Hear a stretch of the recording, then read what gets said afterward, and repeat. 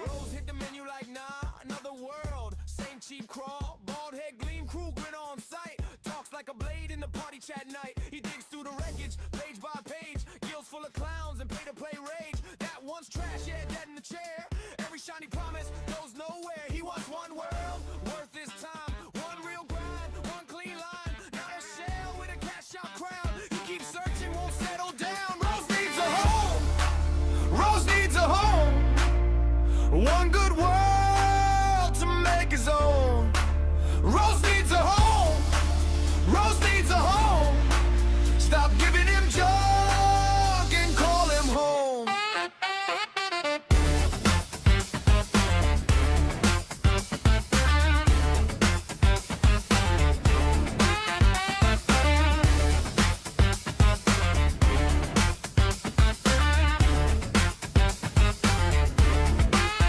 He's brutally honest, says it out loud. Makes Dev sweat while the forums crowd. Your wolves look fake, your loot feels thin. Your end game's a joke in a plastic skin. Still he logs in, still he roams. Side-eye shark through 1,000 clones. He laughs too hard at a broken quest, then swears he'll leave, but he plays the rest. He wants one guild with teeth and fire. One rake knight that climbs higher. One big map with a pulse of soul. Not another empty grind ball. Rose needs a home. Rose needs a home.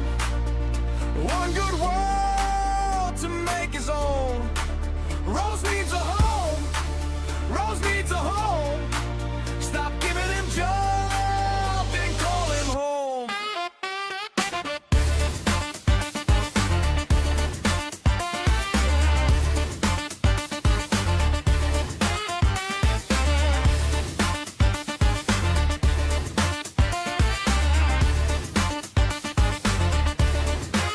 He's seen the hype. He's seen the churn.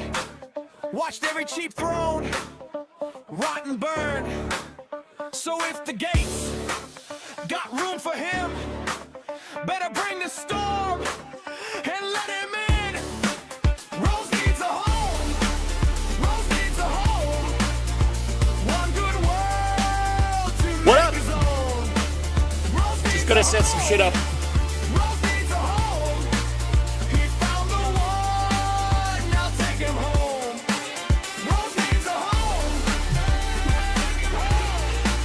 Rose needs a home. One good world. Rose needs a home. Rose needs a home.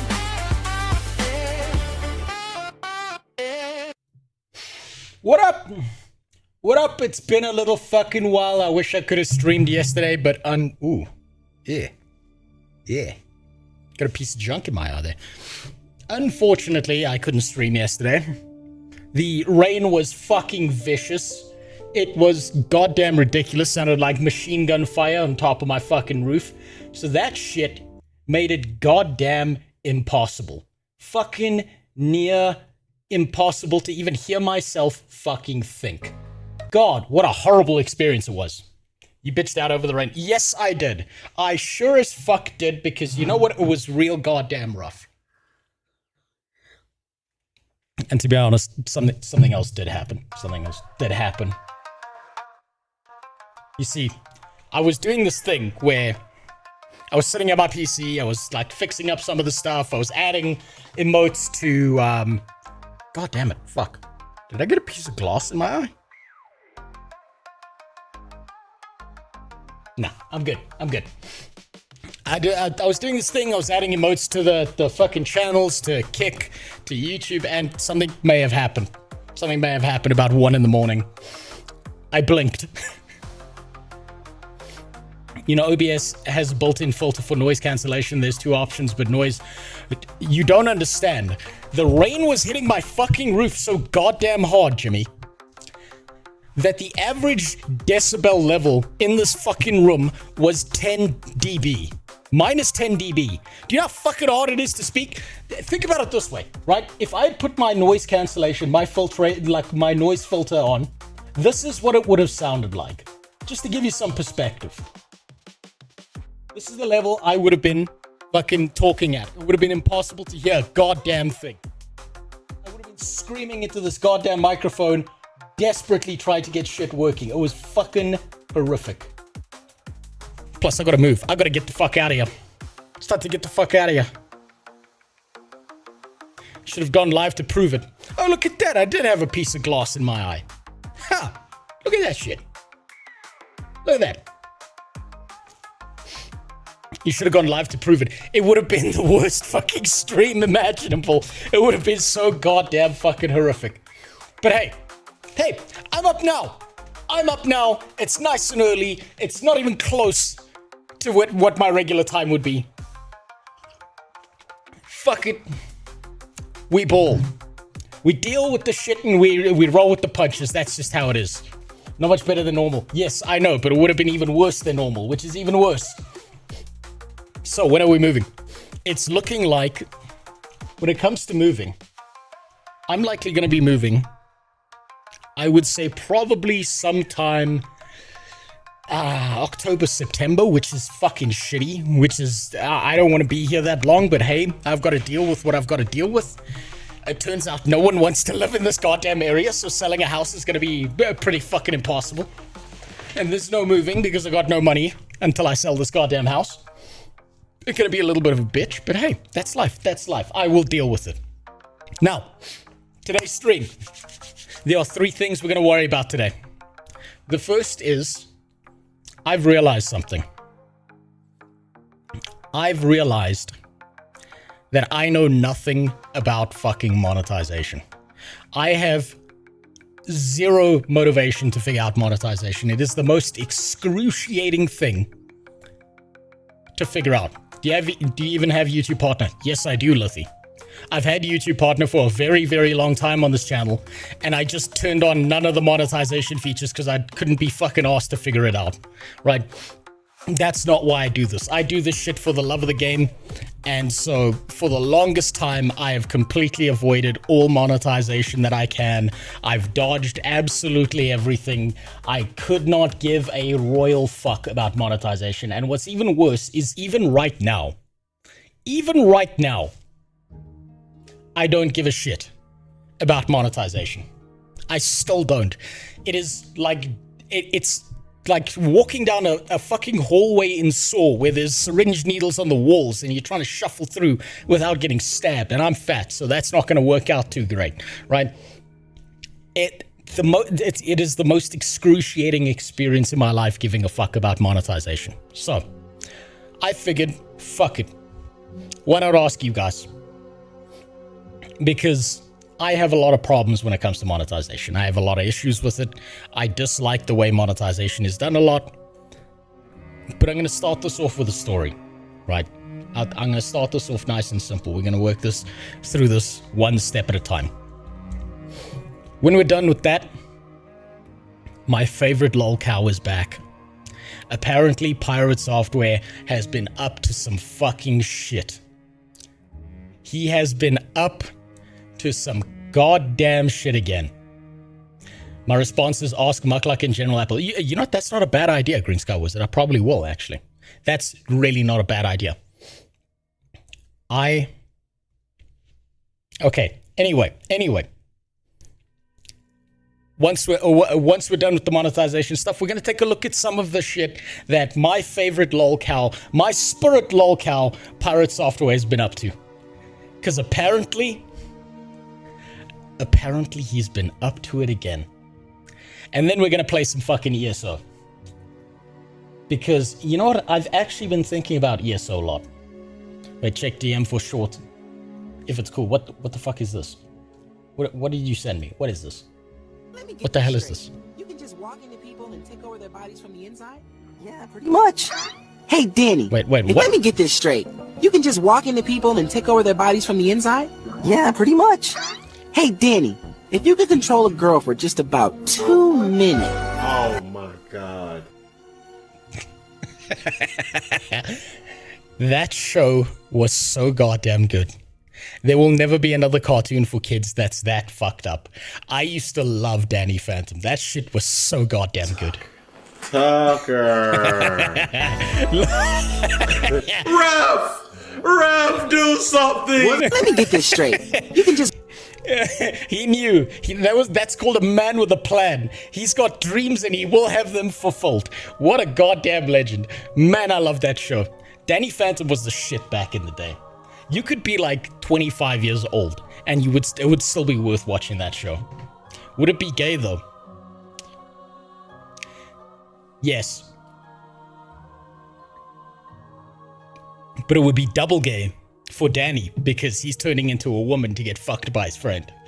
So it would be double gay.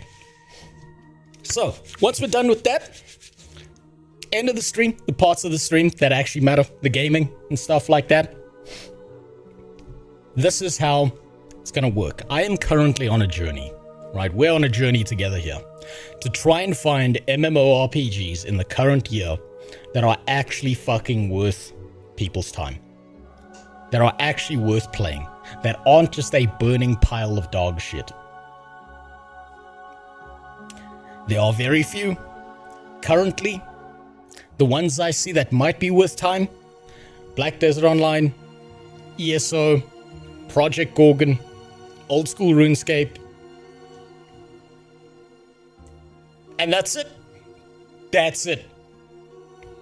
Batman Beyond was one of my favorites. Batman Beyond was so fucking good. Batman Beyond, I will hands down say, is one of the only times ever that a continuation of a story not using the main character, like having a replacement for the main character, actually worked out good. It's one of the very, very few times where they replaced who Batman was and it was actually based as fuck. It was exceptional. It was beautiful. What an amazing show. It's even worth watching as an adult. I've got that shit queued up. I'm going to be watching that with my kid. She's going to have some goddamn culture in her. What up, Black Shadow? Oh, also found 2 new MMOs coming out this year, posted in the MMO channel. There are a few videos that some of the streamers and content creators I know have put out about new MMOs that are coming out, Shelder. We're going to be looking at those next stream. Project Gorgon literally just fired that one admin from public speaking, doesn't address all the issues, one banned people. Well, this is the thing. That's the smartest decision they could have made, Banks. Pull that guy away from public speaking. Get that guy away from interacting with the community.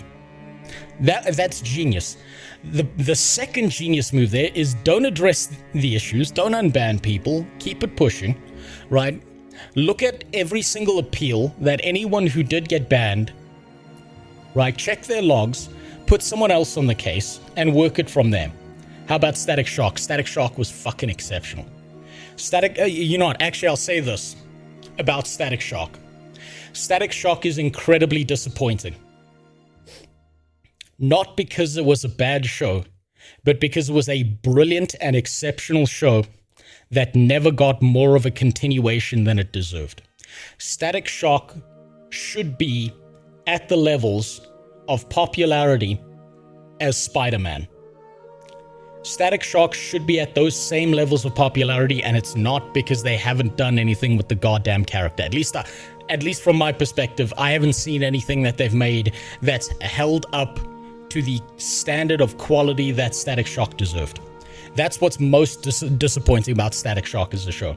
It was one of the few shows where they handled things like racism shit the correct way.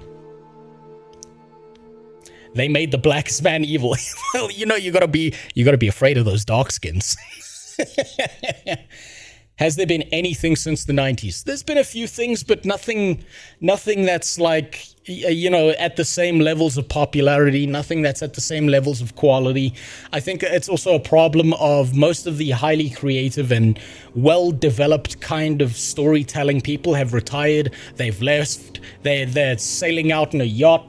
They're living on a beach somewhere, chilling the fuck out, and unfortunately that leaves us with a bunch of Ricky Retardos writing stories, talking about their trauma because once upon a time in preschool someone called them fat. And so instead of getting good stories, we get that garbage. Real disappointing. Has there been anything since the 90s? Oh, for Static Shock, you mean in particular? I think there's been a few where Static Shock has been like a side character. I know he shows up in Batman Beyond, right? Where he's like grown up and he's got these fucking dreads and shit, and he looks cool as fuck. And then they just never developed on that idea. I know we're talking about MMOs, but I'm excited for the Twilight Project, a Thailand survival horror game. Happy to see non-Western religion-based games from third world countries. Good. You know what? Good. I think I've said this before, right? But one of the problems with Western media is that they keep on defaulting to the same kind of lore and story and stuff instead of expanding their worldview out into other things that could be cool and interesting as fuck. Right? They refuse to touch things like Indian mythology or African mythology or Southeast Asian mythology and shit like that. There's a whole bunch of stuff that they could actually develop, and they just don't. They stay in their little world. They never like go out of their way to do anything else except that little piece of world. And because of that, I think storytelling suffers. Dramatically suffers. Because they keep on rehashing the same fucking story over and over again. How many different stories on Norse mythology do you need to see? How many fucking stories on Greek mythology do you need to see? It's run its course. It's run its course. And most of the time, they just don't ever do anything else. They just default to going back. And then even worse than that, instead of making, like, you could take Greek mythology and give it an interesting spin and make it unique and cool and interesting, but instead they just rehash the same story that was made in the goddamn 90s, and then they make all the they just race swap all the characters. And then they make it about identity, and I see that, I'm like, for that reason, I'm out. I don't want to see that shit. I'm so fucking tired of that. Give me one goddamn character that's just a person, that's interesting, that has flaws, that makes mistakes, that fucks up, that develops as a person. Just give me that shit back. God, I miss that so fucking much. Oh, and it's gone. It's gone. It's old school now. One of the best things about Digimon was them taking their own spin on Christianity for Angemon. Yes. That's like an interesting tie-in. You know what I think? I really think this about a lot of media that comes out of the West these days. I'm talking out my ass here, so I don't know how real this is or not. But I noticed that a lot of Western media seems to be scared of offending other cultures by including them. And so the safe option is to just never include them at all. Also, yes, Andrew Woman was hot as fuck. That was the most fuckable Digimon I've ever seen. That they gave an 11-year-old a fucking BDSM woman with wings. That's what they did. Shit was glorious back then. They weren't scared. If I had the skills, I'd make a Dark Souls style game set in old history America during the country's youth, play as a black guy trying to escape the North. Yeah, you've talked about that before. I would do one better, Jimmy. Completely offensive. The most aggressively upsetting game. Make it a multiplayer game. Give it 3 factions. You've got the American North. You've got the American South. The Civil War's about to pop off. You can play as either a Southern American soldier, a Northern American soldier, or as a slave. Right? And you make those 3 factions. and then you build out the world around it, and each one's got different objectives that they're trying to keep to. One's trying to like capture slaves and shit. The slaves are trying to get to the north. The northern soldiers are trying to protect the slaves at the same time. You can have like different elements where it's like you have southern generals and shit making deals with the slaves saying like, look, we're not gonna free everyone, but if you fight for us, we will free you specifically. So then you would have like slaves who would join up with the South because they're not interested in everyone else. They're interested in saving themselves, and they think they can get a better deal out of that situation. Like, you could take all of that and make that into a fucking amazing game. And it would immediately be panned and shit on by every single gaming newspaper and fucking site like Kotaku and IGN, because they are so ideologically captured that they've forgotten that video games are about the art, right? They are about the creation of art that people interact with. You can have the Bura Urlog DLC after. You could have so many DLCs to that game. You could have a DLC where the British start getting involved. You could have an alternate history universe where like the Arab Empire starts involving themselves directly. You could have a fucking component where it's like the South has a DLC where they capture a certain amount of slaves and they can sell them to the Asians, and the Asians have their own empire, and if you're a slave and you get sold to the Asians, you can then escape from there and build your own faction in like Asian territory. You could do a bunch of shit, and none of that is ever happening. Because everyone is so goddamn ideologically captured that they've forgotten that the creation of art is sometimes intended to be as offensive as possible. You think Kenshi 2 will get shit on? I think Kenshi 2 is an indie game, and because they are based in a purely fantasy world outside of our reality, I think they'll get away with it.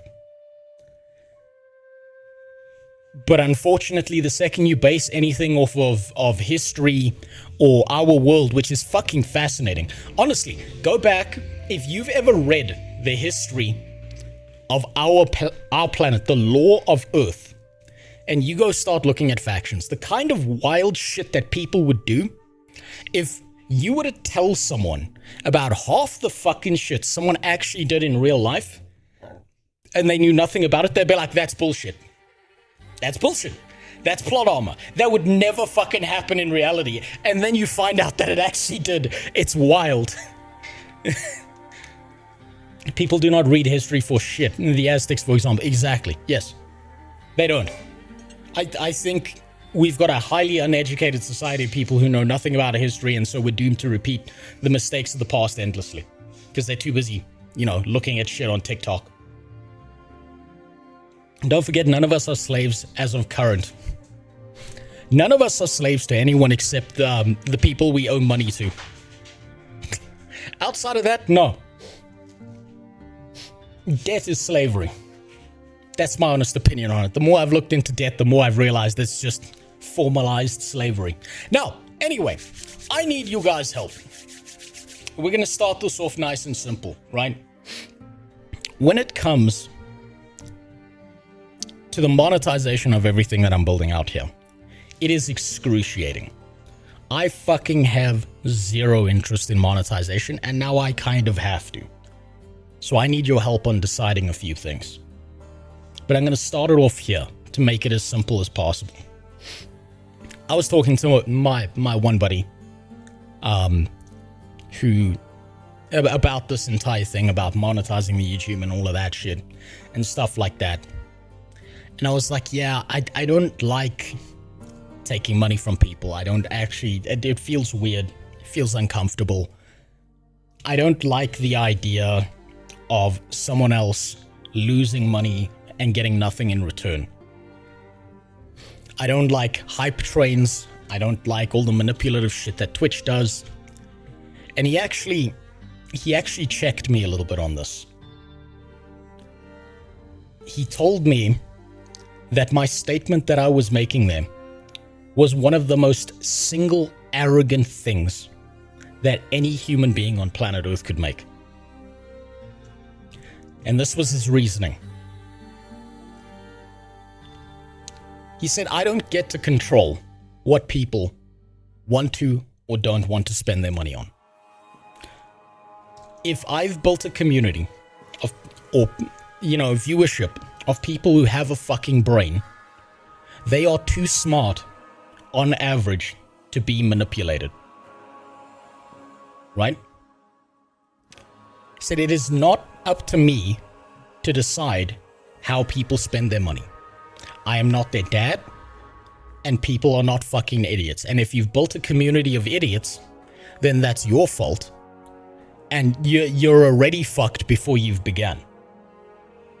So I'm supposed to place my trust in you guys on what works for you. And the idea is this. He said you should have all formats, as many formats as possible for people to donate, for people to spend money. Not because you're looking for money, but because there is an interaction that occurs there, where they can do something that's entertaining and funny, and then they get something out of it. People who spend money are getting something out of the experience. And it is the sheerest form of arrogance to think that you can make that decision for someone else.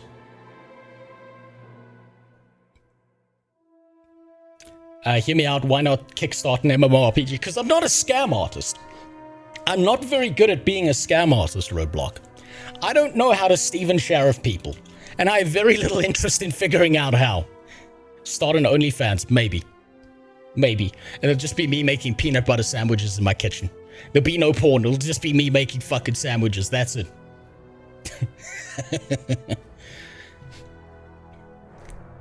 But my buddy said this to me, and he was like, think about it this way, right? A street busker has a hat in front of them that sits in front of them while they play music.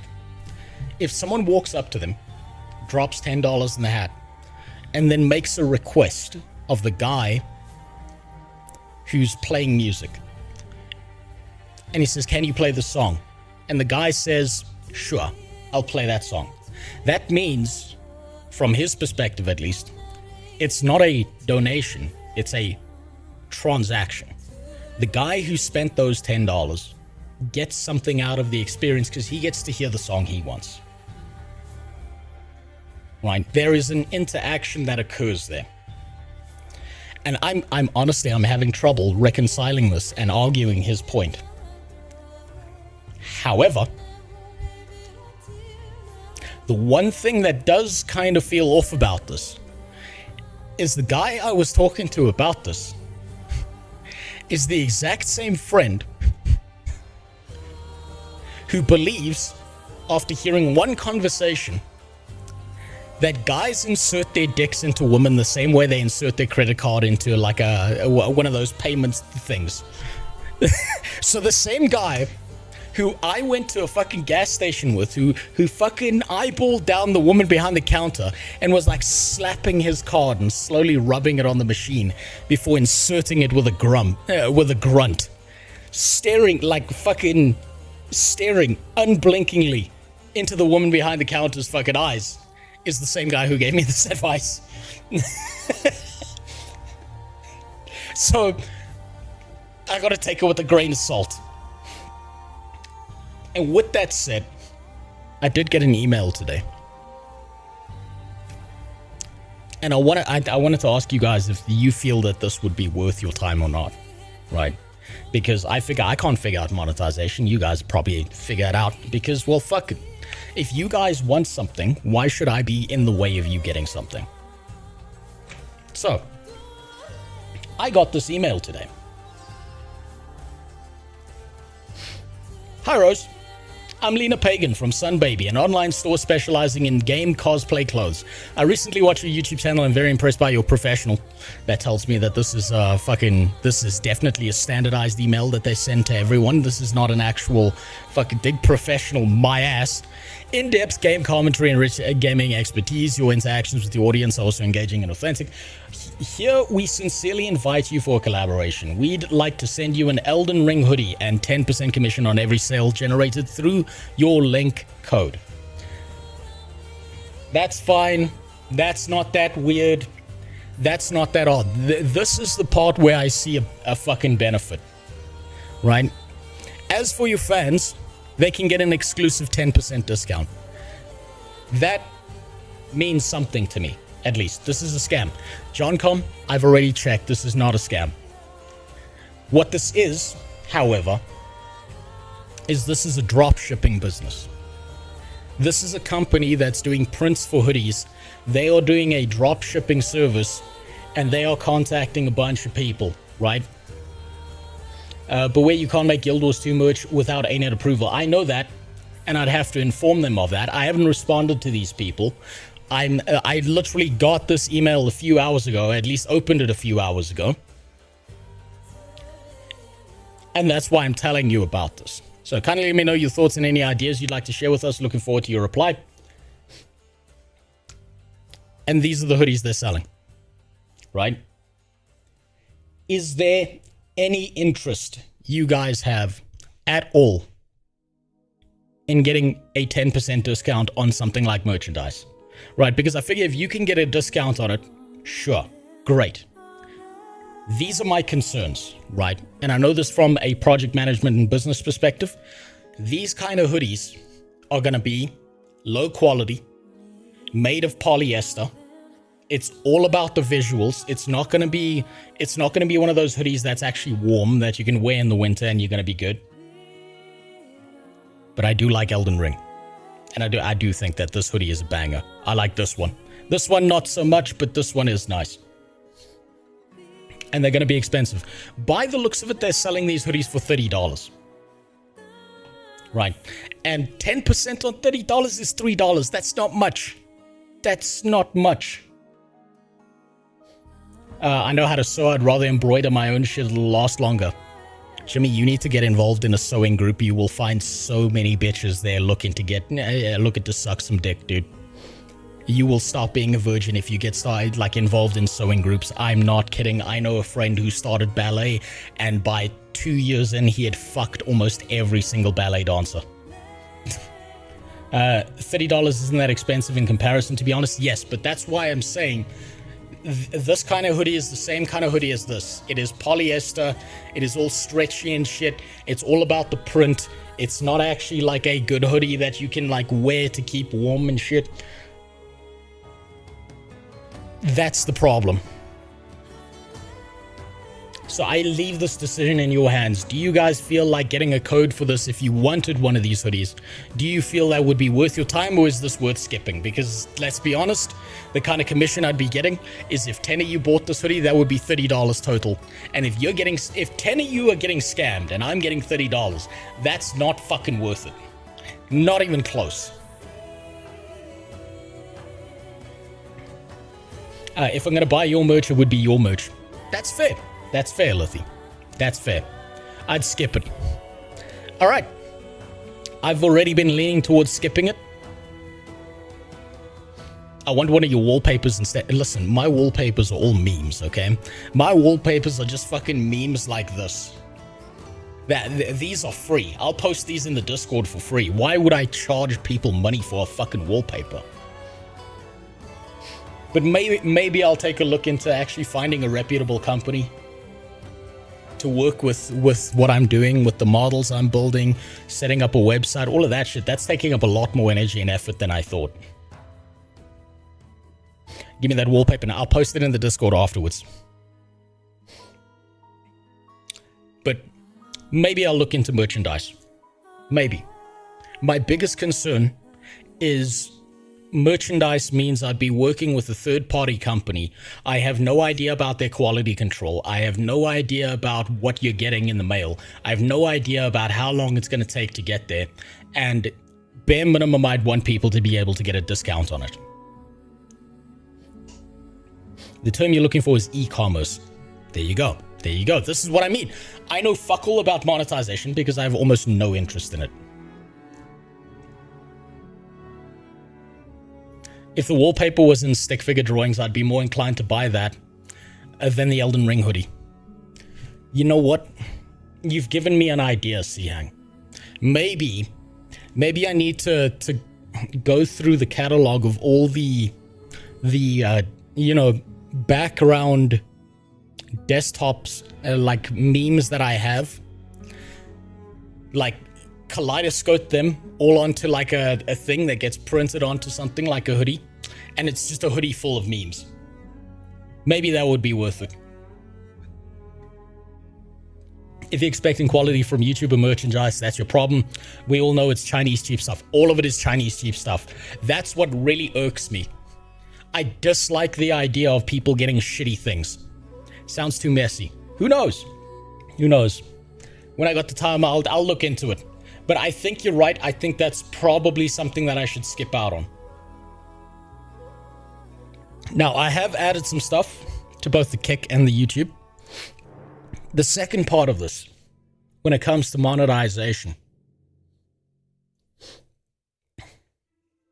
it's time to rock in Guilo where would go hard as a shirt. You know what? Maybe it would.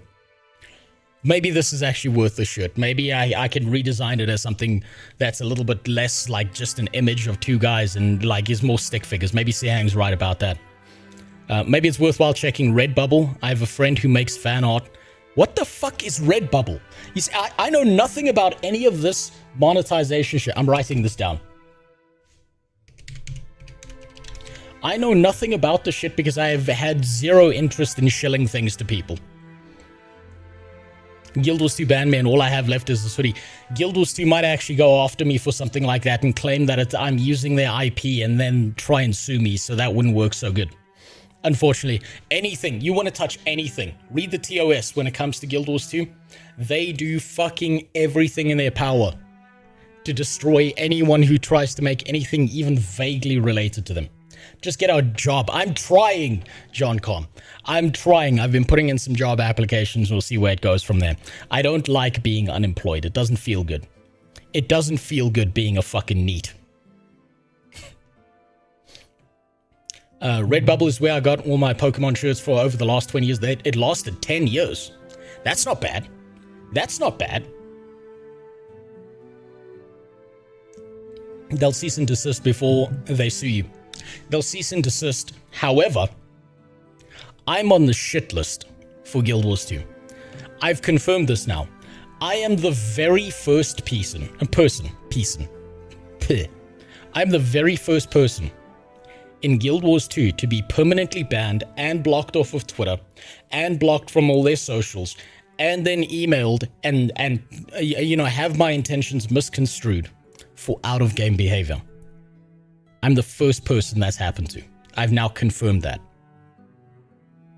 That means that ArenaNet is not operating standard procedure. They have a vendetta, and they may be getting worse as a moderation team over time, which is even more disappointing. If you block from Guild Wars 2, does that stop you from being able to play Guild Wars 1? I have yet to test that out, Sehang.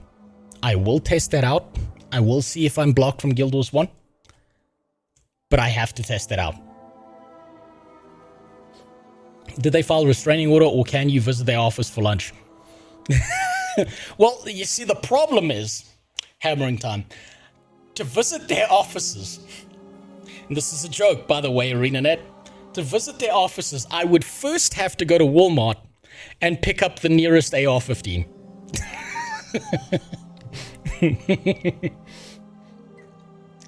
And I don't think that's happening anytime soon because, goddamn, it turns out flights to America are expensive. This is the kind of shit you can get away with selling on Redbubble. Let me take a look. I have no idea what the fuck Redbubble is.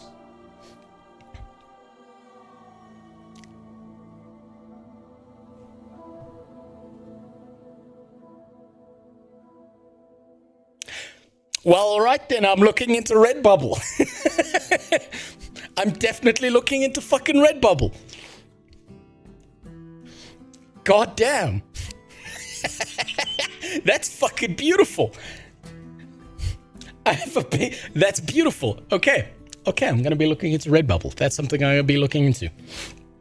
Second part of this, before we move on from all the monetization stuff, because I'm gonna be honest with you, talking about money bores me to fucking death if I'm not doing it inside of my job, right? The things I got to do inside my job when it came to like financial education and cryptocurrency and all of that stuff was interesting. It was fun. It was cool. Outside of it, not so much. I've been working on something in the background, right? I've been working my ass off getting this thing working perfectly. This is my auto clipping software for any stream that works on Twitch, any YouTube video, whether it's a live stream or not, Kick, and TikTok. You can change how many clips you want. You can change the length. It'll cut out the silences for you. I've got an AI analysis that helps with it.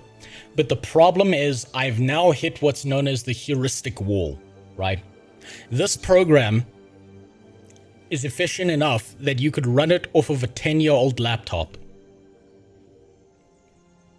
It's not using AI. That's why the AI button here is a fucking advanced feature that requires you to have an NVIDIA GPU and all of that shit. I think I've been trying to sell that wrong. And I need to know what you guys think of this, right? What is the biggest competitor to Twitch right now?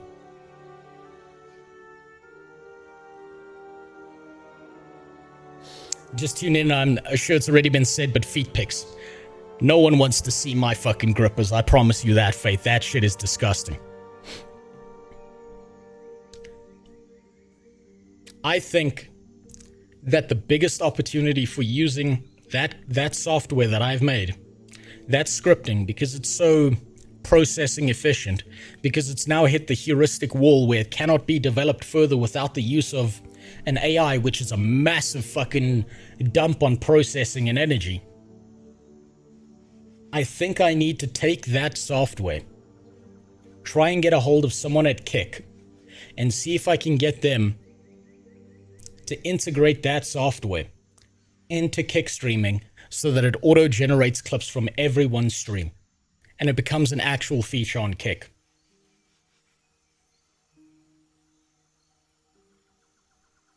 And I think what I can maybe ask from them is put me in the Kick Partner Program. Because what that would mean is that when it comes to streaming, I am getting money from Kick as opposed to getting money from you guys. Right? Which I'm way more for taking money from big corporations than I am from people. I feel like, you know, the economy is going bad. People are having a fucking rough time. A lot of corporations are doing very well while the average person kind of fucking suffers. And it just feels uncomfortable, man. It just feels so fucking uncomfortable taking money from people. It's always felt a little bit weird, and it like puts a little bit of anxiety in my soul, especially when ADAX like comes in here and fucking donates money. That like stresses me out on a level I can't quite understand.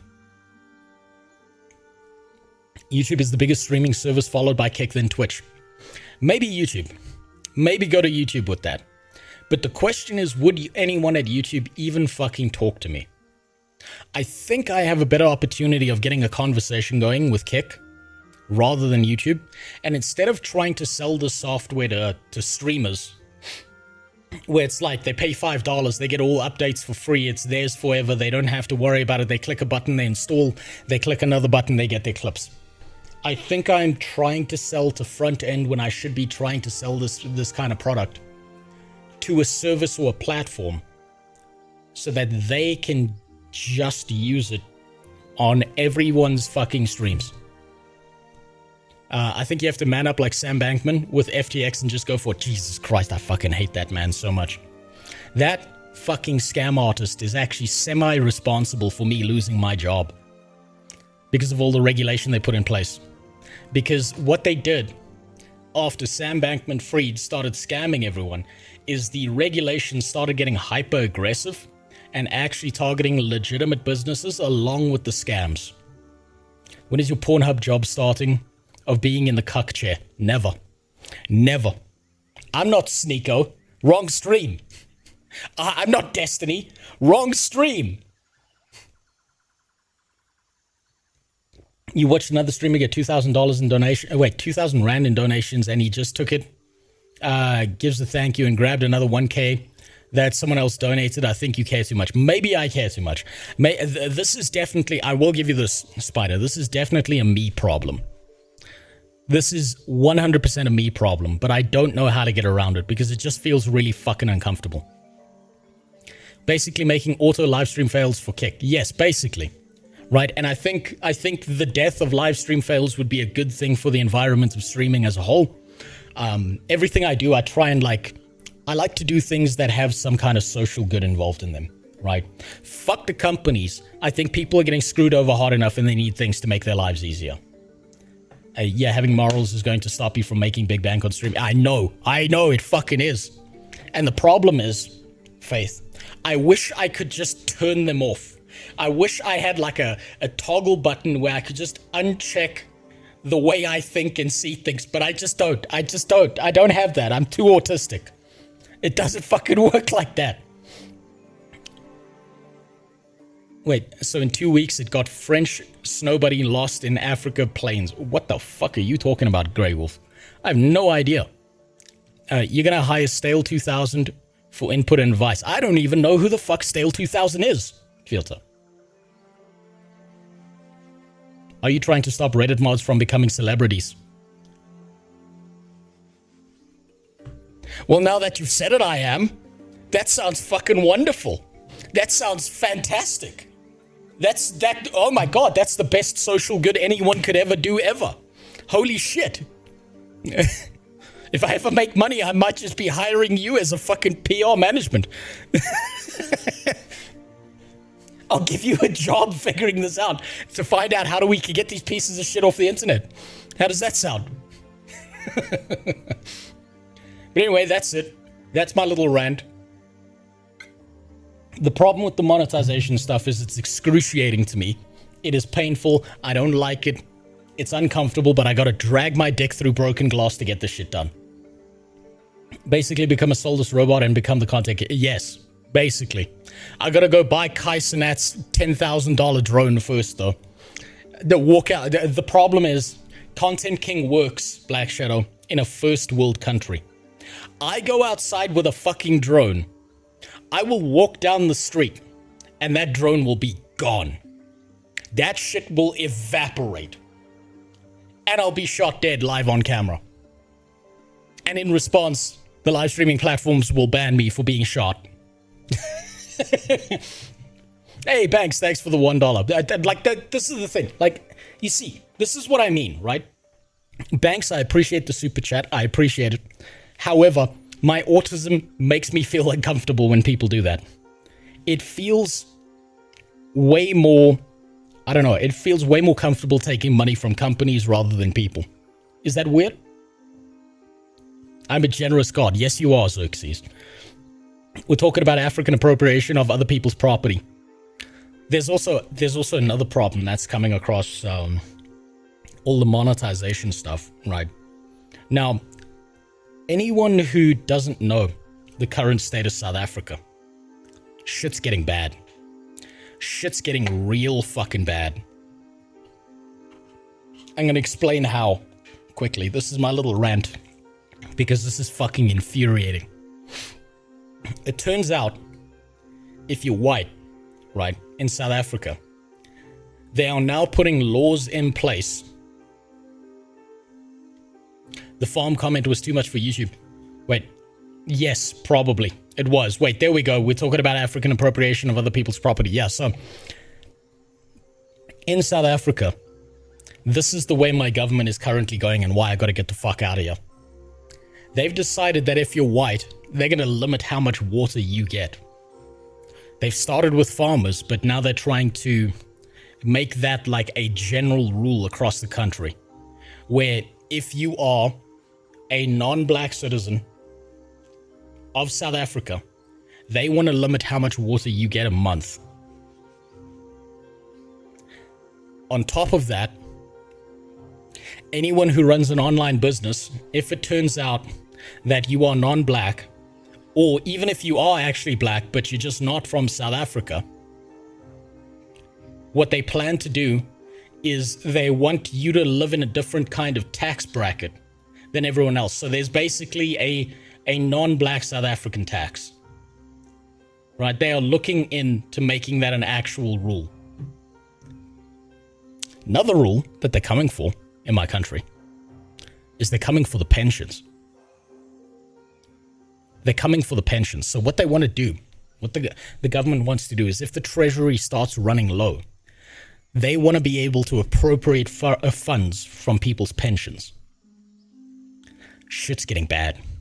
Shit's getting real fucking dark.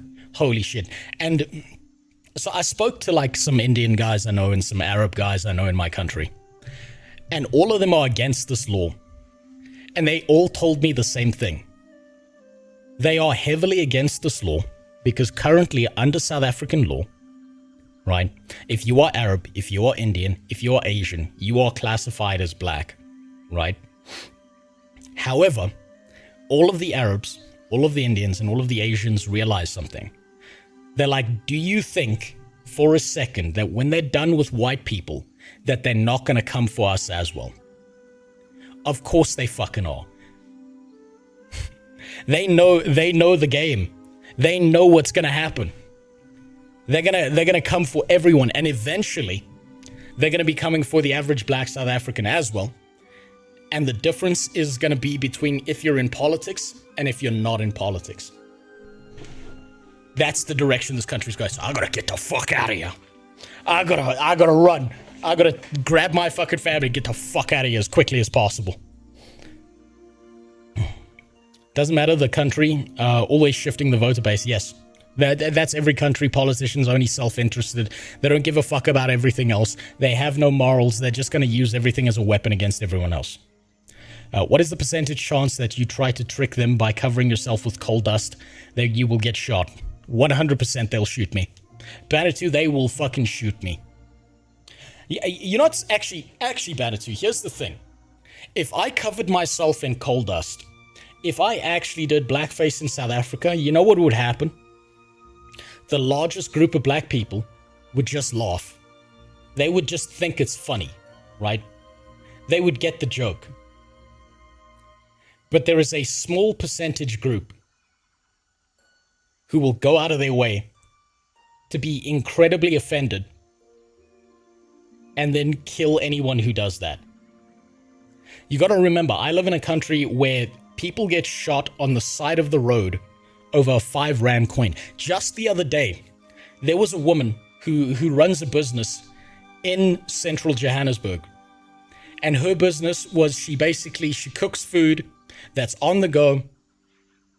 You hand it over to the customer pays you, and they just fuck off with their meal and they eat it along their way to work.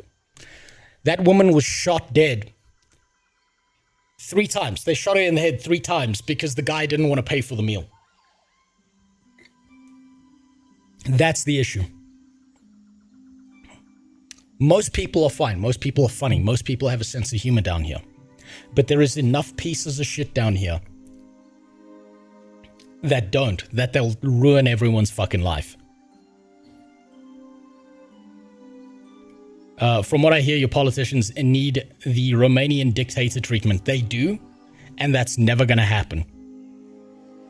Buggear Games, that's never gonna happen. They have too much power, they have too much control, they make the rules, and they will make whatever fucking rule benefits them and screws absolutely everyone over into the fucking dirt. That's just how this country is run, and why I gotta get the fuck out of here. I got your solution for all your problems, and might get Elon Musk involved. Make an MMORPG about the state of South Africa. You can have your 3 factions, non-black, goals could be refugees. You know what? That's not a bad idea, Sihang. If I had any video game development ability, I would make that fucking game because it would be funny as fuck. The kind of wacky shit that happens here would go perfectly inside of a video game. But anyway, enough of that shit. Enough of that junk. Enough of the monetization talk. Enough of the fucking doomerisms about my goddamn country burning itself to death and making the average person suffer so fucking badly that it's a nightmare. Enough of that. Let's talk about something that matters. You see, there's a man. There's a man out there. And like I've said this before. Everyone has, much like the Native Americans described the idea of everyone has a spirit animal. Everyone on the internet has a lol cow, a spirit lol cow. For some people, it's DSP. For some people, it's some of the older ones. But for me in particular, it's Piratesoftware. Christian Christian was kind of on the edge for me. He was kind of something that was a fascinating nightmare to look at. Right, I feel like all countries suck now. Jim, where do you live? What country do you live in right now?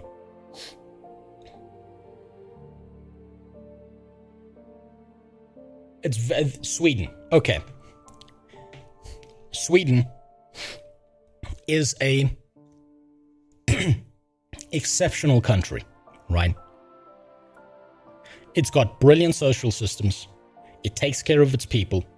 It is highly developed, highly advanced. And unfortunately, the average Swede has to put up with a bunch of pieces of shit who are slowly fucking ruining your country. Do you know why you feel your country sucks? It's probably because you lived there when your country didn't suck as much as it did now.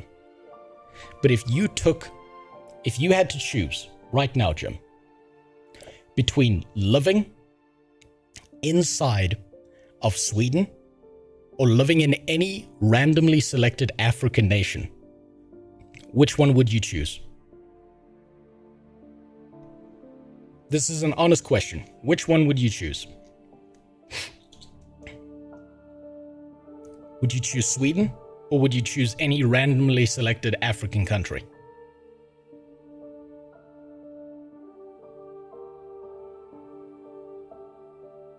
This is important.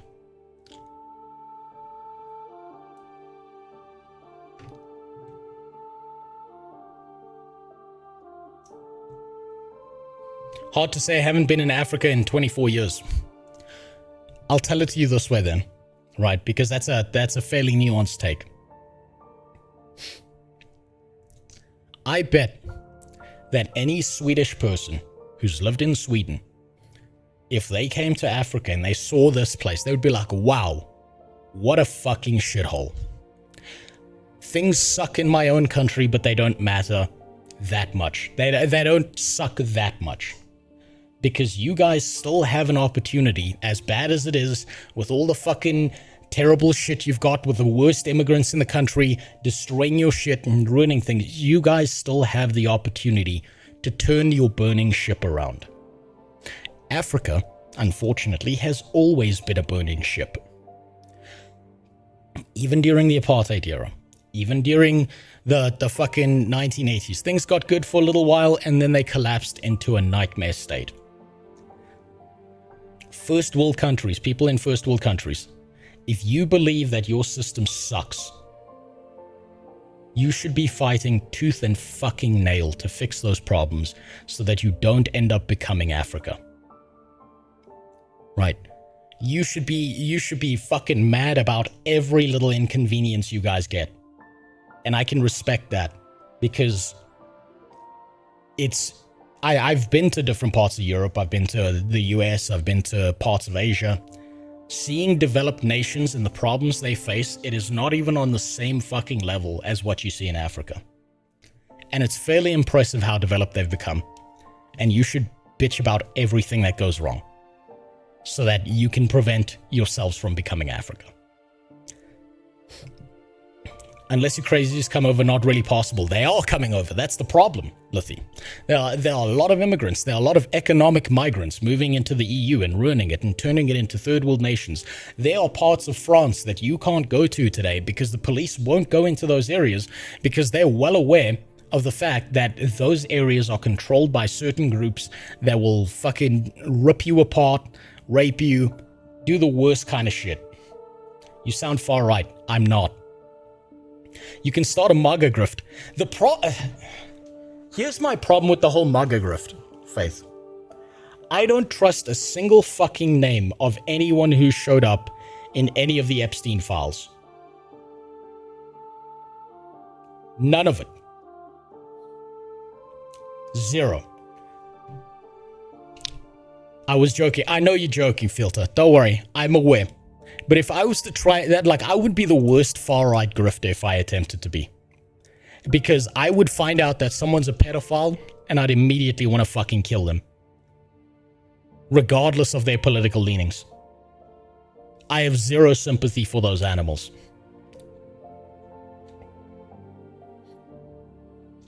What even is a MAGA grift? I don't even, like, this is the thing. I think the terminology that a lot of people use, far left, far right, are so manipulated and so nebulous that they don't actually tell you anything about the person. They're kind of like the label of calling someone racist. It's like, what does that even fucking mean? So that means you trust Diddy because he's not in the Epstein files. No, fuck no. He's in the Diddy files. That's a completely different story. That's a completely different set of pedophilia. Fuck those animals. All of them. All of them can die. I don't care who they are. They touch kids. They do weird fucking rapey shit. All of them. I think public executions need to be exclusively used on pedophiles. You know, there's, I'll give it this. I'll give Africa this, right? In the townships of Africa, where the police don't go, a lot of the local communities take care of the pedophile problem themselves. They've got a very low incidence rate of pedophilia. Because if you're caught being a pedophile in some of the townships, what they do is they'll strap you to a mattress. They'll douse the mattress in gasoline and they'll set it on fire. And they'll do it like in the middle of the township so everyone gets to watch. And somehow, magically, that's led to a far lower rate of pedophilia. It works. It works. I have zero understanding of political standings. I just know what is morally bad and good and experience and live according to that. Well, that's the right way to look at things. I think the whole political sports teams of left versus right versus blue versus red and all of that shit, I think that's all just like a blindsiding to try and keep people at each other's throats instead of looking at the real fucking problems. I don't side with left or right or center, Democrat or Republican. My political hero is George Carlin. Everyone is the problem. Yes, that's a very base take. George Carlin was a god. That man was a fucking genius, and he was decades ahead of his time. But anyway, enough of that. Enough of that horseshit. It's time to look at the ferret fucker himself. It's time to look at the man, the legend, the myth, the lol cow himself, Piratesoftware. There are 2 videos on this. This is what I know about the situation so far. Piratesoftware has apparently had his moderation team abandon him. No idea why. Give me a second, I'm going to be right back. I hear bad shit happening outside. I've got to figure out what this is. Whether this is my neighbor's wife cheating on him again, or whether this is an actual issue. I'm going to be right back. Just give me 1 second. 1 sec.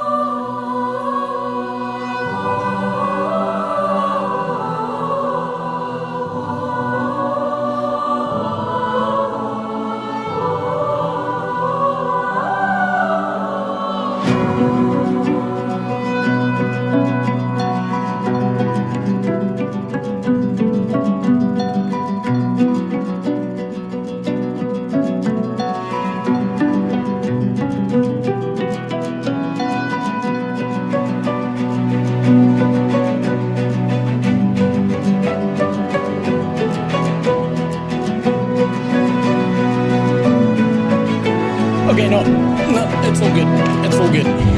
So, I've got like 3 neighbors, right? It's all good. So, I've got 3 neighbors. One is Long Dick Johnson. Very based man, walks around with his fucking dick out in the middle of the night patrolling the neighborhood with a shotgun. Other one is a teeny tiny black woman. She's fucking the shit out of Long Dick Johnson. They have a great time. He's been really sad over the Easter weekend, but he's made up for that. He's back smiling, walking around the neighborhood with his dick flopping out the bottom of his boxes. The third neighbor is the family. And they seem like nice people, except when the dad starts to drink, because he always accuses his wife of being a cheating whore. And I don't know the whole story, but every now and then that fucking guy is out in the, outside of his house, screaming, banging on his own gate, calling his wife a cheating whore. Not sure why. Not sure what the fucking story is there. Don't want to get involved, but that's what he's doing right now. He's out there screaming his goddamn head off at his wife. Now let me just fix this because I've got to adjust this goddamn thing again. Where is it? Where is it? It's not that. It's not that. There we go. No, it's not that one. Not that one.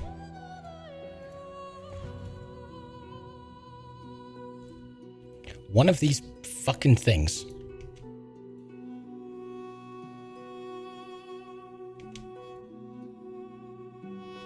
There we go. That's better. There we go. Now you can see the whole video. That's better. There we go. Right. This place seems like it has a TV show potential. It is... you know, it would be funny if it was on a TV show, but it's just actually a nightmare neighborhood to actually live in. Like, there's a thing where TV shows show fucked up shit, and it's funny because it's on TV and you're not actually experiencing your way through it. But when you have to live it, it's a different story, and it's not as great. It's not great. Now then. Where's my mouse? Where's my mouse? There it is. Now then. On to what actually matters. On to some fucking drama that actually matters. Does he wear wife beaters? No, usually he's shirtless. He's like... He is what a hillbilly would aspire to be if they lived in Alabama. He drinks a lot. He screams a lot in the middle of the night. It's usually over like holidays and stuff like Christmas, Easter, Halloween, stuff like that. He drinks too much and he's just always outside banging on the gate of his door, calling his wife a cheating whore. I don't know what happened there. I don't want to know. It's not my problem. Did you guys know Piratesoftware used to work at Blizzard? That's new information. No one has ever known that Piratesoftware, that you just outed yourself, Eucharist, as a Piratesoftware enjoyer. Because he almost never mentions it, right? That's like some deep lore that no one has ever figured out. It's been over an hour. I know, which is why the videos are short today. It's these two videos right here on the same topic. Then we're getting into ESO. We're not doing this fucking thing where I'm watching an hour-long video and wasting all the time. Will you miss Motorcycle Man? Fuck no. Fuck that guy. Piratesoftware has not only apologized, but he was right. Now, I am just as shocked as you, fellow terminally online. Wait. Is this the second video? Yes, this is the second video. I was wondering what... Apology? What the fuck? Hold on. Surprised that I am making this video right now. And no, it's not because it's a pirate video. I'm not going for the sarcasm route here. Piratesoftware's crew, more specifically his first mate, that being Kronos, his head moderator, and the rest of his mod team have either been fired or jumped ship. Let me see if I can try and recall who Kronos is. The thing I know about Kronos is that he helped Piratesoftware scam the hype train system over on Twitch so that he could hold the world record for the highest hype train that had ever existed at the time. I don't think that Kronos is blameless. I don't think anyone who's working with Piratesoftware is blameless. I think they've been doing a lot of highly manipulative, like, fucking tactics in the background. And all of them, in my opinion, are pieces of shit who've been scamming the system, who've been manipulating people into a bunch of shit. And I think... Personally, I don't think Piratesoftware is actually genius enough to come up with all these plans himself. I think that Kronos is the man in the chair. Kronos is probably the guy who's the only reason that Piratesoftware got as popular as he did and popped the fuck off. That's my personal opinion on it. I don't know how real or not that is, but I think the reason that Piratesoftware got as far as he did is probably because he had someone in the background doing all the YouTube and Twitch and streaming strategies that made him popular in the first place. And in doing a bit of research, there has been some very interesting details that have come out surrounding this mass exodus / firing that has just gone down. Like Pirate apparently calling Kronos a parasite, as Okay, unsurprising. well as the rest of the moderation team seemingly starting to jump onto the Piratesoftware hate train. Wait, isn't Kenshi an African sim? Yes, it basically is. Other way around though, Africa is a Kenshi sim. Had some sleeper cells from Quaker Nation infiltrate the very public Discord that Kronos has himself, where he hopped into a voice call alongside a lot of the other mods who seemed to just be chatting. And it seems that they were having some conversations in regard to their You know, okay, yeah. To what you said there, Kronos is 100% a slimy fuck, never trust someone, and basically this guy should have been in Content King. I 100% agree with that take. The way I see it, right? If you know the old Mad Max movie with Master Blaster, where there's that big, dumb, lunky idiot, and there's that like really weird mutated midget on his back who's controlling him, the way I see it, Kronos is the midget, and Piratesoftware is the big dumbass that keeps on fucking things up for Kronos. Right? They're both pieces of shit, in my opinion. They're both scammy fucks who've gamed the system to reach these levels of popularity and to pop the fuck off and to get them involved in everything. And now, the big dumb idiot has turned around and killed the fucking guy who was controlling him. tenure working for Piratesoftware, and I would say the negative aspects of that, which are going to become very apparent. And I thought to myself, well, given the severity of what is going down here with a lot of the Piratesoftware community, you know, leaving the community leaders, well, I guess to me it just feels like the Piratesoftware ship is finally sinking. So I figured now would Finally sinking?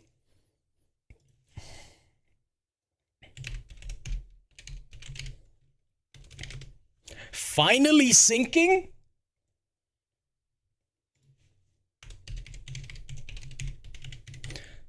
No. I don't think that's the right thing to. I think that the Piratesoftware ship sank a long fucking time ago. If you want to look at the start of the sink, it started happening here. I think by the second peak after that right there, that's when it sunk. Finally sinking. No, that's just for drama reasons he's saying that. probably be the best time to bring back the limited time doubling down merch. Quick change, Quinthio here. That is right. We are bringing them back. Oh my god. Oh my god, that's... See, this is what I'm talking about, is I know nothing about monetization or merchandise or anything. That is fucking genius. If I could get that hoodie for free, I would wear it. That's fucking great. That's exceptional. It's not doubling down if you're right. Jesus Christ, this guy... Okay, now I understand why he's wearing a milkman costume. Because he's milking the shit out of this situation. Jesus. What a genius. What an absolute genius. Back, mainly because I just want to get another one because it's really fucking comfy. It's not called doubling down. If you're right on the front, beautiful. Switch it over to the back, the beautiful decal. For those that will scream, he's doubling down. Yes, I damn well am. This is... Okay, that hoodie just got twice as good. That's fucking beautiful. Genuinely gone through over 100 washes at this point. I'm blown away that it is still stuck together. So hey, if you wanna get yours, check out the shop, which you can find at quinthio.printify.me. That is right. I will leave a link in the pinned comment down below for you guys to check out the super sick swag. And not only that, but we have the brand new Quaker Nation, established 2023, the no idea what the hell that Drama Frog Go Milk Yourself mugs. So if you want to sip coffee while you're checking out the news, or I don't know, Red Bull. I like Red Bull. You can do it with this sick cup. Now, if you've been keeping up with any of the recent drama surrounding I'm Fetus getting his Twitch banned, things like that, this may come as a bit of a shock. I'm Fetus getting his Twitch banned. Was this the guy who was playing with... I think I know about this. This is the guy who was playing with the Burnt Peanut, and he did like a cosplay thing inside of Rust where he pretended to be Piratesoftware and then he got banned for it. Which is the most bitch-made behavior I've ever seen out of Twitch, out of fucking... I mean, it's expected from Piratesoftware at this point. But that's fucking ridiculous. You should do tech reviews and just get free stuff sent to you and then sell it.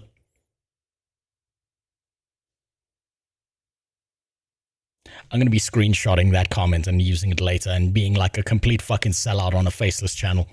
Because Kronos was interacting during that time and communicating with the different parties, including I'm Fetus. Now, this got brought to my attention through my Discord, as we have a couple of threads for, drama discussion. Speaking of, hey, check pin comment. Might have the Discord link if you're 18. Okay, I don't care about that. Games chat drama. But you can see here it says no longer engaged on Piratesoftware work or associated with him. Contact him directly or go to his Discord server. Now that is not worded, I would say, in a very positive way. But of course, that could just be how I'm perceiving this.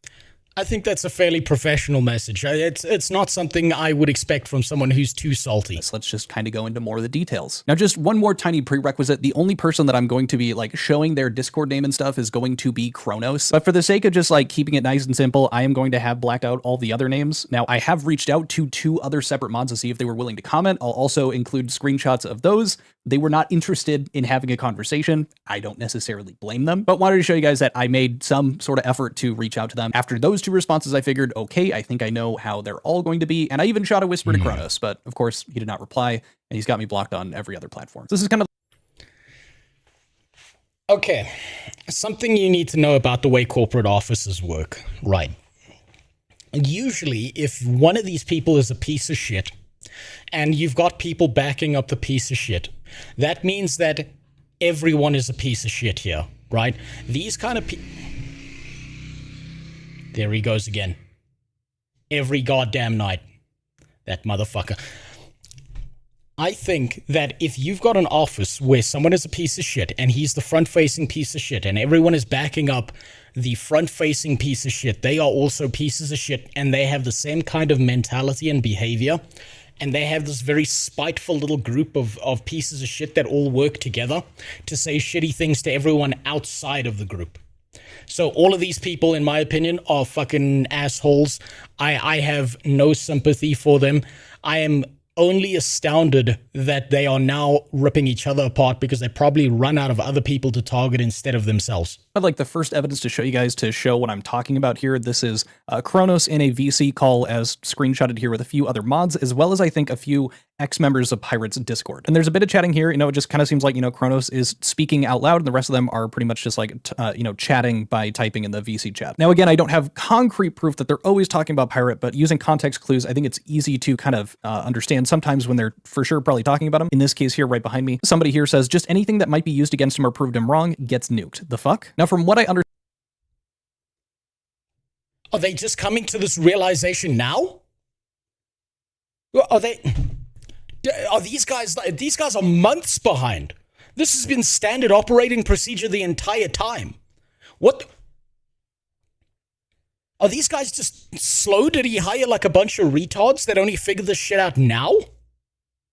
Understand most of these messages come from around the same VC over the course of a couple of hours in that evening. And I'll just be reading through the main points, but feel free to pause and read the additional stuff at your own pace, whatever. But the top one here to start. So what is this nuke that's dropped that I've apparently missed? It sounds mad. And someone replied to them down here. Thor accused Kronos of being a parasite and removed his mod access to Discord / Twitch / etc. That is where I'm getting this, he was called a parasite thing. And it seems like shortly after that, he ends up putting in his 2 weeks. I say that because in this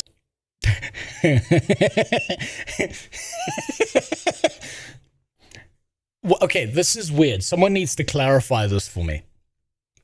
The way I understand moderation and the way you've got like mods on people's channel, it is not a job. But why are they speaking like it is a job? Someone needs to clarify that to me. Because these guys, the way they're talking to each other, it's like they're talking to each other like moderation is a fucking job. It doesn't make sense to me. This other screenshot here, we can see, this. Gonna prepare the catapult. Right after that, the prepare the catapult. K, I'm assuming Kronos are... Wait, because it was a job. No, no, Chielde. Being a moderator of a Reddit like a subreddit on Reddit is not a fucking job. It is a hobby. At best. It is a self-aggrandizing way to mentally jack yourself off most of the time. Being a moderator in a Twitch stream is not a fucking job. There are no Twitch streamers that I know that are paying moderators money to be moderators. They were being paid by... Are you fucking serious? What the fuck were they doing? Like, he was paying them? What were they doing that was so important that moderation was a job? Kronos I can kind of understand, because I think he was the man in the chair who was doing all the YouTube strategy and the live streaming strategy, and he was helping Piratesoftware scam a bunch of people and bumping up the hype train. Sure, maybe I can understand if you could like contractual jobs for that, but I don't see how someone can look at streaming and think I am making enough money to pay people to be moderators. I don't see how that works monetarily. It's so sad. I was in Discord when he popped off, and the people there were great at the start. Really, a community of people trying to make games and work on projects. Then it went downhill. Well, that's what happens a lot. Roadblock. I liked Piratesoftware when he started popping off initially. I thought he was pretty educated. He spoke well. He said the right things. And then it seems like it all went to his head, or he was just always like that. And as the fame increased and as attention increased, his more shitty behavior became like very, very common. And he just got exposed for being what he was. I think people like that who pop off do attract genuine people who then get stuck in the scam and screwed over along the way. It happens a lot. I mean, just look at Ashes of Creation. Already gave notice, don't stress. They also follow up, and now this kind of seems to get into them, you know, airing their grievances with Pirate, saying, common, all the collab and raids you did to all different people, versus Thor on a loop only raiding the ferrets does say a lot, seemingly talking about him being selfish. He's streaming. Him raiding the ferret channel that he had makes the most sense, because that amplifies his business and allows the moderators, if they are being paid, I'm taking you on your word for that. That means that why would they be mad about him raiding the ferret thing when they are probably getting paid from him raiding the ferret thing and then donating to the ferret thing? This just seems like bitch behavior. It's so sad I was in that Discord. Wait, no, okay, I read that one already. Why do you think Pirate kicked him to the curb after he couldn't afford to do it anymore? I mean, financially, you think he would just talk to them and be like, look, it's not financially viable anymore, so I'm sorry, but we're going to have to downscale. If I was paying you, I'm sorry, I can't do that anymore. Maybe on a contractual basis every now and then, but this cannot be a job. Another previous mod saying, just waiting for PS stream and general chat to realize it. I'm assuming realize that all of the mods have disappeared. Someone else saying, same here for Block Game. I actually have a really funny clip in regard to that. Not exactly the same, but very similar. Now, Block Game was this like Minecraft thing that Piratesoftware was working on with one of the mods here as like the lead kind of Java developer for it, which means he was getting someone else to program a video game and he was probably taking credit for it. Okay, that's fairly shitty behavior. I expect that. They ended up stepping down because Pirate wanted it all to be converted over to Hightail, which was a huge job to do. And the mod was like, I'm not capable of doing this at this time. But Block Game wasn't receiving updates, and apparently it had been down for 4 days and nobody noticed until Thor got a text-to-speech in his stream chat literally today or yesterday as the time that you're watching this. And here's that clip. Block Game is down. It's been down for like 4 days and no one said a word. I'll go put it back up. I was trying to see how long it would take before somebody actually checks.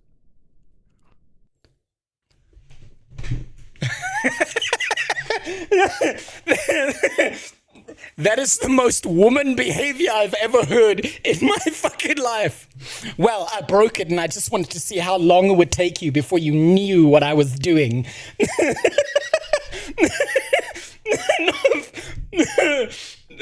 That is the most passive-aggressive shit I have ever heard in my fucking life.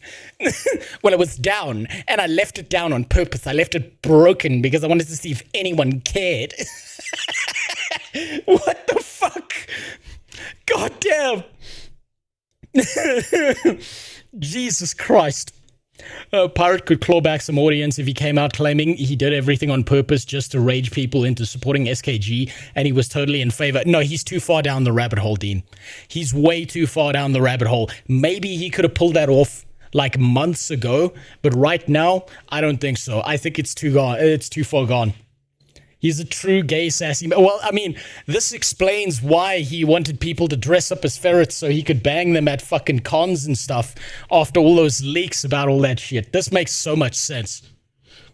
But nobody seemed to care. Oh, you can hear that resentment building. Holy shit. But nobody seemed to care. Now, the following screenshots are not in any particular order, maybe just because I think that's going to be a better viewing experience for you guys, but truly this is just kind of a highlight reel of some of the stuff that they were saying. This one right here, people are saying hi to each other, and then I think they're, again, talking directly to Kronos here while he's in call. I think you were a shield for a lot of BS, and then a bunch of people saying, I canceled mine from renewing, mine will expire soon, will end in June. I believe they're talking about their subscriptions to Pirate. Following up in this one, it's kind of... Okay, but yeah, that makes sense. If you no longer fuck with the guy, you're gonna cancel your subscription. That makes like, that's not that big of a deal. That just makes sense. Clear that the other moderators really were not a fan of Piratesoftware, probably not even Kronos himself towards the end. Someone said here, there's a reason why I wanted this community to be good for you and for all the mods to be chill and be safe from him. Someone said, well, you did lure in people with someone's name. You're a warmer person. He and the community were begging you to stream. And then someone else saying, you are the reason why he didn't lose mods and other streamers quicker. Hey, it looks like that confirms my theory about the Master Blaster theory. Kronos was the guy on his back giving him directions. And the second Mongo started talking, it went downhill real fucking fast. Now, this could be Kronos. It could be also they were chatting amongst each other, a different mod in this chat here. But still, like, making a point like you're the reason why he didn't lose mods and other streamers quicker is crazy. And I do want to jump in and just make it clear, I'm not doing this to be like, aha, I told you so or anything. I'm actually really surprised that the full mod team has dropped. It really seemed like these people were ride or dies. And from my understanding, with as long as they had lasted alongside him, I thought that maybe Pirate had been treating them better than how he treats his community at times. Big mistake. A big mistake is to think that he would treat anyone else any differently. He is the purest expression of equality because in his world, he is the God Emperor and everyone else is just a serf below him. That's a big mistake. I know how people like this think. I know how they operate. I dated one of these fucking people for 5 years. I know exactly how they think. Through the school of hard knocks. I knew that this was where it was going to go. This is why I go so hard on fucking Piratesoftware. Because these pieces of shit ruin things for everyone. Versus how he treats people that are more, public facing, like the dramas that we've talked about. No. But that is just simply not the case. As a matter of fact, one of them pointed out that one of the reasons that they stopped watching him was how mean he was being to his viewers. There's just some kind of like chatting between them. And then right at the bottom here, my biggest problem with him and why I stopped watching him was the casual cruelty he showed to members of the community. And so again, this wasn't just reserved for, just random members of the community. It was clear that it was also him treating his mod team like this, including Kronos, like calling him a parasite and all this after, pretty much every... That's beautiful. I was out of mana. But you need the big wizard hat. You need to put him in a big wizard hat. That's beautiful. Real fucking impressive. Man, that man is never going to live down that moment in WoW. And that's, it's real fucked. I've been thinking about this. For all the fucked up things that Pirate has done, the entire... I'm going to go outside and throw a rock at that fucking guy if he keeps on riding around the goddamn neighborhood. For all the fucked up things that Piratesoftware has done, the whole WoW drama is probably the least bad thing out of everything else that he's done. And people will not let that one go. Everyone has dipped on Pirate. Most of his fan base, most of the viewers that he would have had are completely gone. And now it seems like he is also just turning on everyone that's close to him. Or maybe this has been a very slow burn over the course of the last couple of years. And now it's finally culminating because he probably can't pay them. Or at the very least, he can't pay most of the mod team that he originally had when he was talking about, paying for their dental and having them have insurance and full paid, full-time jobs. No. I wonder if this means that Pirate is now moving towards bankruptcy. Right? So I'm going to give you a business lesson here real quick, right? This implies to investing as well. There are two types of companies that you can look at that are commonplace amongst markets, right? Now, the companies that are generally good to invest in these are companies that break through what's known as the break-even point, and then they kind of level off for a bit. And every now and then they go a little bit up and they go a little bit down, but they kind of level off. And these kind of companies can keep themselves sustainable. People like Piratesoftware don't think like that. They think in the infinite growth curve. So either everything is going up or everything is going down. There is no stabilization that ever occurs. And as I was once told by my mentor who taught me about trading and dividend yields and shit, if you find a company that can only ever survive by growing, you're not looking at a company, you're looking at a cancer. And the people who run those kind of cancerous tumors on society tend to be people like Piratesoftware. It's always those fucking people where they think they just need to amplify and amplify and amplify, and it needs to be bigger and bigger and bigger. They can never stabilize to a certain level of functional operation and just keep shit there and keep shit good. I don't think Piratesoftware's frontal lobe is active. Probably not. Probably not at all.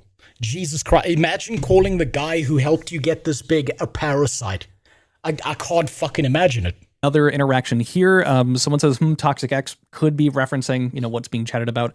But someone says, Ori does some BS to community when you had mental health day like AP stuff in December. Basically fucks with your days off. Now, this could just be them, like, oh yeah, and then when shit hit the fan, like when you had to be out, something was going on. And down here, sorry, you have a reasonable take on stuff, Kronos. Clearly, it's a problem. I almost want to believe that. Okay, so he was basically acting like middle management in any large company, essentially.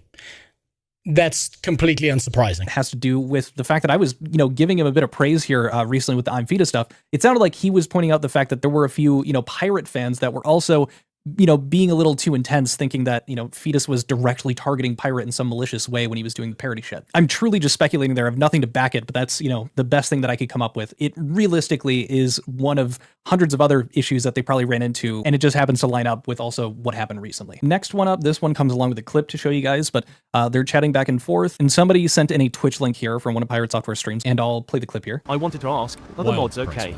Did you maybe lose the basement key? Notice they're less around. Just wanted to know. I know that kind of message.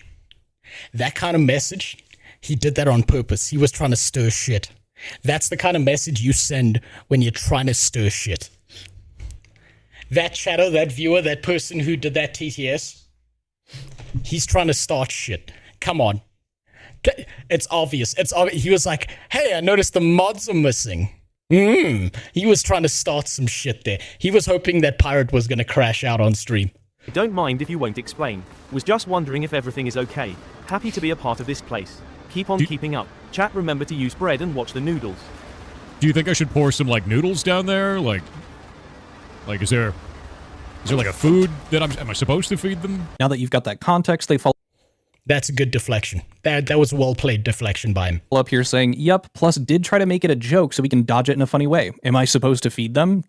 He, at this point, had lost pretty much most of his mod team, if not all of them. Probably did the thing to Kronos. I think that's what led to all of the other mods also kind of dipping. And yeah, they weren't super stoked about it. Following it up, just seems like these people really prefer Kronos over Piratesoftware at this point. That's very unsurprising. I bet Kronos is far more experienced in PR, in dealing with people, and Piratesoftware seems to have he got on his high horse, he popped the fuck off, he got really arrogant, and then it just went all downhill from there. No wonder he loves to grow and eat mushrooms, umami being his favorite taste group. Isn't umami just savory? Isn't that just the same as savory? I don't know why we have to use the term umami. That's a fucking odd one. I don't understand the food world. I just eat food until I'm fat. It appears that Piratesoftware is facing significant leadership challenges following the SKG situation and the departure of their entire moderation team. Stay hungry, bitch. Well, it looks like the fucking chickens are coming home to roost. It looks like he's finally getting what he deserves. Someone is, I'm assuming, messaging someone early. Umami. No, that's a different flavor. That's what happens when my wife opens her legs and I don't give her the opportunity to say no. Here, Kronos is not Piratesoftware mod. Another individual says, Kronos, I'm sorry you have a community of people that prefer hanging out with you rather than Thor because you have a much chiller, cooler place with less drama that could have easily been avoided or reduced. It's like, as much as it is just a good point, it's like, okay, there's less drama over here, this community. It's interesting that they're making a point that there could have been less drama that was easily avoided or reduced, referencing that Pirate did not handle it well. And then He's never handled it well. somebody else down here, former mod, he has nobody to blame but himself. Man, these people are fucking slow. This right here,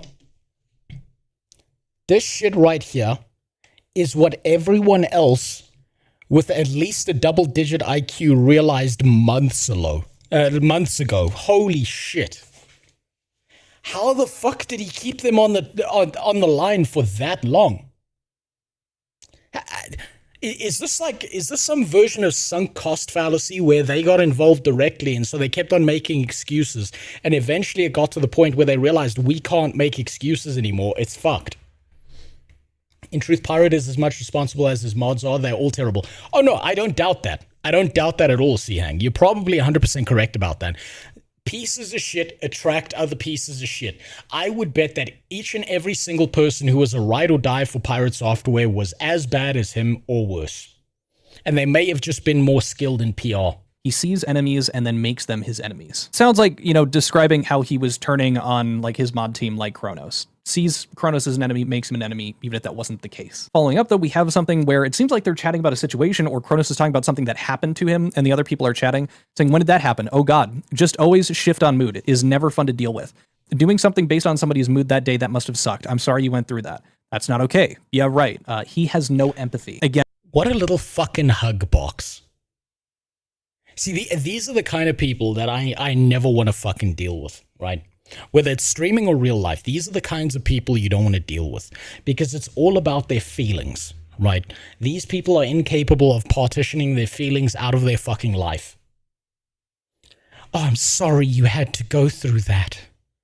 He has no empathy. Ugh. This kind of hug box behavior is dangerous. It's more dangerous than you realize. Hope you had a good day. By the way, these people seem to be in double-digit brackets.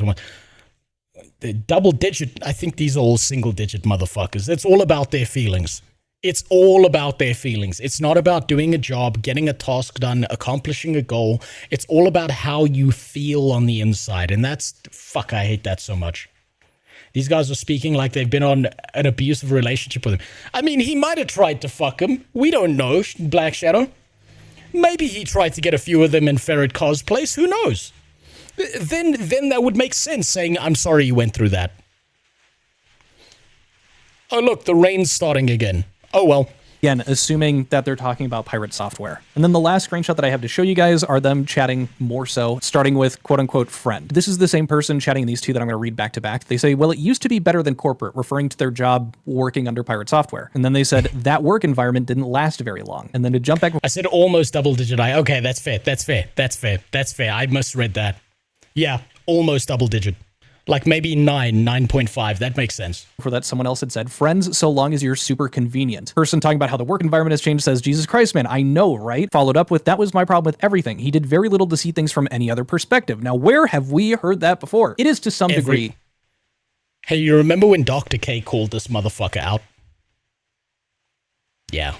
Cathartic to see that the mod team was having the same issues, and now it kind of recontextualizes it that, like, yeah, maybe they weren't the biggest fans of the guy, but they were getting paid. Like, they were a part of that community for however long when it was good, so I don't necessarily blame them for noticing these things, being bothered by them, but still... Okay, if you're getting paid actual money to put up with this shit, that makes a lot more sense to me. It just seems... It doesn't make sense in my head that Piratesoftware was making enough money to actually be paying people. Still sticking around. It's like when you're doing it for a job and the boss is kind of an asshole, you just kind of put up with it. And then down here continuing, someone said same here, and following after that, and it was always this is what I did and why I did it, that's why it's fine. Which I'm pretty sure is exactly what he explained to Dr. K, and how Dr. K responded to that with being, yeah, that makes you sound incredibly, incredibly arrogant. I think sometimes the things that I talk about... Oh, predicted. This was such an excruciating conversation for Dr. K. I feel so bad for Dr. K having to try and fucking talk to this guy. Because, you know, like, normal people have problems, and when, like, someone's trying to help them with their problems, They don't get offended or upset or like defensive. They like consider the things that a professional level therapist, there's someone like fucking Dr. K would say to them. But Piratesoftware, not at all. But in regards to those types of things is misconstrued as arrogance or boasting, when in reality, I'm just trying to give context. So that is the problem right there. So I want you to listen to this phrase. Sure. This gets misconstrued as arrogance, but in reality, it's this. Yeah. That is the most arrogant statement on the planet, bro. Like, Look at him. Look at him. He's giggling about it because he's like, huh, you don't know what you're talking about. What race are you playing in class in ESO? I don't know. You're going to help me decide that, but I know that I'm going to be playing a Dragon Knight. Did you ever watch the reply after his father told him he forgot his birthday? Yes, I did, Roadblock. It was fucking insane. That to me actually was a key indicator that this guy was irredeemable. Tell me I'm wrong. Okay. I don't see it that way, but all right. Now, as it comes to a close, just the last thing to show you guys, as I am a man of my word, here are the photos from me trying to reach out to some of the mods to see if they were willing to have a comment on it. The most I got out of it was they don't wish to comment, also make better content. So I'm going to try to make the jump cuts feel... Okay. I want you to look at this message. This is the most snide, underhanded, and shitty thing that someone could say, right? If you had a spine on you and you didn't like this guy for investigating into this, you would have just said fuck off. The make some better content for your channel thing is emotionally manipulative, snide, shitty little, I'm gonna play this fucking game with you. This is actually worse than just telling the guy to fuck off. Because these kinds of rats say things in a certain way that they know that it can't be misconstrued because they're playing this sick emotional game with each other. I know this behavior, I fucking hate it so much. This shit gets under my skin more than someone just saying, fuck you, I hate you. By a long margin. Don't wish to comment, also make better content. So I'm going to try to make the jump cuts feel a bit more natural with this one, out of respect for making a bit more quality content for you guys. And yes, ESO is still up. Same thing with this bad boy. I gave a bit of information here. No thanks. You could just leave it alone, right?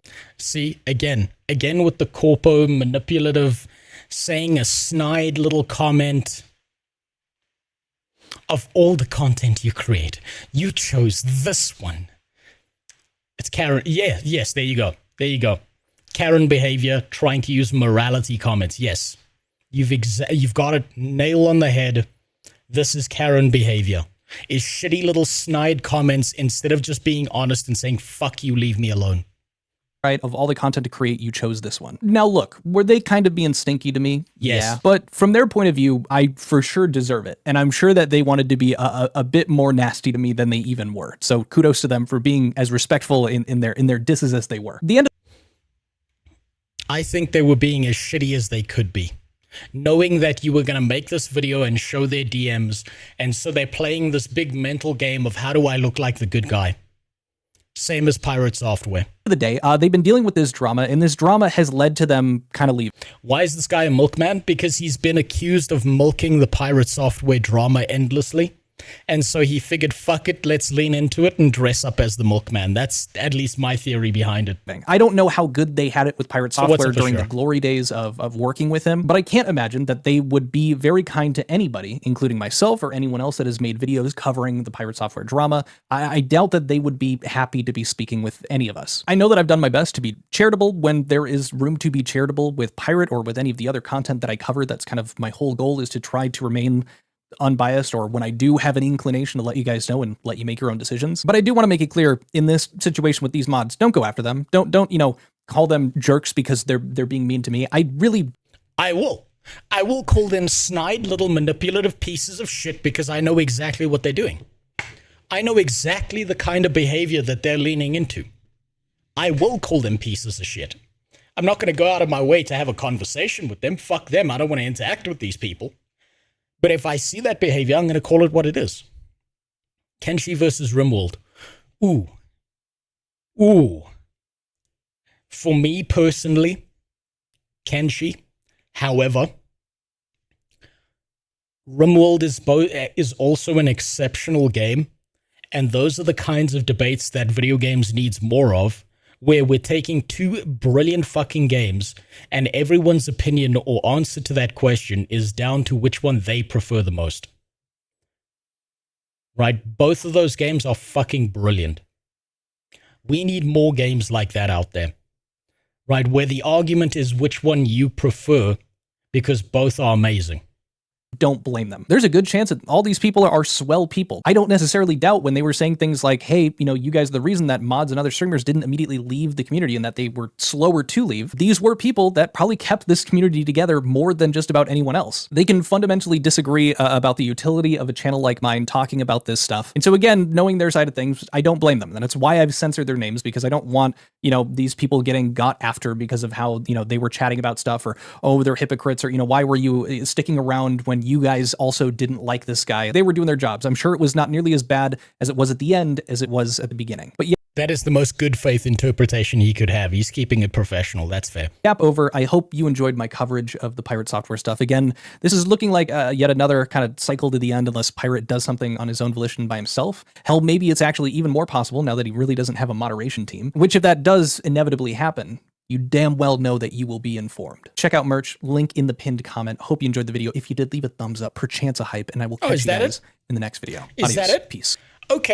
Okay, so I'm not surprised by this. I figured this was going to happen sooner than it actually did. I'm shocked that they held on this long in its entirety.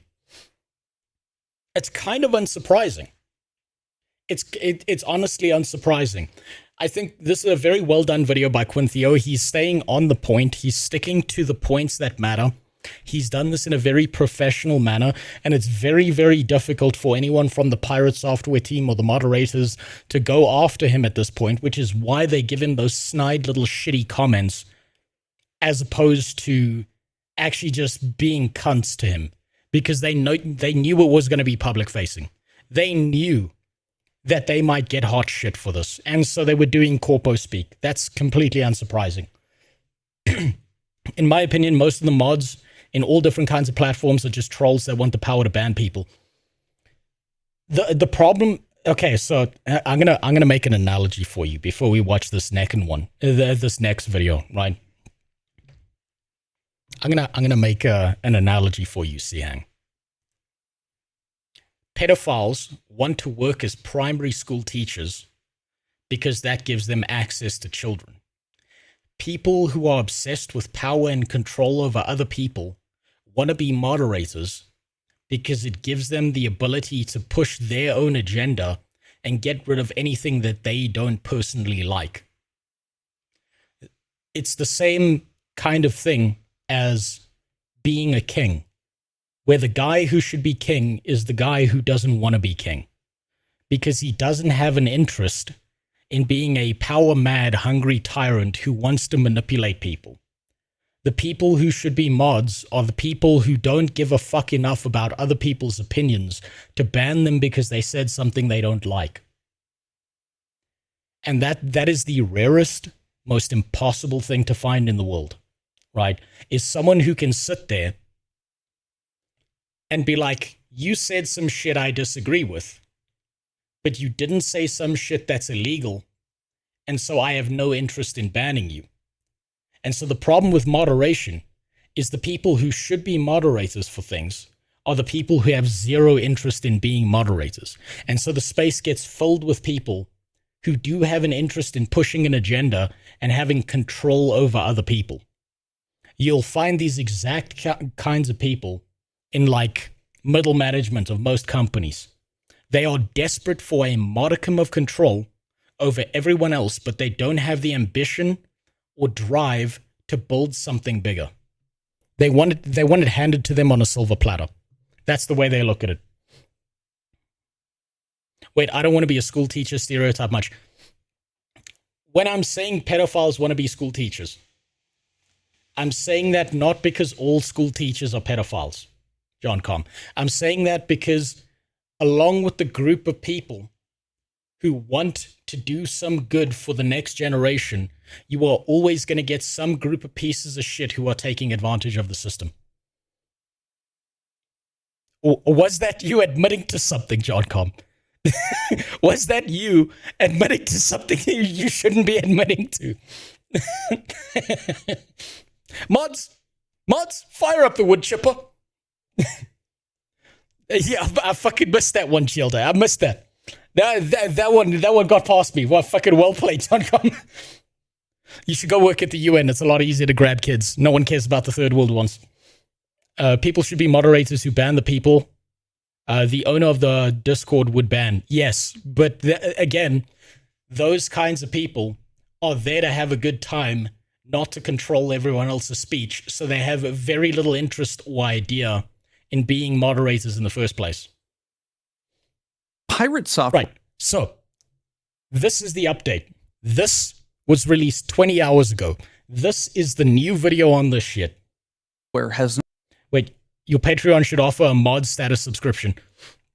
I thought about that, Lithy, and I don't think it's a good idea, because what some piece of shit would do is they would go out of their way to spend $5 a month to come in here and start banning people because they said something they dislike. They are willing to spend money for to do that, and I value the interaction and the arguments and the things you guys might even say that I disagree with far more than I value the idea of getting $5 a month extra. Not only apologized, but he was right. Now, I am just as shocked as you, fellow. Wait, in this video after the Tectone tangent, what the fuck does Tectone have to do with any of this shit? Isn't Tectone like banned on every single platform? What the hell does Tectone have to do with any of this shit? Fellow terminally online individual, but I want to give a bit of... Wait, I wouldn't wait for people to disagree with me. I'd consult the runes and ban whoever the spirits told me to. Maybe I need to make you a moderator. That sounds like a far more fair system. Context, because it's going to be helpful for this one. Yesterday, I had posted a video, Piratesoftware's mod team quit, and it has gone pretty viral. The information... Is there like a Need for Speed fucking street race happening outside my house? What the fuck is going on that there's so many of these motherfuckers driving around with their little dicks this late at night? The fuck? Has been found to be interesting by the likes of people like Asmongold, who has also done a video covering it. And Asmongold, for what it's worth, he's covered a few of my videos in the past. He seems to be, you know, pretty level-headed in terms of covering it. He does his whole thing. But most importantly, Asmongold appears to have a good level of knowledge, or at least the knowledge needed to look at the drama that we're talking about and understand it and be brought up to speed. I think Asmongold defends Piratesoftware far too much. I think Asmongold has been a defender of Piratesoftware for all of the shitty behavior that he's done. And I dislike that. I dislike him for that because he's unwilling to look at how manipulative and shitty the guy is. I disagree with Asmongold. He's more than entitled to feel that way and talk that way and whatever, but I disagree with him on that. I think the fact that Asmongold has gone out of his way to glaze Piratesoftware at multiple points in time, that he defended Ash as a creation, that he's like kind of fucking gone down this downward spiral of trying to protect the shittiest people on the internet is a big mistake. But that's, I mean, he needs to do him. I don't hate him for it. I don't think he's fucking, you know, some idiot or something like that. But I just think it's dumb. I just think it's really dumb. The same cannot be said for world-renowned Rumble streamer Tectone. Again, what the Because of world-famous Rumble streamer Tectone's, you know, lack of knowledge, it appears that he might now have to give 200 subs over to Piratesoftware, as well as donate $10,000 to a charity of Piratesoftware's choice. But of course... What did this guy say? That he has to give Piratesoftware money? First, before we jump into that, shameless plug, we've got merch going on right now. It's the... Maybe Pirate has dirt on Asmongold. I severely doubt that, because all the dirt Asmongold has is inside his house. Double Down merch. We've also got these super slick Drama Frog mugs here with Quaker Nation, Go Milk Yourself. Okay, yeah. You've already talk showed drama that and shit. games. We've had a ton of people, even though YouTube's going to show you my videos regardless of that fact. And if you like this video, want it in front of more people, leave it a like, perchance a hype. It really helps out the channel. But truly, regardless of if you do any of that shit, thank you for watching. Now, we're off to a great start. This is a cut down on Tektone's YouTube page from his legendary Rumble streams where the title is Piratesoftware leak. Oh my god. Tektone has... So, wait, Tektone's banned off of Twitch. He's been banned off of YouTube. Has he been banned off of Kick as well? Is that why he's on Rumble? Man, that's a big downward spiral. He almost got banned to jail. What the fuck happened? I don't know Tektone law enough. I just know that he's very loud, and I think he yells a lot, and I think he says a lot of stuff that he doesn't have too much information on. I don't know his entire drama with the whole court case and shit like that. He got accused of he dated an OF girl. Well, that was his first mistake. He got sued by his ex and lost. Sued for what? Because that's important. Did he get sued for some, like, vile shit that he did? Rape, I think. Wait, he got sued for rape. Then how come he's not in prison?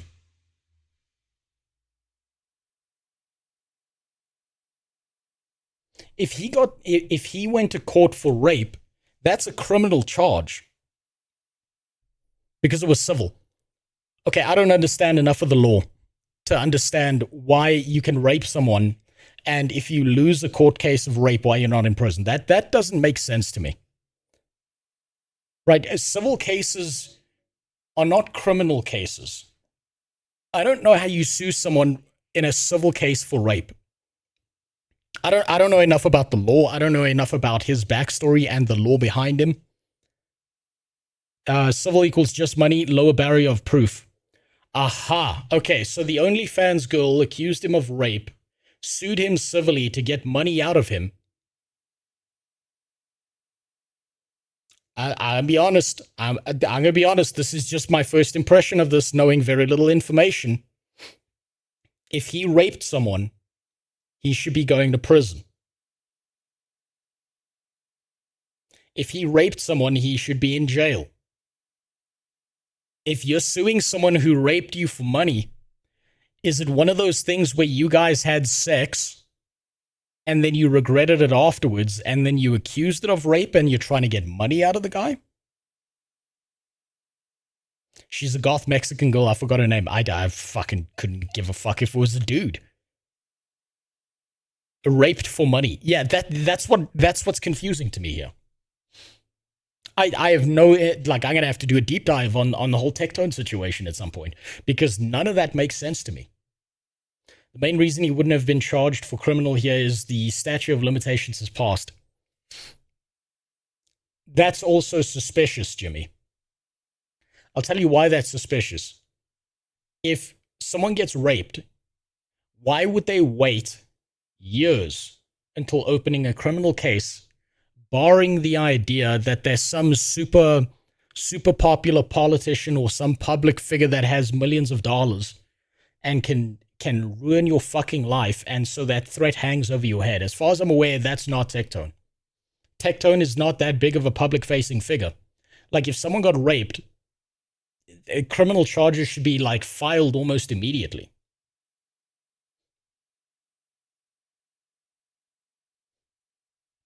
So reverse prostitution refund, where they, instead of you killing and getting the money back, they sue you and keep the money. Well, that's what it sounds like.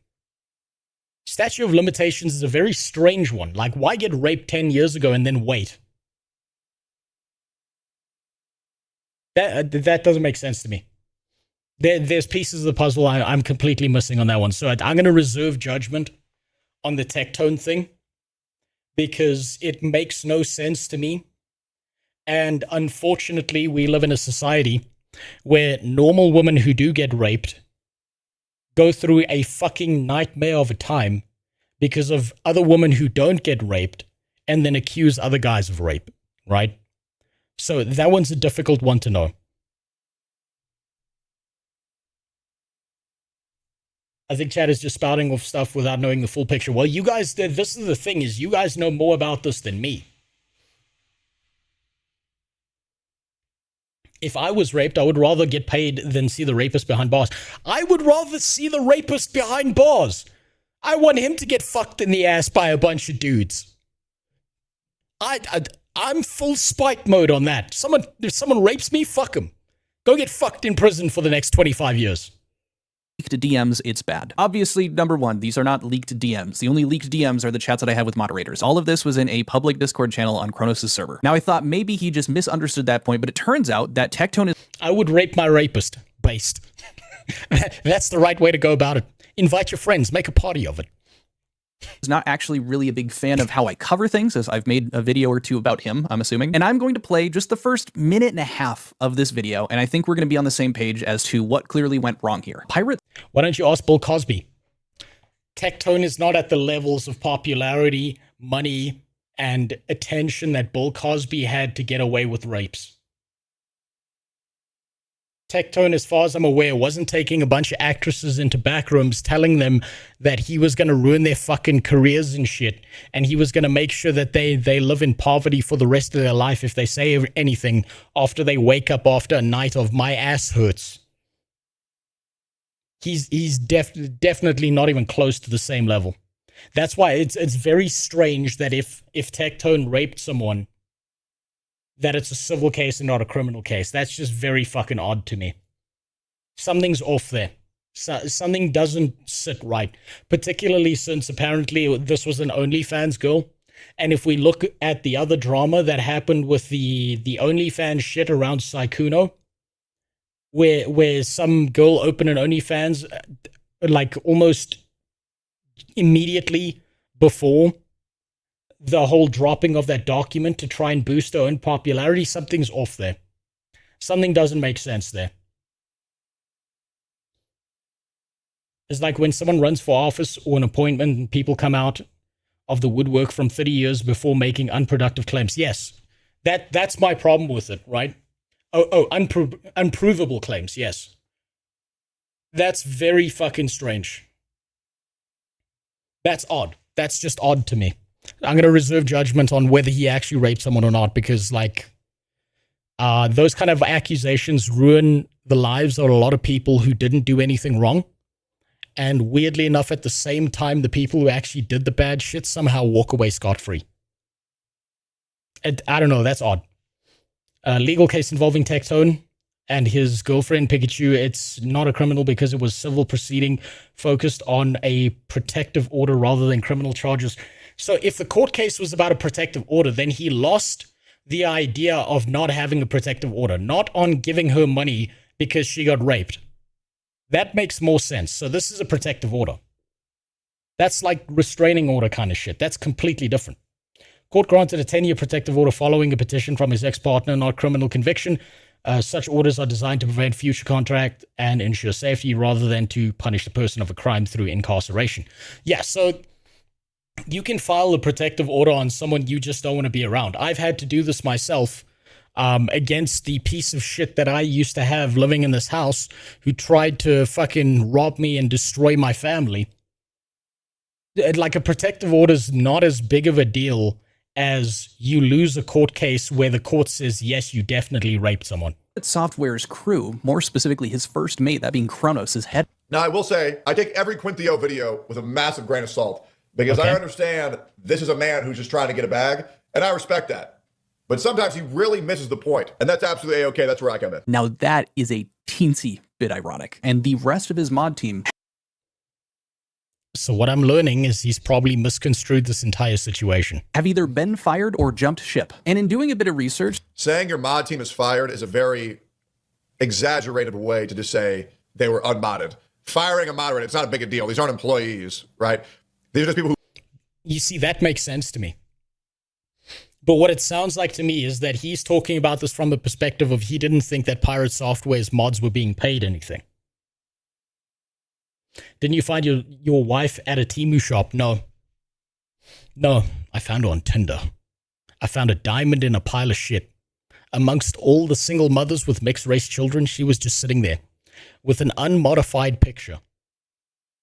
It was shocking. Who volunteer to help out. It's really not that big of a deal. It makes no difference in their life whether they mod or don't mod. So like saying they got fired is like, it's kind of an exaggerated statement. And it seems that they were having some conversations in regard to their tenure working for Piratesoftware, and I would say the negative tenure for working for Piratesoftware. What the fuck is going on, bro? Like, maybe these guys are doing way more than any other mod on Earth. Like, it sounds like they're talking like a corporate CEO office like position. Well, based on the fact that Kronos was probably the guy that, the reason that Piratesoftware was popping the fuck off, and he was probably Piratesoftware's man in the chair, that does kind of make sense that this would be treated as a corporate office, especially since considering the fact that they were actually being paid. And all their DMs they're behaving like corpo workers. What do you mean tenure of being a mod? Like, is Piratesoftware out here paying his mods like 60 grand a year? He was so close. He was so close. If it looks like a duck and sounds like a duck and walks like a duck, it might be a duck. Oh, it's so bizarre. They're talking about this like working for him, tenure, firing. It's not like he's paying them, like he's said repeatedly. And here I was worried that I was missing a few bits of information. I'm so grateful that Tectone has shown up to react to my video to set the record straight. But sometimes he really misses the point, and that's absolutely A-okay. That's where I come in. Now, admittedly, I never really watched any of Tectone's stuff. I've made videos about him because I found it pretty funny that he admitted to being a grifter in court. Really, outside of covering some general news like the fact that it appears that he is going to get... He admitted to being a grifter in court. What does that even mean?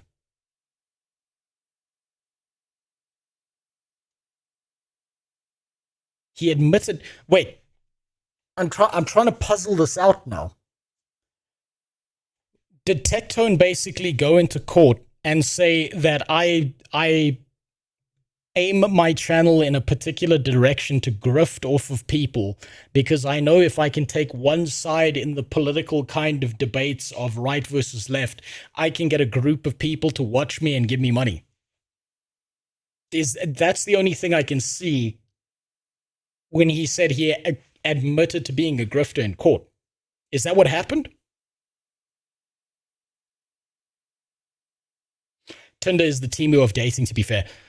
You're wrong, Ashura, but only because Temu has some higher quality products on it than Tinder does, by a long margin.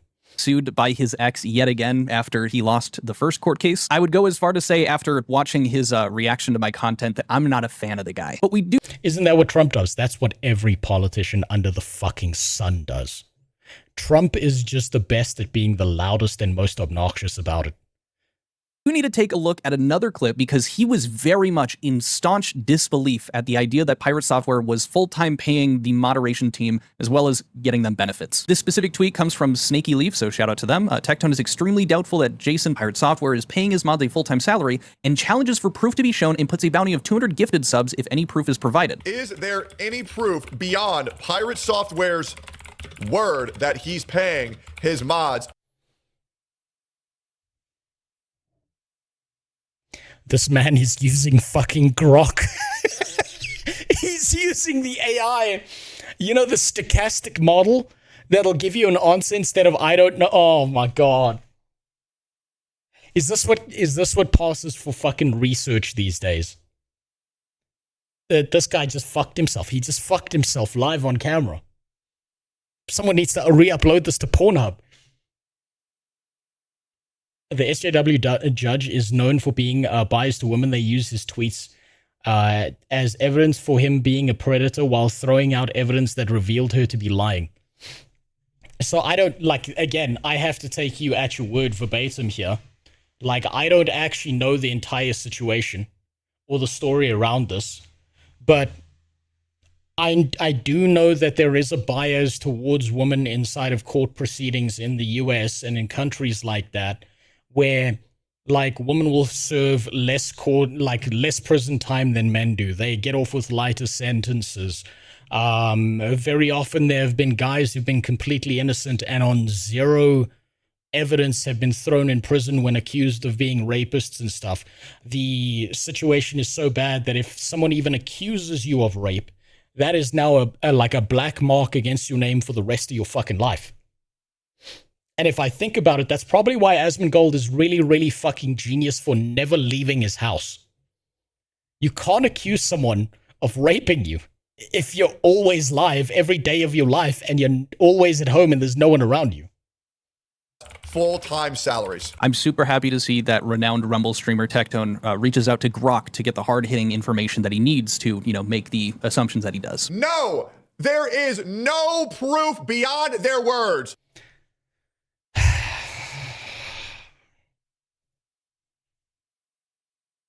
What is the hallucination?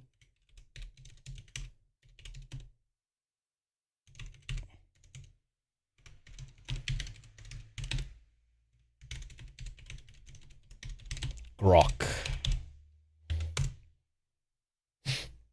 Ranked AI hallucination rates by model.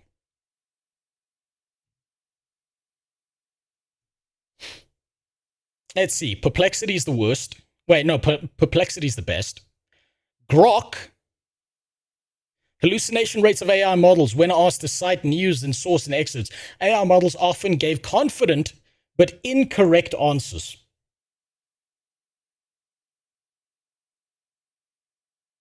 And he's using AI for this shit. They did not test Mistral. Not in this test, but they did test Grok, and that's what's important here. What? Man, fuck, if this is what counts as research these days, no wonder we're all fucked. God because damn. It's a fucking lie. It's bullshit. There is no way he is paying 12 employees a full-time salary. Wait, what did I miss today? Nice to see you. We just had a little bit of a talk about me trying to figure out monetization earlier. Now we're going through the Piratesoftware thing. But somehow this has devolved into a video about fucking Tectone for some reason. Which is the most odd shit that I've ever seen in my life. This has gone down a rabbit hole I didn't fucking expect. What the fuck? Rose is to open up a school of AI literacy for streamers. If you open up a school for AI literacy, you'd have 0 students because they'd go to the AI and they'd be like, hey, yo, Grok, is this real? And then the AI would hallucinate saying, no, this isn't real. I never heard of Perplexity. I have, but I haven't used it. There was a dude who asked ChatGPT if they could drink from a cup if the top side was closed and the bottom side was open, and the AI told him it was impossible to drink from the cup.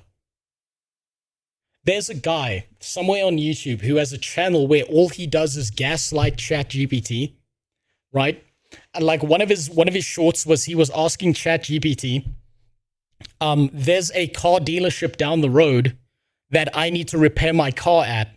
Should I get in my car and drive to the dealership, or should I walk to the dealership? And the fucking ChatGPT told him there's no point in driving, you might as well walk. And then when he asked it, yeah, but I need to get my car repaired. Why am I walking to the dealership? And the fucking ChatGPT was just like, no, but it's down the road. It was Piratesoftwaring him. This shit is fucking wacky. AI is good for doing jobs that you hire Indian guys for $5 to do. AI, actually Indians, yes. Because I know how much Pirate makes. He doesn't make that much. I'm sure if he was also streaming on Rumble, I know how much Pirate makes. How would he know how much Pirate makes? He can maybe assume he knows how much Pirate makes, but I don't think he would have the actual numbers. be making way more money. And I will gift him 100 subs if I'm wrong. He may have done this at a point. He no longer does this. And if I'm wrong, I will gift him, no, not 100. I'll gift him 200 subs. 200 subs or $5,000 to a charity of his choice. Show me that you're paying 12 moderators $60,000 a year. He just signed his death warrant. This is why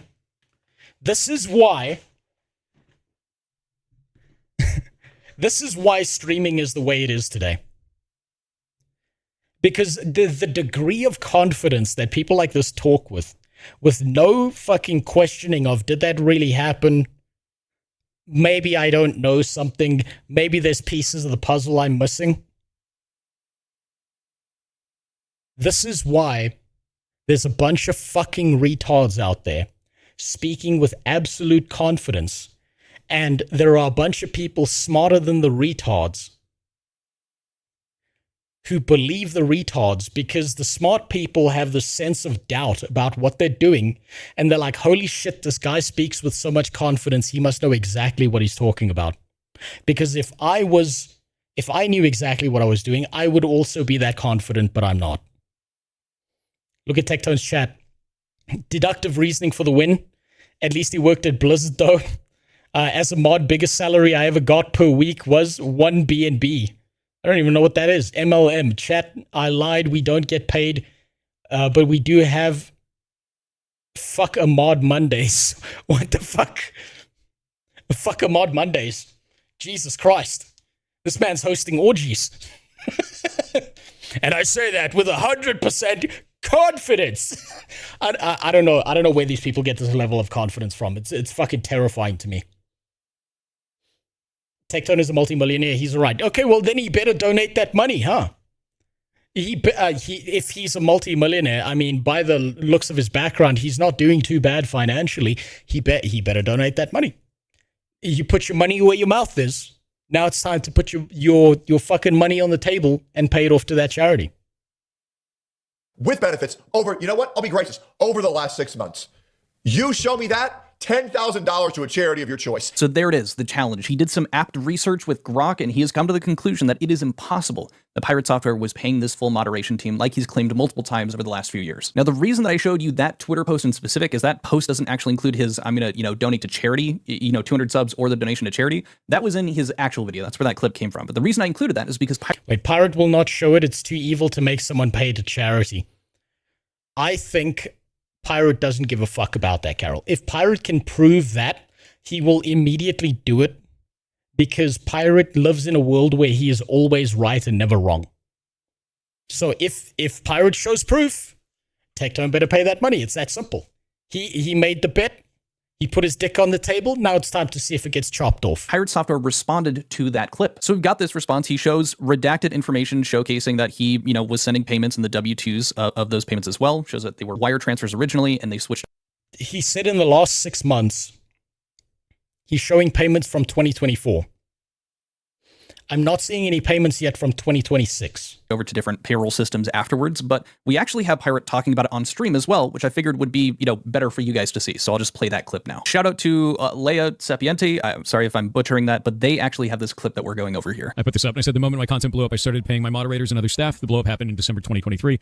Payment started in May 2024. We used wire transfers originally because I didn't know how to set anything up. I even gave them bonuses on Christmas.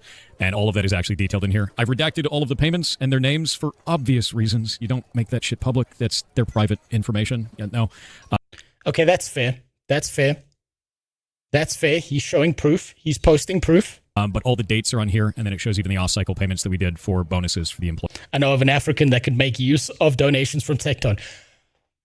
So do I, John Com. But the unfortunate fucking part is I'd probably have a lot of disagreements with the guy because the whole idea of grifting to one side or the other without any critical thinking really rubs me the wrong way. I don't think that's going to happen.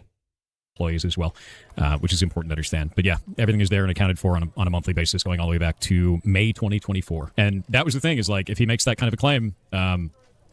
Okay, he did say the last 6 months, Childer. I don't see anything from 2026. The latest date we saw there was 2025, which is a little bit suspicious, but there are payments going out. This is, I don't know, this is like a fight between two shit-flinging monkeys.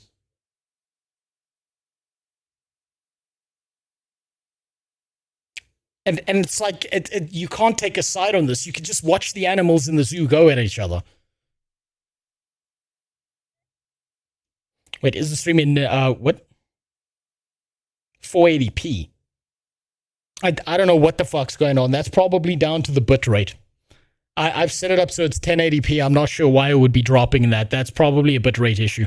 And he claims that I wasn't doing that. This is the receipts. So don't make bullshit claims on the internet, bud. And if he's going to pay $10,000 to charity, I want it going to my Higa and Alvia Sanctuary, 100%. So that's the dunk. And I already see people, you know, being upset that he has blacked this stuff out. But yeah, it is a no-brainer. I don't disagree with Pirate there. The thing that No, that's normal. That's standard practice. You want to black out personal information because you don't want people targeting those people. That's actually the right thing to do.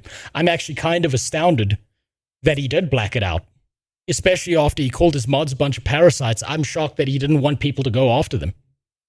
I find funnier is that Tectone genuinely believe this, because it shows that he probably didn't know that this has been something that has been claimed since 2023, and I don't think it takes a genius to just kind of think about this for a sec. If your boss was not paying you very well, and they went around talking publicly, you know, people that you yourself interact with as part of your job, and was saying things like, yeah, I pay them full time, they have full access to benefits, all this good stuff, why wouldn't you say something and completely expose them? And also, but you're lucky you can still care for the shit flinging I just mentally disengaged. That's probably because you're more mentally stable than me, Luffy.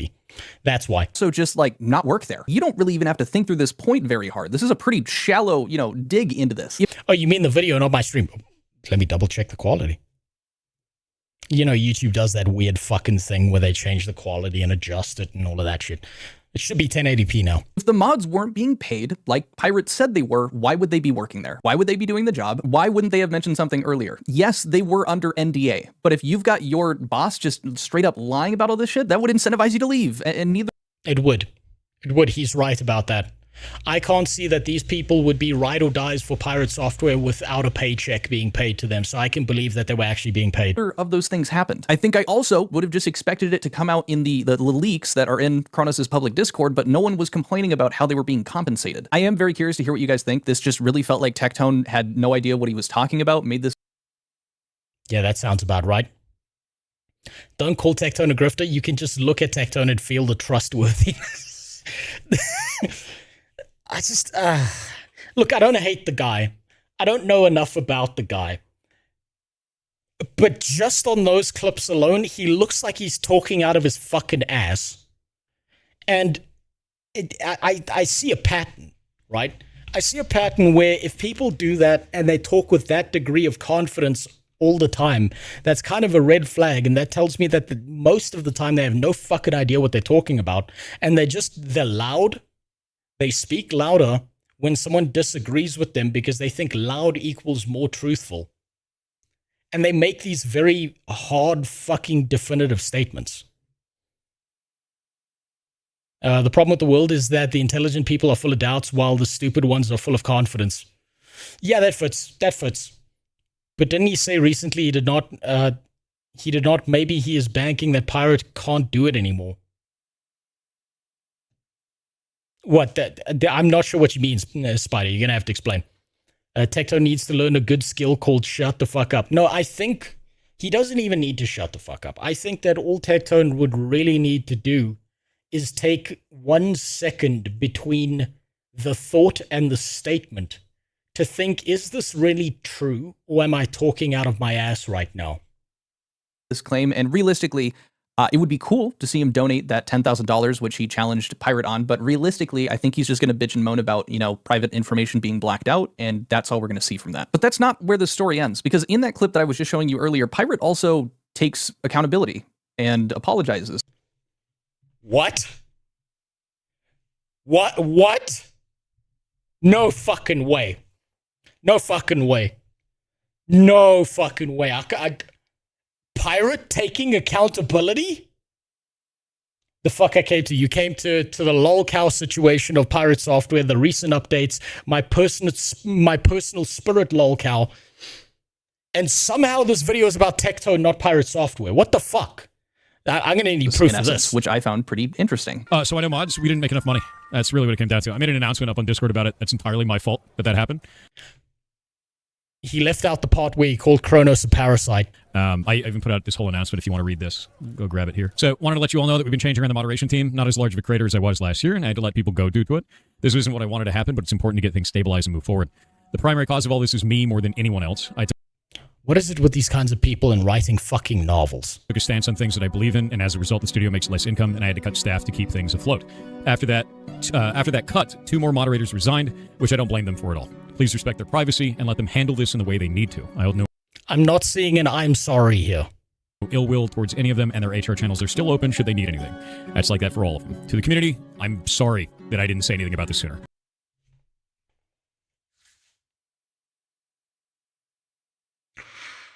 Give me a second. I just got to check outside if there's an asteroid heading to Earth. Also because I'm hearing screaming outside my house, I'm going to be right back. But I just need to go check to see if there's a fucking asteroid coming. Because he said, I'm sorry, without following it with that you believed me or some shit like that. Just give me 1 second. I'll be right back. I just got to make sure. No fucking way.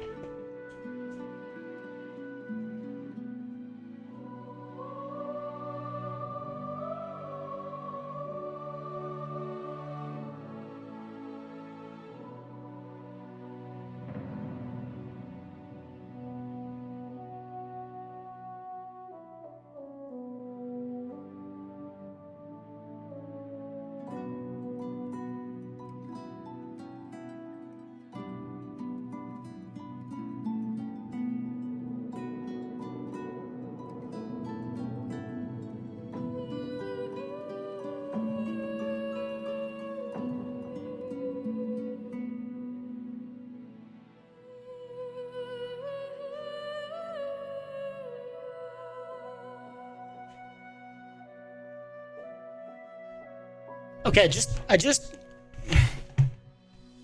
someone needs to confirm this, right? I need one of you to go look outside real quick, right? Because I looked up in the sky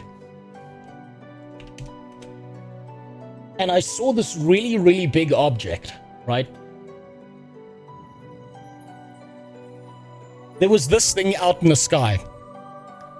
I'm not sure why, but I think it might be heading towards Earth soon. I think it's getting bigger, it seems. I'm not sure. But I think the world might be fucking ending. I can't believe he said I'm sorry without following it with a that you statement. Jesus Christ. We're trying to keep things running for as long as possible without this being the outcome. I didn't want to fire people. That sucks, you know. It was not meant to be as a deception or anything like that towards you guys. I just wanted to keep everyone happy and keep these plates spinning, you know, for as... I'm outside your house naked showing African how to show dominance. Well, there is a semi-naked man outside my house, but it's the one neighbor I have who's drunk off his ass and it looks like his wife has locked him out. He's yelling his fucking head off. Till it proved to be impossible to manage. And that's kind of what happens there, right? You know, like you just, at a certain point you go, well, we're out of options. This is it, you know. Before we dive into some of the details of that post that he's reading off, like I'm never going to condemn Pirate for saying, you know, my bad or taking accountability in any way, shape, or form. Now, yes, he says the primary cause of all this is me more than anyone else. I took a stance on things I believe in, and as a result, the studio makes less income, and I have to cut staff, etc. He kind of makes it. You notice how he can't just say I'm sorry. He has to explain his actions like that's going to make it better. It sounded like he was a martyr, which I would say is probably minimizing a bit as to what all went down. But regardless of that fact, I still think this is good. I know that not every viewer is going to agree with that. If any of you have been along for the ride as long as I have been covering this, you understand that there's a pattern of behavior, and that is going to probably keep you from believing that anything like this is genuine coming from Pirate. At the same time, and I really don't... I wonder if he fed it through an AI. I wonder if he fed that statement through an AI. It's also the end of the month, so people got paid, hence why they are drinking and driving like idiots, spinning their cars and stuff. Yeah, probably as well. Probably.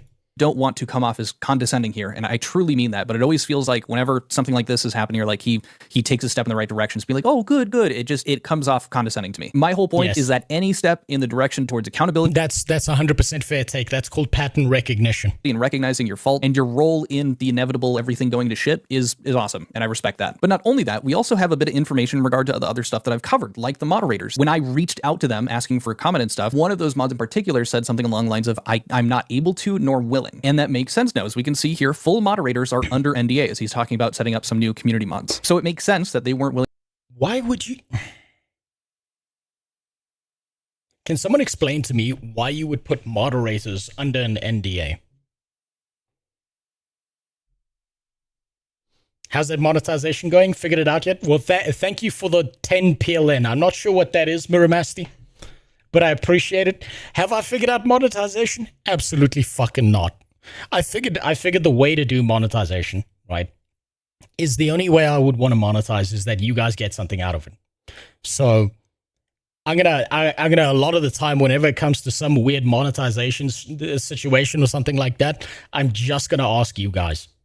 I'm just gonna ask you guys if you feel like it's valuable enough to you to do something or not. So like a good example is what we did earlier, where I showed you this email and you guys kind of came to the collective agreement that this right here with these Elden Ring hoodies is just not worth it, right?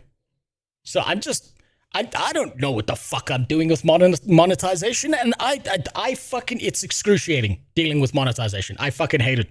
So I'm just gonna ask you guys. Willing to chat with me about their experience working for Pirate because they're under NDA. Some people have shown that seems a bit suspicious and stuff, but at the same bottle up some bathwater, maybe. I will be arrested for biological warfare if I did that syntastic. Time, he had a mod team of 12 people. It is not a crazy idea that Piratesoftware had them under NDA. Obviously, NDAs can hide nefarious stuff, or companies want to do so, and so they have you sign NDAs that are really just to keep you hush-hush about stuff that's not so great. But at the same time, just having the people working under you sign NDAs when you are in a public... NDAs have their place. If there's sensitive information that they don't want you taking to a competitor, or there is certain components of things and the way you run things that are proprietary, NDAs make sense. I've signed very many NDAs in my life because I used to work on a contractual basis as a systems engineer in certain professions, despite the fact that I never graduated as an engineer, and as a project manager in other situations where I would go into businesses and help them fix things and optimize stuff. I've signed very, very, very many NDAs. Most of them make 100% sense. I cannot see a good reason why you would make someone who is working as a moderator for a Twitch stream sign an NDA unless you are fucking them. Like you've actually got pictures of your dick in the DMs. I'm trying to see what kind of NDA would you make someone who's working as a moderator and being paid full time for them, and I can't figure it out. Standard part of most contracts. Yes, it's a standard part of most contracts. It makes 100% sense to have everything in writing, and if you're a business and you are interacting with a contractor, or you are even interacting with your employees, you make them sign an NDA about certain proprietary information and things that you don't want going public, purely because the public either doesn't have the nuance to understand what you're doing something shitty that you shouldn't be doing, or you don't trust the people that are there, which is the smart thing to do. It's perfectly normal to sign NDAs. I mean, fuck it. This game right here, I signed an NDA for it in order to get the demo. Where is it? Element HIJK. I'm fucking just going to type it in the search bar. This game right here. These guys, in order to get a demo for their game that I played, I signed an NDA. And their NDA was 100% fair. Do you know what their NDA was? If you're playing this game or you're doing anything public, please let people know that it's just a demo and we're not done with the product yet. That's essentially what their entire NDA lined up to. That's normal. That's normal fucking behavior because they don't want you lying about their product. But I'm trying to puzzle out what kind of NDA you would make a Twitch stream moderator sign. I don't get it. Go full tin hat mode into conspiracies, praise Jesus between topics, and you'd be getting views. No, I don't think that works anymore. Christianity's popularity is kind of falling off every now and then. I think you got to go hard on it. You got to take these very vicious extremist stances on either the one side or the other, where you got to be like, you know, all corporations are bad and I'm going to go around shooting CEOs, or you've got to go onto the other side of things and being like, you know, conception happens when I look into a woman's eyes at a party, and that's when impregnation occurs, not when sperm meets egg or some shit like that. You got to be fucking wacky about it. You got to take real wacky definitive statements if you're going to do the grift. And my autism prevents me from doing that. Public-facing company like Piratesoftware is not inherently a bad thing or a shady thing. I want to be charitable where it's fair. Feel free to disagree with me, but regardless, I found that information useful. Now, the last couple things are just Pirate kind of commenting on stuff to give a bit further information on how that's all going. Some people in his Discord were saying, talking about what was going on. At the Milkman, yes, we are, Jürgen. This is fucking blindsided me. All of this is blindsided me. It's nearly over. The banter on Kronos' Discord, saying Parasite is far beyond banter, and then Pirate responded to the person above, no idea, I'm not on it, not really interested in banter, and I hold no issue with any of the past staff. Not addressing the Parasite stuff, don't really blame him, especially if it's true. I'm assuming it is. I feel like, again, Pirate would have an easy dunk to say that Kronos is lying about that, or that the people that were saying that Kronos got called a Parasite were lying about it. But then someone else was commenting about the Kronos bio change and whatnot, and Pirate replied saying, yep, he does not work for me. Based on his profile, it seems he wants to be left alone about it. As I said in the announcement, all the missing moderators were either laid off or, in the case of 2 of them, resigned. So just going off of that, I don't think it was just Kronos. I think he fired a good chunk of the rest of the team, and then in tandem, those other 2 resigned, if we're just going off of Pirate's words. I don't really have any reason to not believe him there, but figured you guys might want to have that extra info. But that does bring this video to a close. We've got some Mr. B stuff coming up, a workplace discrimination lawsuit. Oh boy. But I hope you guys enjoyed this video. If you did, leave it a like, perchance a hype, and I'll see you guys in the next video. Adios. Okay, so that was a fairly standardized take. That wasn't anything too wacky. That wasn't like weird shit. That video was more about Tectone than it was actually about Piratesoftware. What's the drama about Piratesoftware? I can't follow any of this. His mods have turned against him.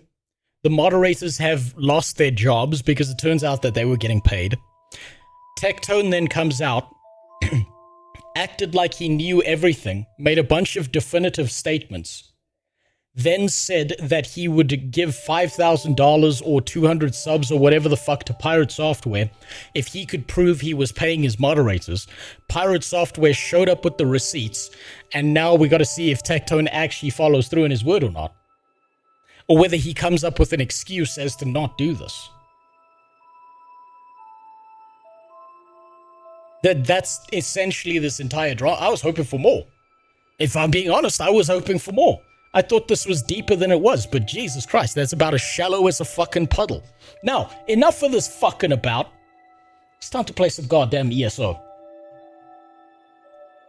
So, I'm going to preface this. We are on a journey right now, right? I am looking for a new home. I am looking for an MMORPG that I can call home. WoW Retail has been a disappointment. Can't go back to Guild Wars 2. OSRS is on the table. Elder Scrolls Online has, for what I've played of it, been surprisingly decent. And Project Gorgon is actually fucking sleeper mode. That old, clunky, weird camera control piece of shit MMORPG that is Project Gorgon is astoundingly good and deep with its systems. It's not an S-tier MMO. I don't believe that any S-tier MMORPG exists right now. But it's been a lot better than what I ever expected out of that game. That was like, it shocked me. It's fucking shocked me how good that was.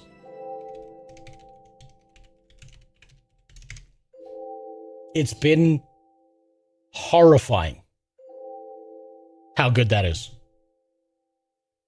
Tectone specified the last 6 months he won't do it because Pirate show's only 2024. He'll probably use that as an excuse, but in Pirate's defense, right? I can't believe I'm fucking saying in Pirate's defense. In Pirate's defense, he did show that he was actually paying the moderators, and Tectone did say, show me proof that you paid anyone. I don't believe you did at all. Not really anything you can take a side on one way or another. I just see it as monkeys flinging shit at each other at the zoo. Moderators are the same as mine. Most NDAs I sign as a security guard state that we may witness private situations, and as long as no criminal activity occurs, we are prohibited from talking about it. Yes. Yeah, that's normal. That's normal, especially if you're dealing with other people or people who interact with a business in some way, or you're the front-facing person of a part of a business. Yes, you're going to end up signing an NDA. That's perfectly normal behavior.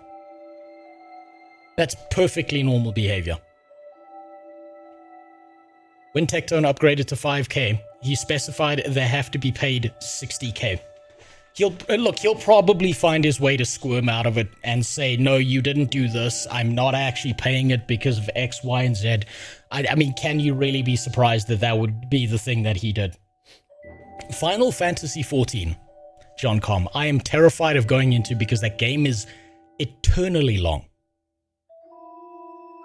Have you tried the popular fuck you, Jimmy. God damn it. I would be astounded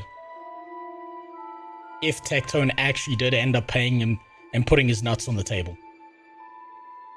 I never had this before. I tried Project Gorgon, but later I found out about the Power Trip mods, so I dropped it. Well, some good news, Jürgen. The guy who was public-facing going on the Power Trip, and I don't even know if it was a Power Trip or whether he was being brigaded. Jury's still out on that shit, because a lot of the comments that he was dealing with were the most Reddit tier comments I've ever seen in my fucking life. Right? But his crash out was very unprofessional in all of his responses. So I get why people would want to lean away from it, but that guy is no longer a public-facing part of the company. He's gone. He's not the guy dealing with people anymore, which is probably a good thing. Smart business decision. You can't have someone like that ragging on the community. It doesn't matter if you're right or wrong. It's the way you respond, not what you say. Now then. What the fuck?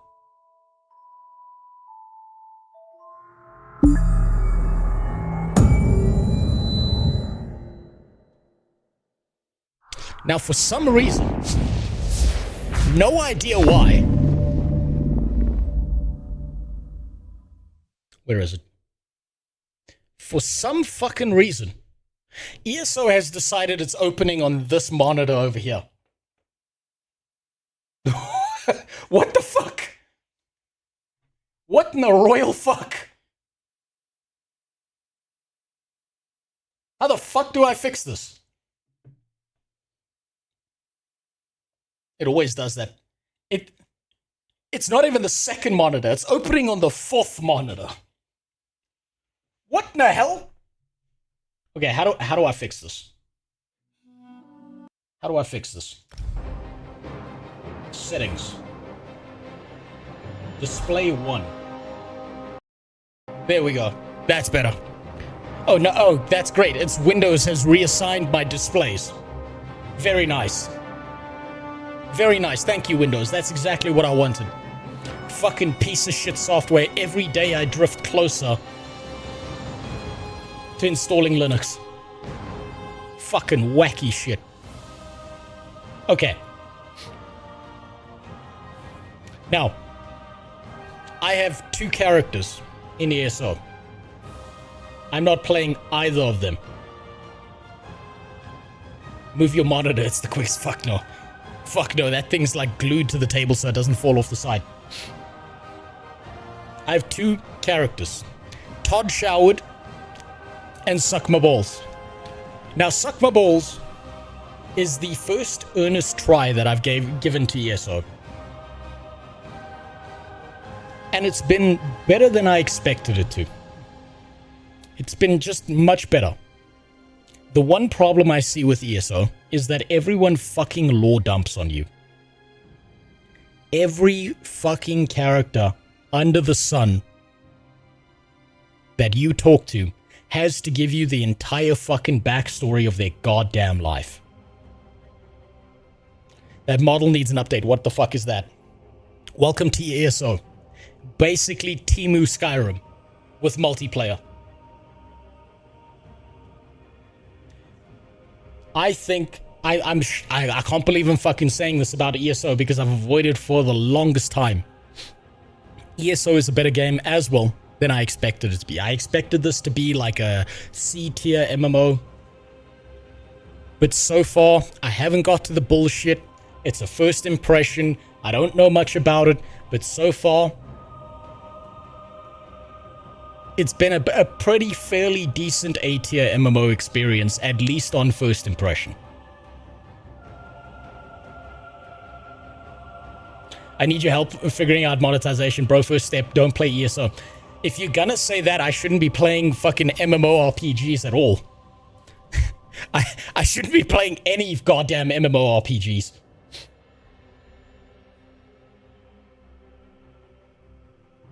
Wizard is correct, though. At least you can skip it. Yeah, at least you can skip it. I'll give it that. At least you can skip all the fucking lore dumps. Now then, let's create a new character. I'm gonna give this one to you guys. Class, when it comes down to class, I'm picking a fucking, where is it? Dragon Knight. Picking a Dragon Knight. Everything else, you can decide that. So I'm gonna give you this choice, and I already know what you fucking animals are gonna do. 1 for dick, 2 for vagina. You can tell this is an old school game because they didn't say body type 1 and 2. 1 or 2. Green Sky Wizard says dick. Jimmy says pussy. Stack says pussy.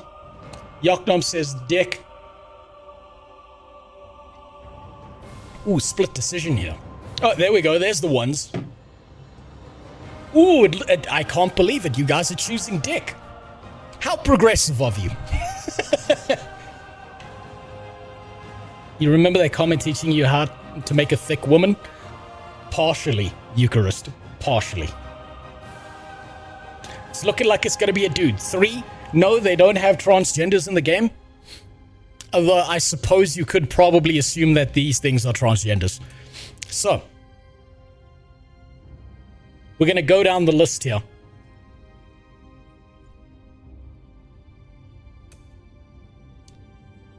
Type 1 for Breton. Actually, we'll do this the easy way because there's too many choices. There's way too many choices here. Way too many choices here. Let's see, what do we got? Breton. Look at my fucking search history that I've been looking for memes with my shorts that I'm working on. What do we got? High Elf.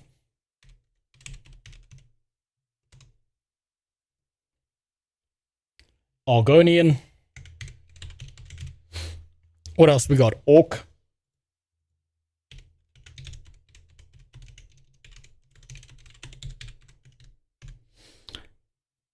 We've got Wood Elf. We got Dark Elf.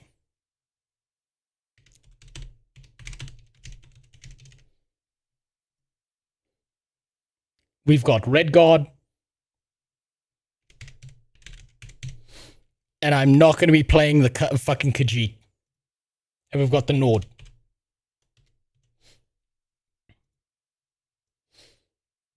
Let me give you that one. And then you can decide. Create that poll.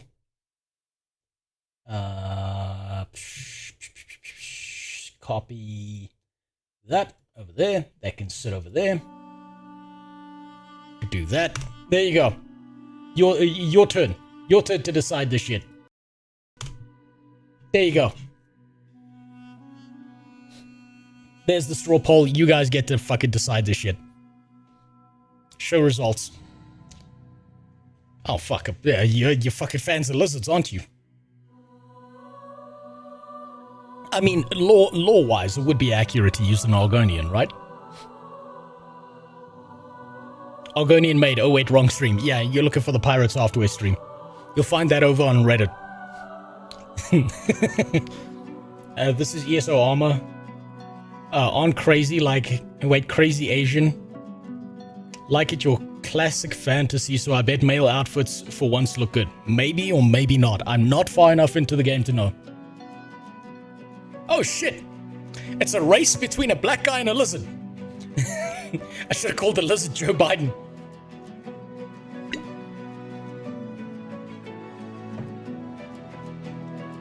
Stream seems to hate human options. You know what the most based option would be? Norn with a big fucking sword. That's the classic. That's the banger. Apparently, like, Baldur's Gate 3 released the statistics of the most played, like, combination of race and class, and it turns out that the largest majority of people just keep on picking human fighter. And I think that's the funniest shit ever. You could be anything you want.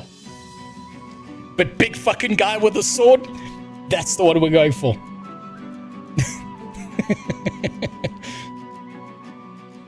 That would make you play Nord if she could be a big snoosu woman. That would be fantastic. I'd love that, but unfortunately, you know, the character models don't look that good. Well, it looks like it's gonna be a goddamn lizard, isn't it? It's gonna be a fucking walking crocodile. Yeah, I can see which way this is going. To be fair, the first, most basic option is also picked by bots and scammers. That's true. But why would bots and scammers be playing Baldur's Gate 3? That's the real question. Yep. Looks like it's going to be Argonian. That's the one. It turns out that you guys are picking fucking Argonian, huh? Now, I can't remember which one of these choices I made when it came to the Alliance, so I'll make this one simple. 1 for Daggerfall, 2 for Old Mary, 3 for Ebonheart. This is why democracy sucks ass. Yeah, it's because the people who are low intelligence and have no education keep on voting. And they'll always vote against their best interest. That's why democracy works for politicians and nobody else. 3, Ebony, 3. Okay, it looks like it's going to be 3. If I recall correct, Argonian are the best Dragon Knights. I wouldn't fucking know. I know nothing about the classes. I've just been playing a fucking sneaky cat called Suck My Balls who's been firing off arrows everywhere.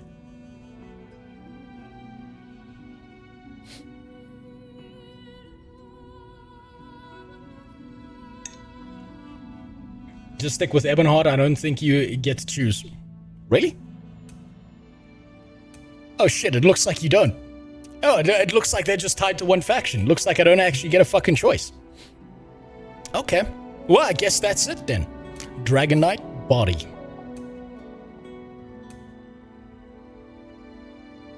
We're gonna be a short, fat king. That's how it's gonna work, yeah. Oh, Jesus, this is really like fucking discount Skyrim.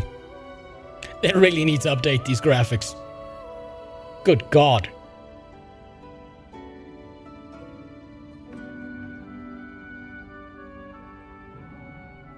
Oh, Jesus. I can't fucking tell the difference. Okay, torso size. No, we're gonna be bottom heavy. Gut size. There we go. There we go. Oh, that's about right.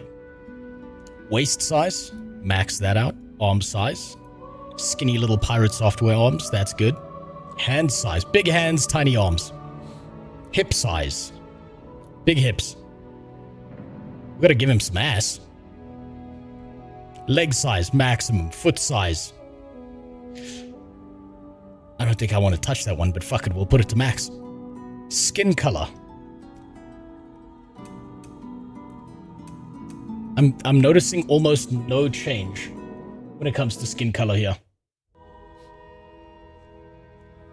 Did you just insult Skyrim by comparing it to this? Did you see what Skyrim looks like these days with enough mods? I've seen what it looks like, and it's fucking terrifying, but also impressive at the same time.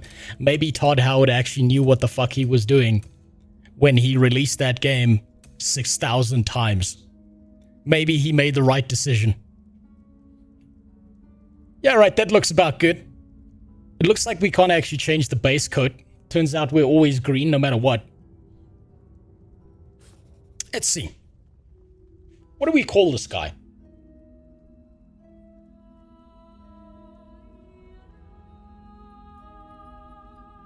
You know what? If we're gonna go for cum skin, we gotta go that way.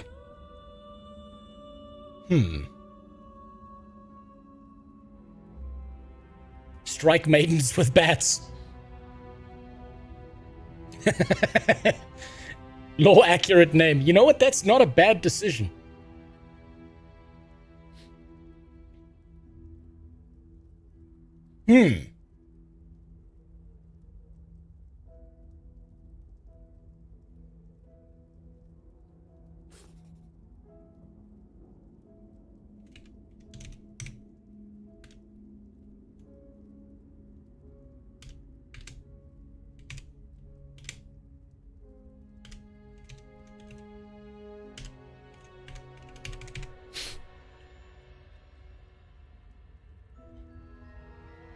I think this is accurate on multiple levels.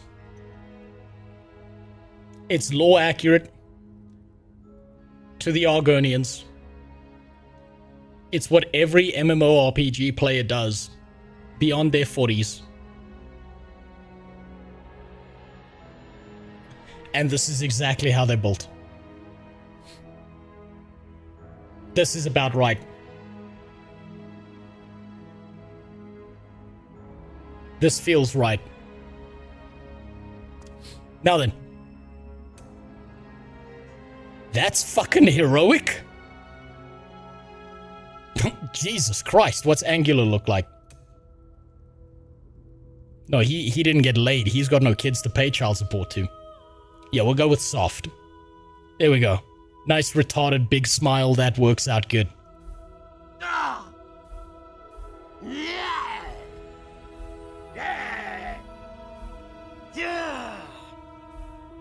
I'm not noticing a difference.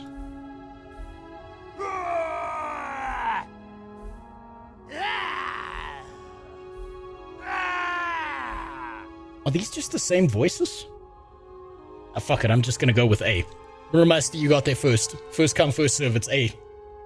C sounds like he got laid.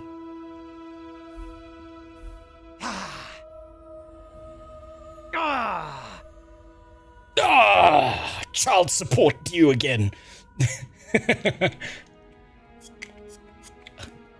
I'm gonna go with Muramasti because he got there first. It's gonna be voice A. Hairstyle.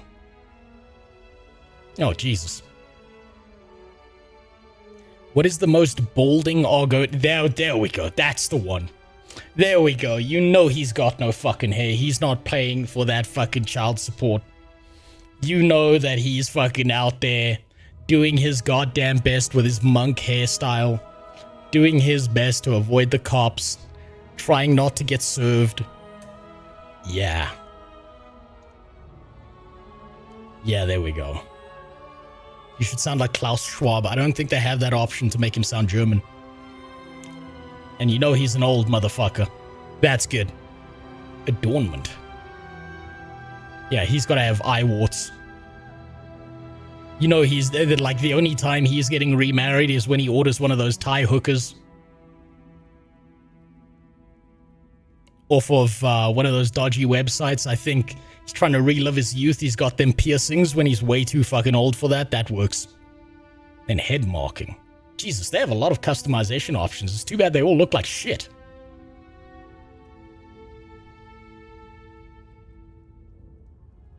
No frontal cortex, thank you very much. Yeah, that's good. Yeah, a little bit of sag on him. Chin size. No, he's got to have no chin. Incel style. Neck size. Yeah, there we go. There we go. Shit.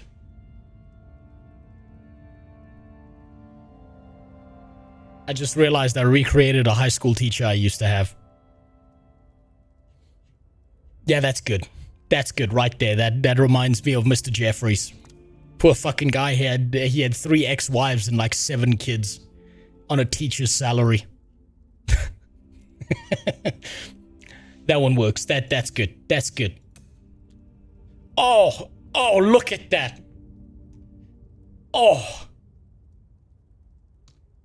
Ladies, you may not like it, but this is what peak male performance looks like.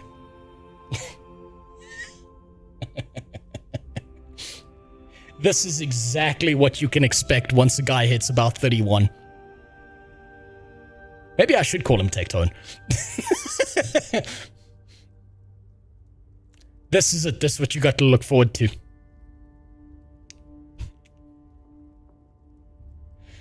I'm suing for using my likeness. You need that fucking Facebook thing.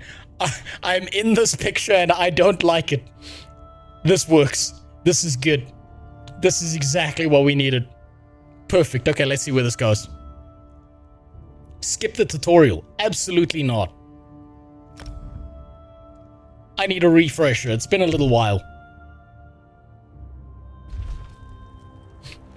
Okay, Event Zone, Night Market, Combat, Refresh, Dragon Knight, and Two-Handed, Play Experience. I ain't reading all of that shit.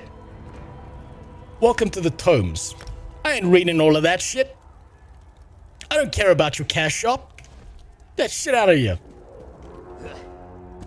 If it's more than 3 sentences, I ain't gonna fucking read it. Oh, this is the same option as the fucking cat.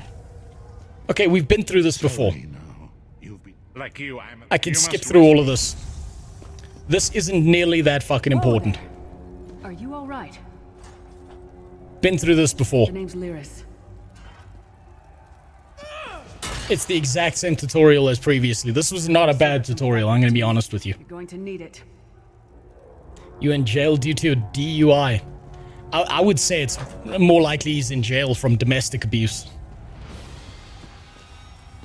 His wife survived because he doesn't have the arm strength to actually put her down. Dead. Must have been the runt of the litter. Okay, inventory. Keep your weapon ready and stay sharp. And put that on. Oh. This is exactly how I imagine a 45-year-old man swings an axe. Better shadows than Guild Wars 2. I mean, I think graphically, it's just a completely different style in comparison to what you get in Guild Wars 2.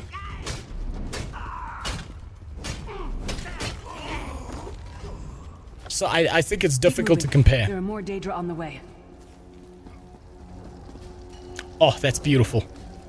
I will say I do like how smooth it feels. Moving. I just wish the combat wasn't as floaty. Don't stop now. Keep moving. More guards are on the way. 45-year-old man is contemplating whether gay options are available with this man leaning back like that. How old is this game? I have no idea. It's probably about 2 decades old. I would say this is likely 20 years old. Approximately. And I'm sure that when it was released, Skyrim still looked better.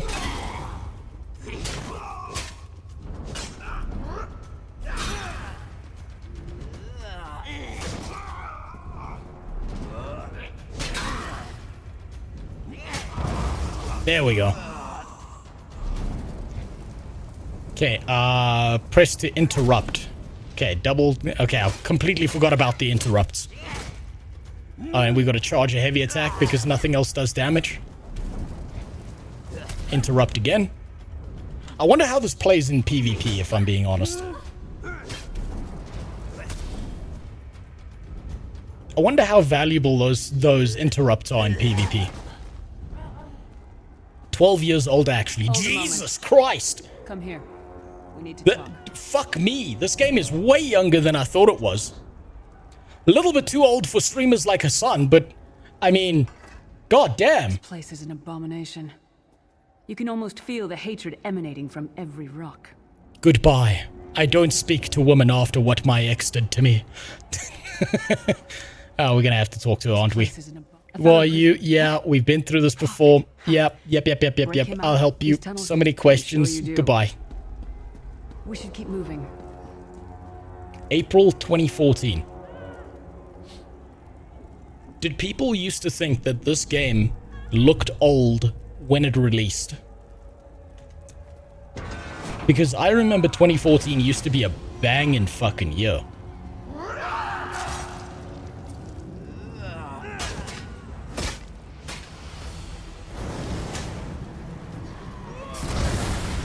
Oh, it's got that double tap. I completely forgot about the dodge.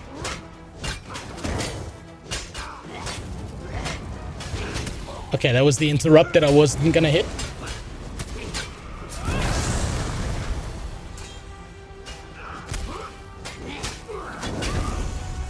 Okay, just swing like an ape. Well played, friend. Exactly what we're supposed to do. Just swing like a fucking chimpanzee. Okay, then we level up. Knows of your escape. Hurry. The level up system is so fucking odd to me. that it makes you claim your points when you've already pressed a button to make your character level up. That is very fucking strange. I think I'm gonna make a tank. I almost exclusively avoid tanks when it comes to MMORPGs, and I think it's about time. Okay, you have an attribute point to spend. Okay, I put it in health. I gotta say, this is very fucking weird and very fucking odd for an MMORPG when it comes to a level up system. Because you have to go into the level up screen after you've leveled up. You need to claim your points for your level up. You need to put your points into a thing, and then a fourth time, now you need to confirm what you are fucking committing your points to. It's very weird. Very fucking weird. Had to make a pedo lizard. He's not a pedo lizard, okay? He's just divorced and refuses to pay child support. He's not divorced. I mean, he's not a pedo. He's too fat to be able to catch the kids on the playground. And no one wants to fuck a fatty. Okay, ability you purchased, bar, press 1. Okay, so we're gonna assign that there. Yeah, this man's got no bank account left. Tanks and healers are underappreciated in this game. It does ESO rely very heavily on the Trinity system. The god of schemes can see every part of Cold Harbor. We need to distract him.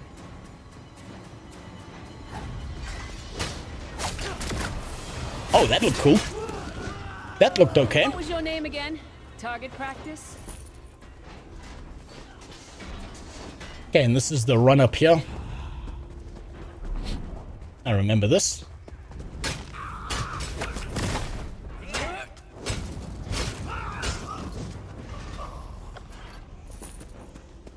Pick some shit up.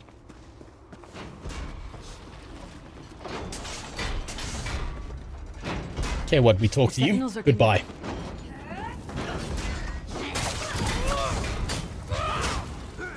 For dungeons and trial groups, yes. Okay, so there is a Trinity system. There is a reason to actually play a tank or a healer in this game. It's not like it's an afterthought.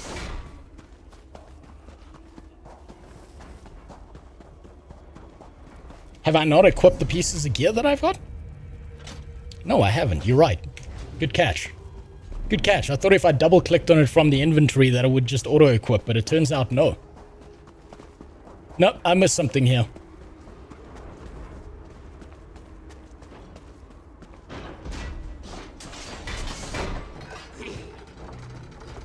I've completely forgotten what the fuck I'm supposed to do.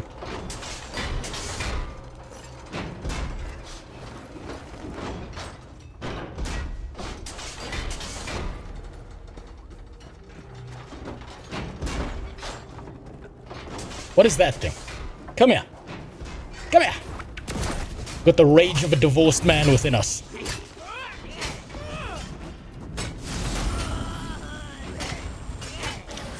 Destroy the Cold Harbor Sentinel. Yeah, I wasn't paying attention to that. I don't read, I play MMOs.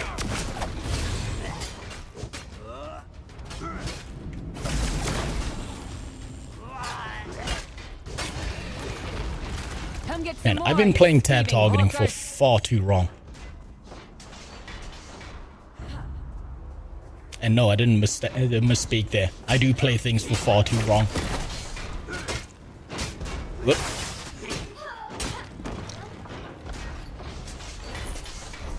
Go here. Put that on. Right, destroy the Sentinel. I'm assuming he's all the way down there. But then the second I get down here, it tells me to go right the fuck back up there. What the fuck? And I realized that I have no cooldown on my whip.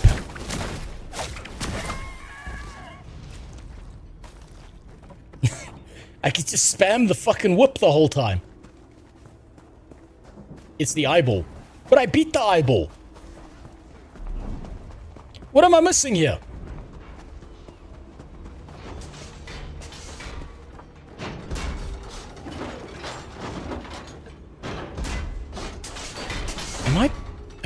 fucking retarded?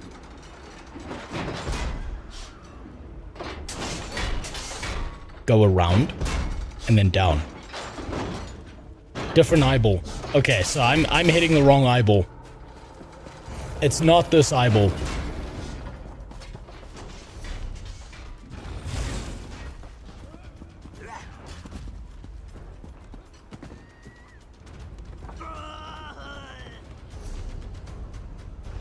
Apparently it's down here. Don't drop down.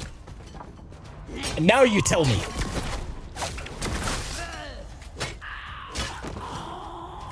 Now you fucking tell me.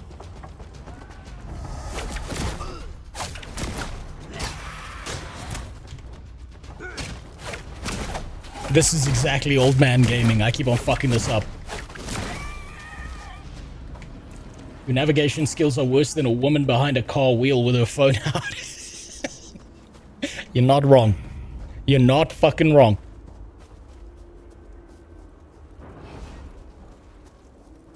Okay.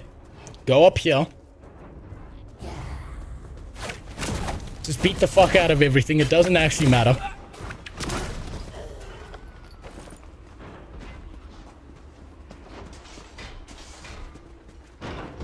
Oh, okay. Okay. Sorry, I had my woman vision on there for a second. But the GPS told me to go here. Try to be inconspicuous. We just got free of this place. Last thing we There it is.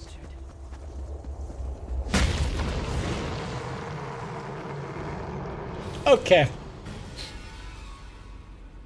He needs to push his belly up against his targets in order to be able to reach them. That's standard practice. We must get to the prophet's cell. It's the same thing you do to single women at the bar. Particularly the ones over the age of 45. They don't mind. They've been living in a desert for a while. Now we go down here. Aha!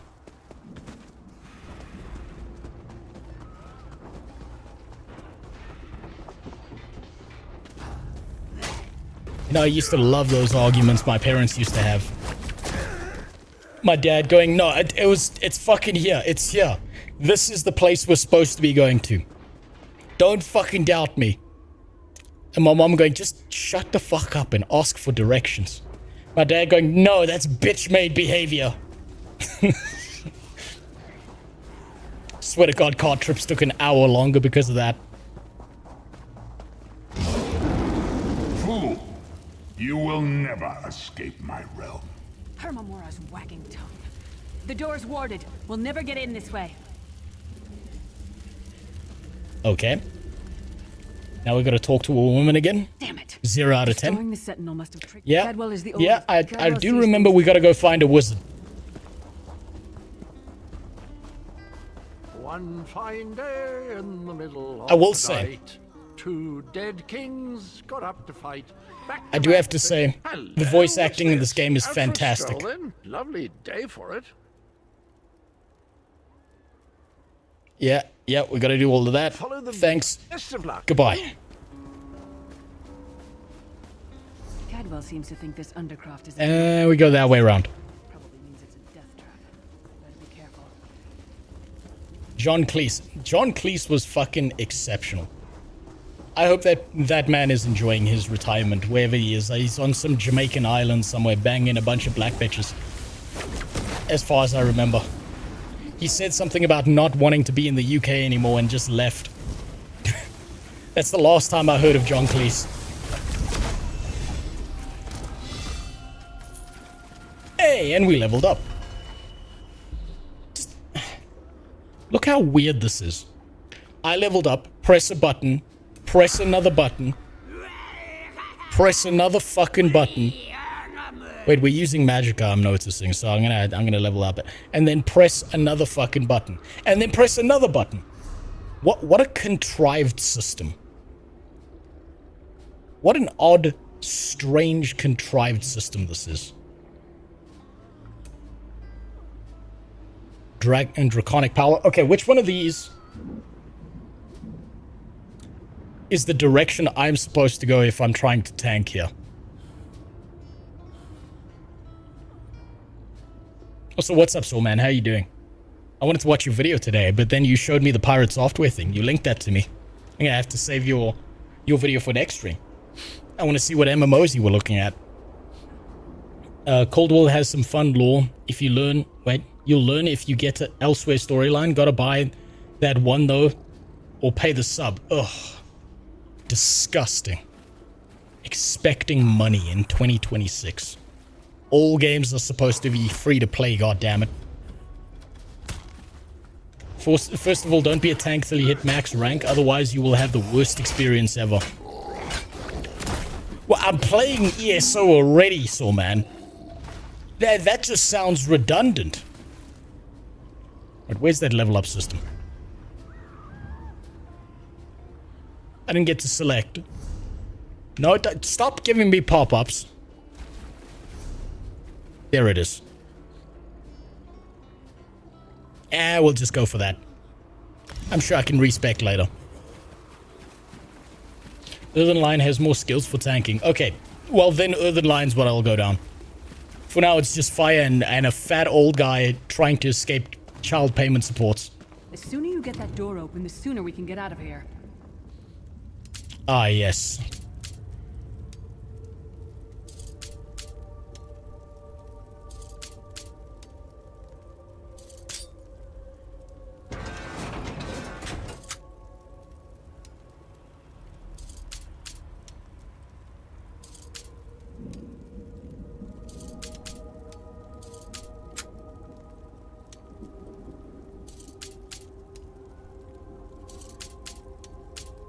I kind of preferred Skyrim lockpicking, if I'm going to be honest with you.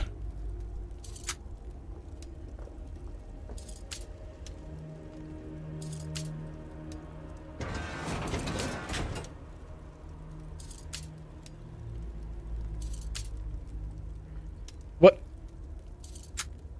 There we go. Hey, there we go.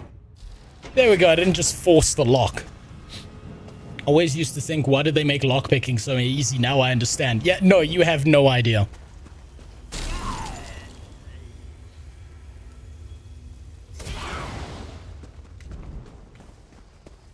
Respecs are completely free now. Good. I'm gonna need them. Yeah, let's try a second ability here. You know what's really odd? Who taught that one to fight? The god of self-punishment? The particle effects are so fucking good and the graphics are so chunky. It's so weird.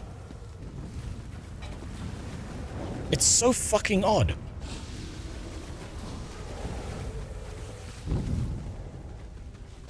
Can we search this? Okay, nothing of value here. Argonian DK is the best in slot if you know what you're doing. What's a good thing I don't know what the fuck I'm doing, huh? Game looks good and bad at the same time. It's weird. It's like... I'm trying to think of a good way to describe the graphics. The graphics and the way the world is built. It's like... if a 45-year-old prostitute from Thailand was wearing makeup. You kind of know, based on the 5 o'clock shadow, what you're getting yourself into. But you're still gonna act surprised when her dick is bigger than yours.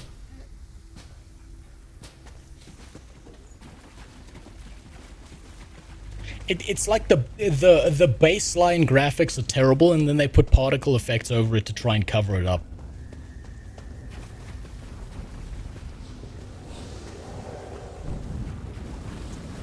But to be honest, it's really hard to judge any MMORPG on graphics. Oh, fuck you! Motherfucker.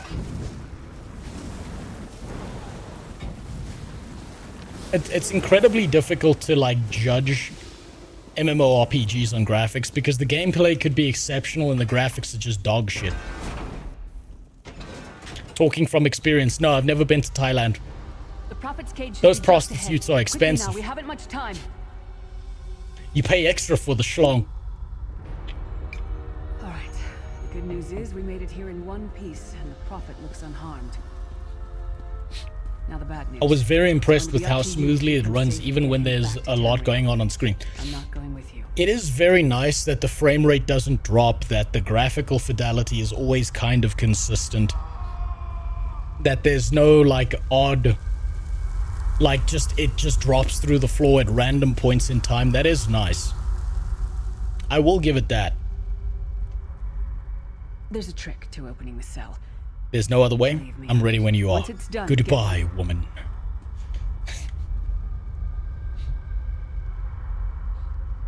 Pay extra for the dick, me thinking all this time that it was a special feature. It's a bug, not a feature. It's just too bad that the bug was a millipede.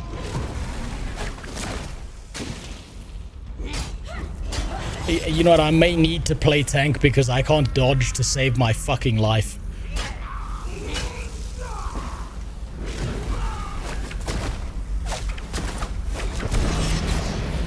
Oh, no! Oh, no, I just realized I fucked up. I'm walking around fucking whipping people, and I didn't make a slave owner. I should have been playing a dark elf. Oh, what a missed opportunity.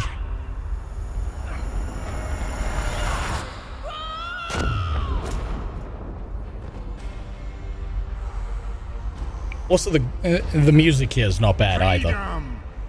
I remember this feeling. Thank the divines you are. Okay, can we take it with a vestige? That is the name I have given Why does Lyra? Okay, we've already been through all of this. All right. Up the stairs. Come on, let's go. We must get to the anchor mooring. If you wanted an easy class, you should have went with the Arcane Mage class where you just press one button, laser everything in front of you, and you get a massive shield on top. Well, I go into games blind. And, you know, the Alzheimer's kicks in. I can barely remember what I was doing with my Khajiit sniper that was just basically playing suck my balls. Maybe your Argonian dude is just a middle manager at a dead-end job. No, he's definitely like... He used to be an investment banker until he got divorced, and he was like, I ain't giving that bitch a cent. And then now he works in like a mattress factory.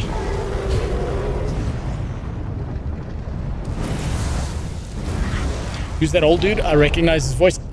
I don't know. The mortal thinks it can defy me. That's Moloch Bal. Soon your world will. Where's his cock? Where's your schlong? That's supposed to be out. There's supposed to be blood on it. Come, I will protect you.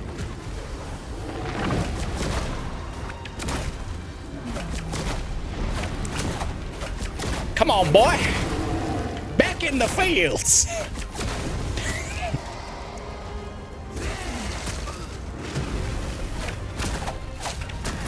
Wonder if I can whip them both.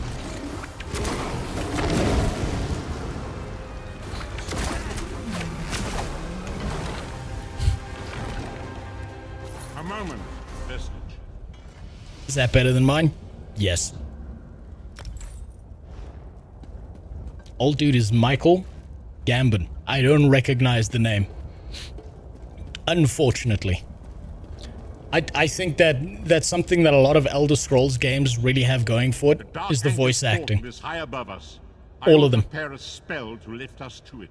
But first, you must reattune yourself to Nan in order to regain your physical form. To do this, you will need a Sky Shard.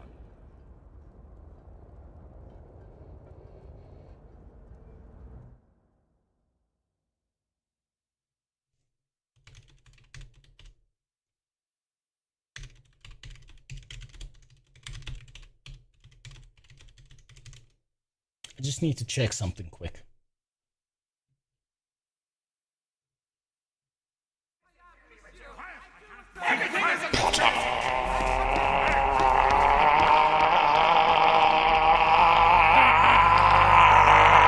Harry, did you put your mother name in the goddamn governor? Little piece of... Yeah, it's him. It's him. It's him. It's that guy. Has to be that guy. Took me a second. Dumbledore from Harry Potter. Yes. That's what it was. That's why he was recognizable. And I should have fucking picked that up. Why fresh start? because I haven't played the game long enough on my first character. I was getting bored with being a Khajiit sniper. I am basically on a journey right now to try and find a new MMORPG to call home. Right? I'm going to be looking at a bunch of MMORPGs. I'm going to be playing a bunch of them, getting a first impression of most of them, ranking all of them, and trying to figure out which one is worth actually playing in the modern day. So far, astoundingly, the game that has been the most interesting has been Project Gorgon. I have yet to play Guild Wars 1. I don't even know if I have access to that game after what ArenaNet did. I've yet to play the different variants of RuneScape. I have yet to play Final Fantasy. Black Desert Online I do have plans for in the future. I'm busy setting shit up, right? Because I'm bringing back some old stuff that I did for the charity events so that you guys have more control over the stream.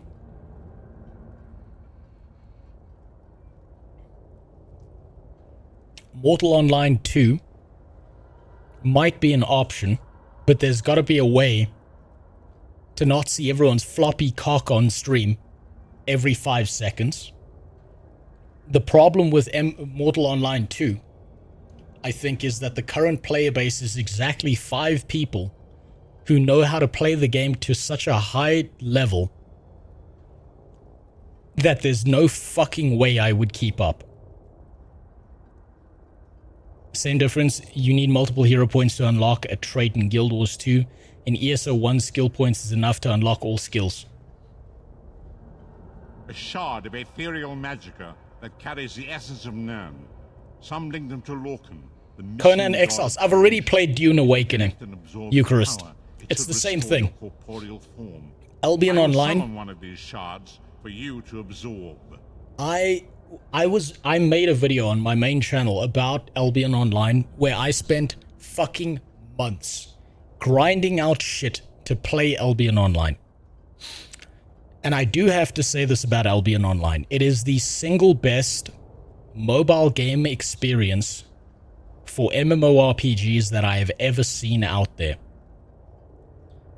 It's like discount Path of Exile mixed with Diablo if Diablo's mother attempted to abort it and failed. But it is a fun experience for a little while. Too much credit card swiping though. OSRS is for mobiles. No, OSRS is for browsers. Us now and anoint us with your blessing. There, quickly. Collect the sky shard.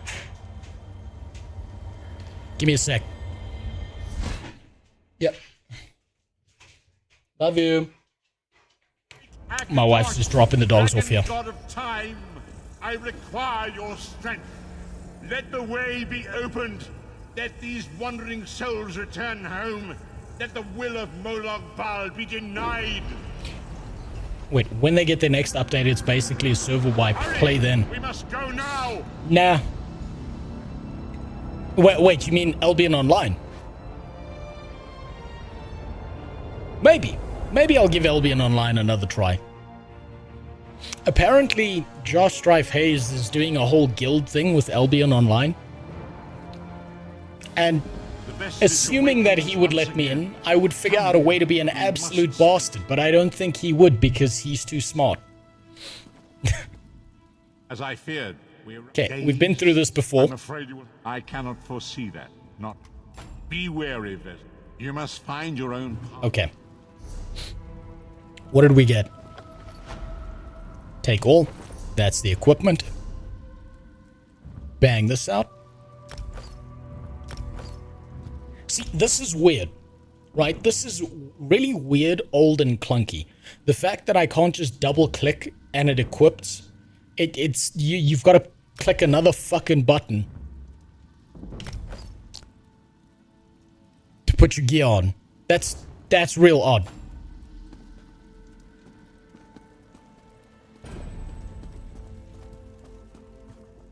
Wait, now you get another mini zone, but it's different from the Khajiit High Elf one. Really? I'm short on good help, and I could use someone capable. Someone like you. I don't remember you. A fisherman found you washed up on the beach. He brought you back to town. It's a miracle you survived. So what now? You're the one Holsgar pulled out of the water. I'm glad you're up. I could use your help. How much for your wife to start a gameplay channel in a micro bikini? Look, Grey Wolf Knight, if you have $70 million to make that happen, first of all, congratulations on having $70 million. And if you had $70 million and made that happen, I would only mildly complain every single day of my life. You've seen combat. And I would have to fuck her more often to mark my territory. Are scattered across the island. We need to warn them. Josh would let you in just so he could turn your conduct into a lecture, not even mad. And the dude knows how to play the game. Wait, the dude knows how to play the game. He can make a 2-hour game last 24 streams. He's really good at that. He knows what he's doing. There's a reason why he's the big boy in the MMORPG space. Darj, the hunter, went to Skyshroud Barrow. Iman's out at Orky's Hollow with his sister Rolanda. Sane, my sergeant, is out at Hosen's Folly. Is Albion Online a Dota in disguise? Albion Online is best described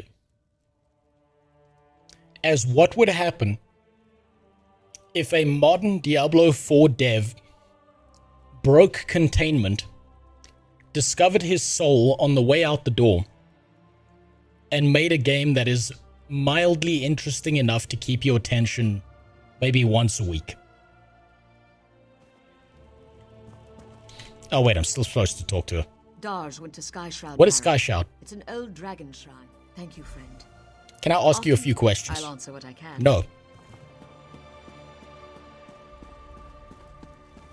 Right, apparently this is different from what happens to the Khajiit. It does look different. I don't remember this. This looks like fucking discount Skyrim. This is like Skyrim being run on a microwave. That's what this reminds me of.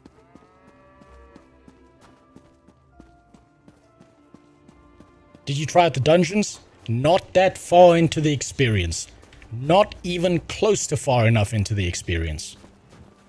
Oh, that's not an NPC. That's someone's fuck toy. Right, where am I supposed to go here?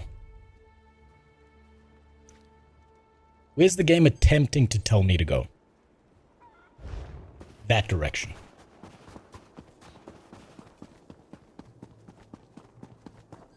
Each faction has its own starter zone. It seems like each race kind of has its own starter zone, and maybe some of the races have the same starter zone. Because I don't remember this when I was playing my Khajiit.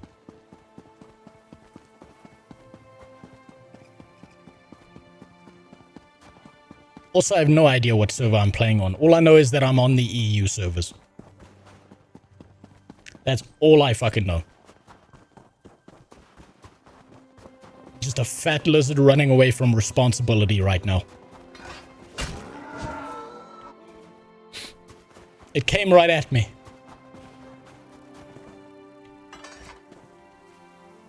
I'll take you. What? Who are you? Can you use that weapon, friend? I need your help. What's going on?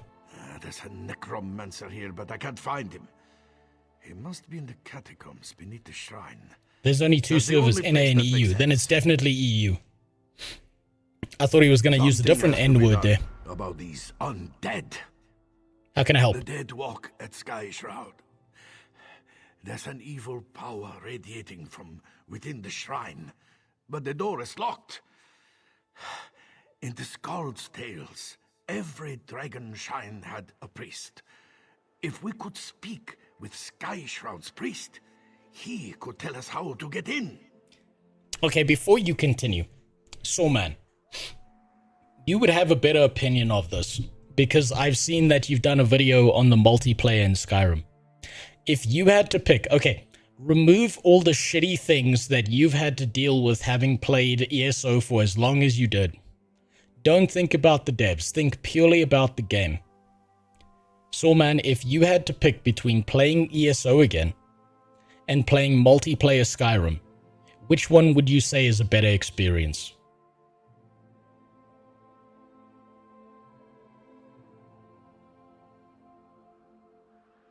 I want to know.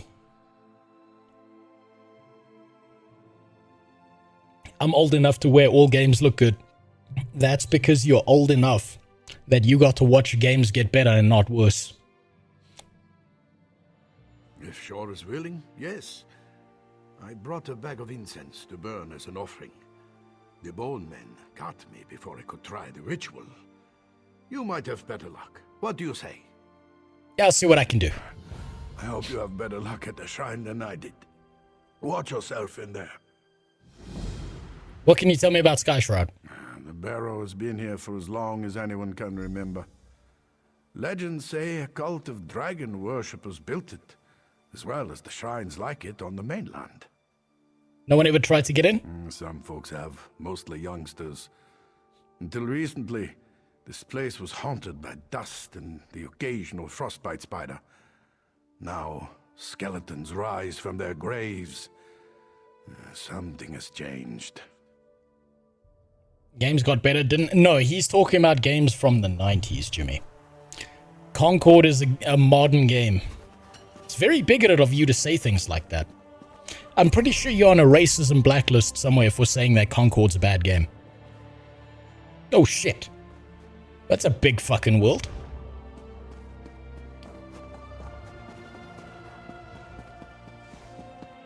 Alright, let's go this way. And whip some more slaves. Get back in the fields. What are you doing out here? Who did you steal that armor from?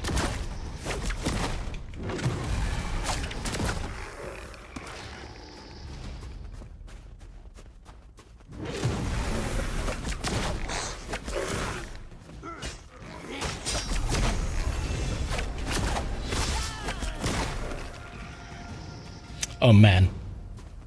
You know what? We need an MMORPG where voice chat is permanently on and you can't turn it off. Is any of this better than what I'm wearing? Yeah, fuck it. I'll just take one. We get more health, commit points, confirm. Inventory. Those are worse. Where'd the legs go?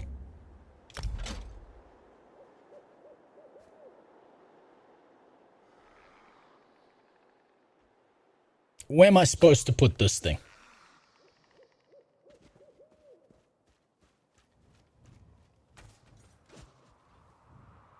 What the fuck do I do with this? I have a better idea. Don't make a new MMORPG with that. Just make that a permanent thing in RuneScape. That would be great. That would be fantastic. Playing RuneScape, hearing everyone else jacking off to Pornhub on their front monitor while they play RuneScape in the back, while their character hits a fucking rock for 5 hours. Glyphs are upgrades. Then where do I upgrade? Yeah, well. Right-click on the gear to enchant. Okay, yeah, okay. We gotta go here.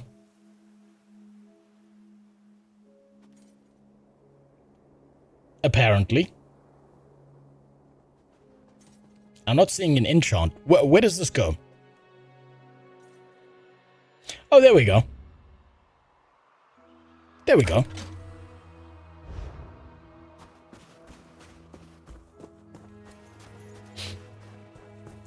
Glyphs are enchantments for items that give you different effects. Well, this one's just giving me health, which, I mean, if I'm gonna attempt to tank, that sounds about good. Compare what you're playing now to combat on Atari. That's why I say games. Yeah, no, imagine trying to compare a game like this to the glory that was Pinball Wizards.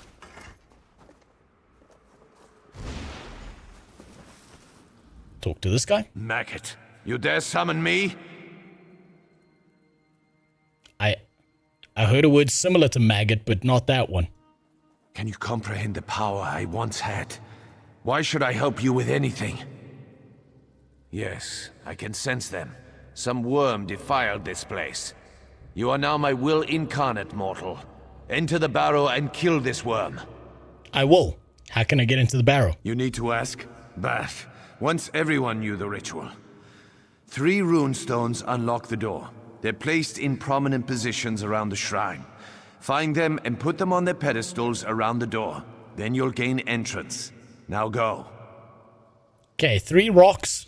Put rocks in place. Get through door. Good night, Spider. Go get some rest. For example, you can enchant bonus stamina into your armor or increase crit resistance.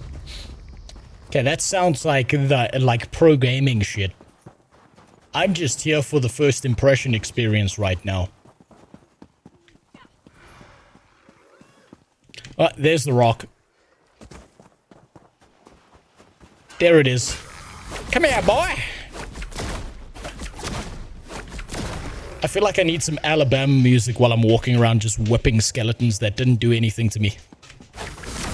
Come here!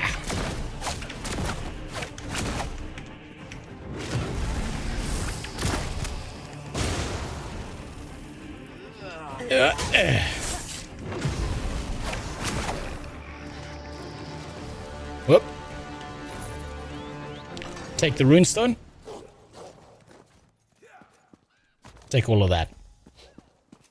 Are these dialogue cutscenes for quests better or worse than the Guild Wars 2 cutscenes early on in the leveling? That's a good question.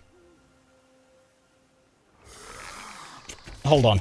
I've got a slave to whip.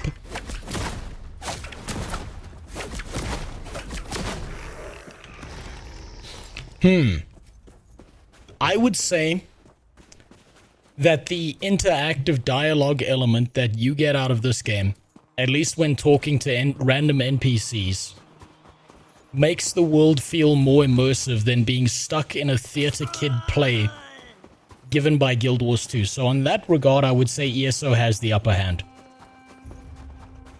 I think what's most important is probably what Green Sky Wizard said, where both are skippable, so you don't have to suffer through either. At least until, you know, you get into the expansions of Guild Wars 2, and then it's all live voice acting, and you kind of got to wait for the voice acting to occur. But it kind of makes sense the way they did it.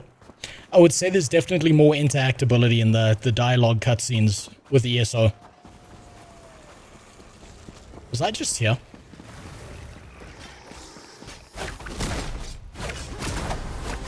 Oh, just 2-on-1 him.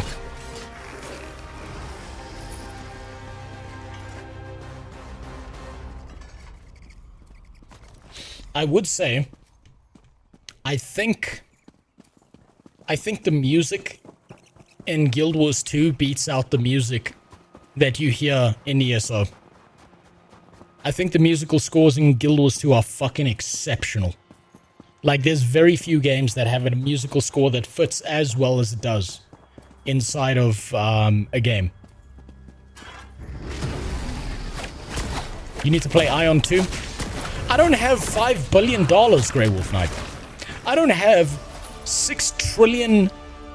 I don't have the small GDP of an African nation to spend on the cash shop that is essentially the game of Ion 2. But I will probably give it a try. Did you give those Somerset scores a listen? Yes. They were fucking brilliant. But I do still think that they're beaten out by the overall consistency of what you find in Guild Wars 2.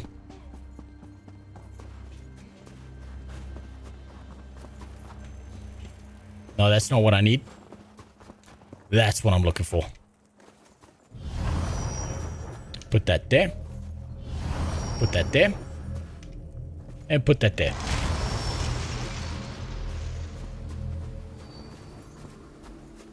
Now we go through here.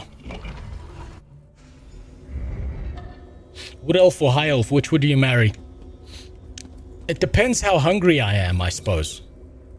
Whichever one's got more meat on its bone and I can bury without getting in trouble with the cops later.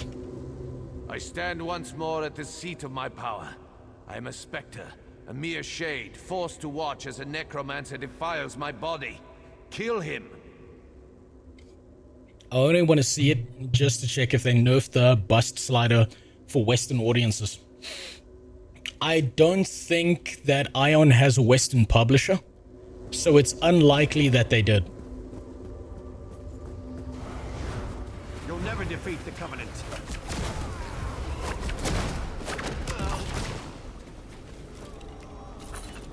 Let's just pick up some gear.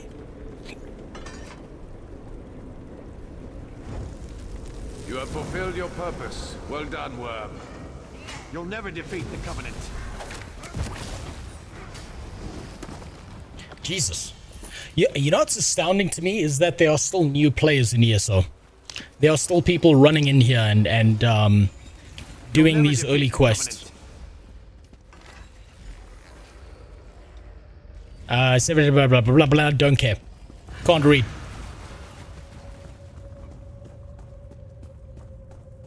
Wood elf sounds like they're specialized for your pleasure.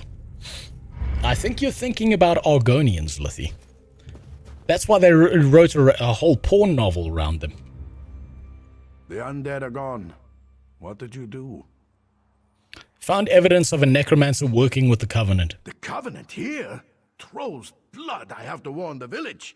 I'll head back. See if you can find any of the other villages on the island. We may have to evacuate soon. This guy's voice actor sounds familiar as well.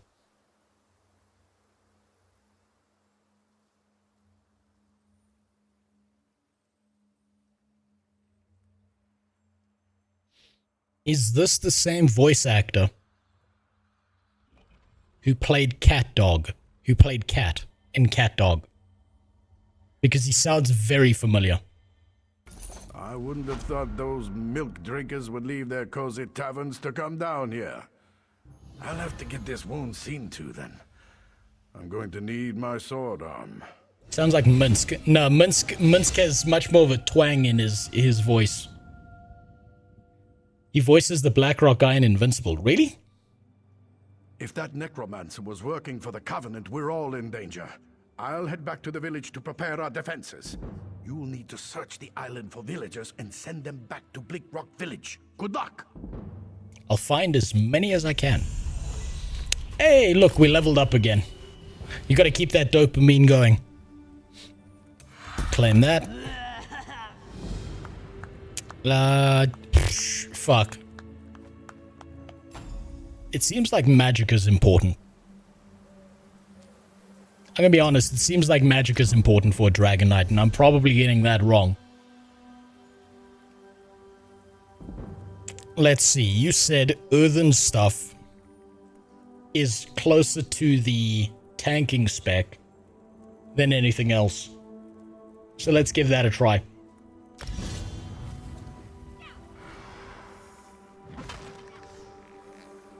I still have skill points. Flame Lash or Molten Whip?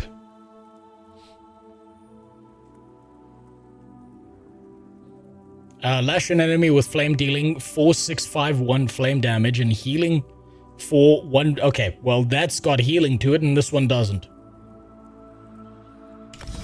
So I'll take that.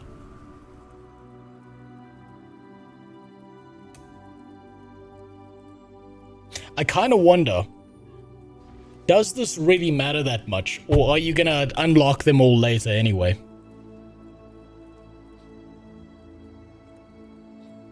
Jim Cummings, aka the voice of Winnie the Pooh, and yes, he was also the cat in Cat Dog. I knew I recognized that voice. I knew I did. Name one MMO like ESO. The best MMO. New World. Did you know New World is alive and thriving? According to Amazon. Okay, damage. Additional damage over time. Flame damage every 5 seconds in a channeled attack. Fuck channeled attacks. Fuck that. Dark Talons call fall, dealing 337 flame damage to enemies near you, immobilizing them for 4 seconds. An ally near the Talons can activate the ignites. Okay, too much. Too much. There's too much. Searing Strike sounds nice and simple. There we go. I'm just testing out abilities. Fuck it.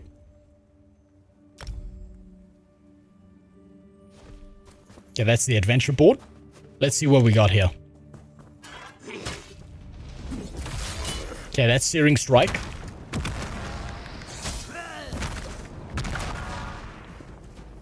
Is that just... Oh, that's... Oh, it's like a damage aura. I've got aura now. All the kids are gonna love me.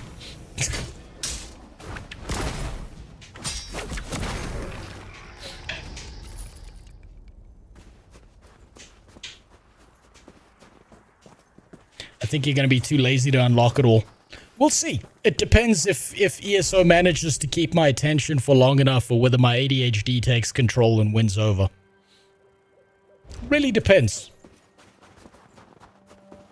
It's hard to say. Why did Jason Hall kill New World? It's because people called him a ferret fucker in the game. That's why. And so he went out of his way to delete the game from everyone else's hard drives. He's got that power. Did you know he used to work at Blizzard?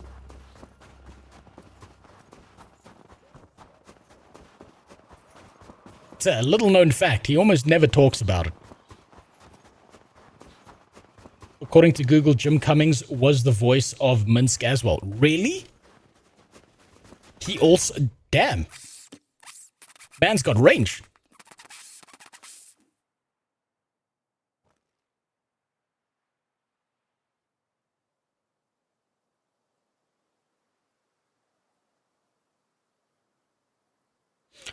I never understood women anyway. I can understand you.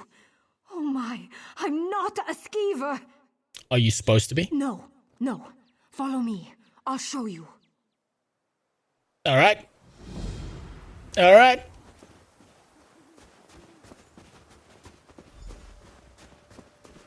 The dude is quite prolific. Well, I mean, well done to him. He's made a goddamn career, and if he's showing up everywhere, he's done a great job. She's gonna show you her skeever. It's probably unshaven. This is ye olden times after all.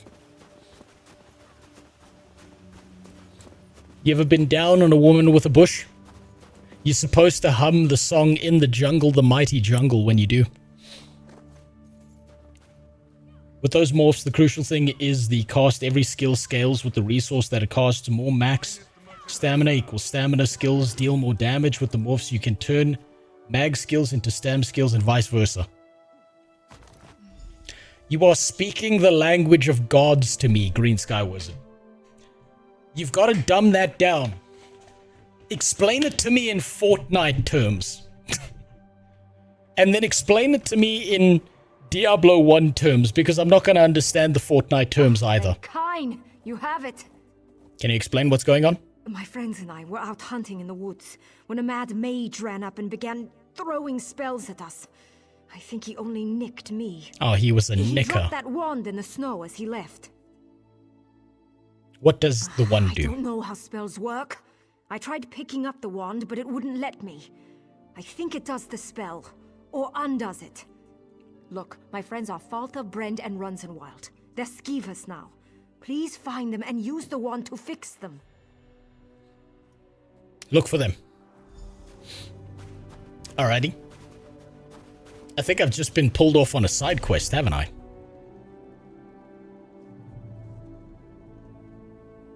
Okay, well, we've got to go that way anyway.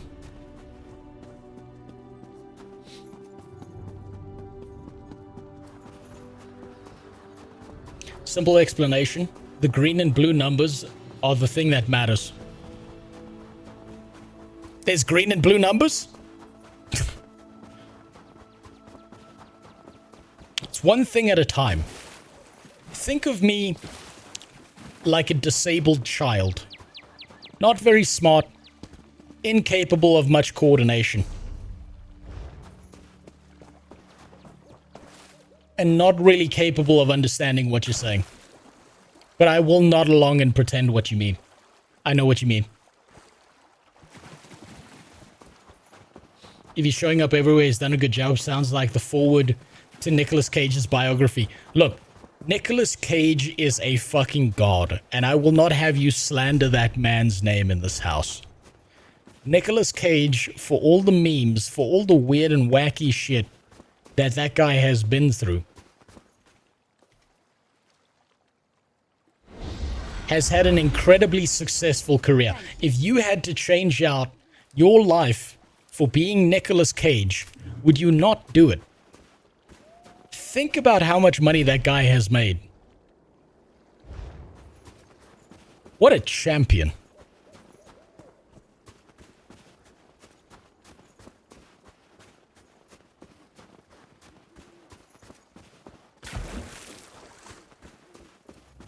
Your ability scale off your stats, so if an ability says it uses magic, then more points. Okay, Maxeo, does that mean that there are abilities that scale off of health? Or is that not really a thing? Is health just flat health?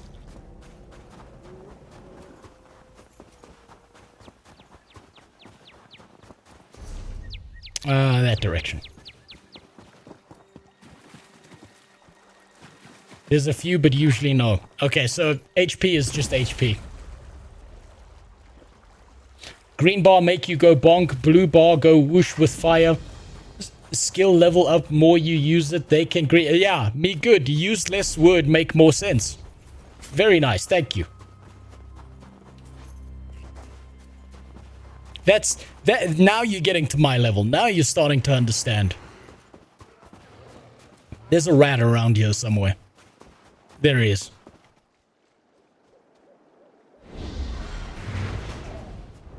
Thank you.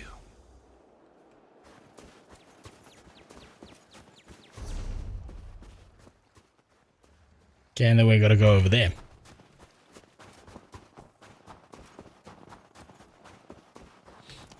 So unless you only use tank abilities, there's no point in putting it into health.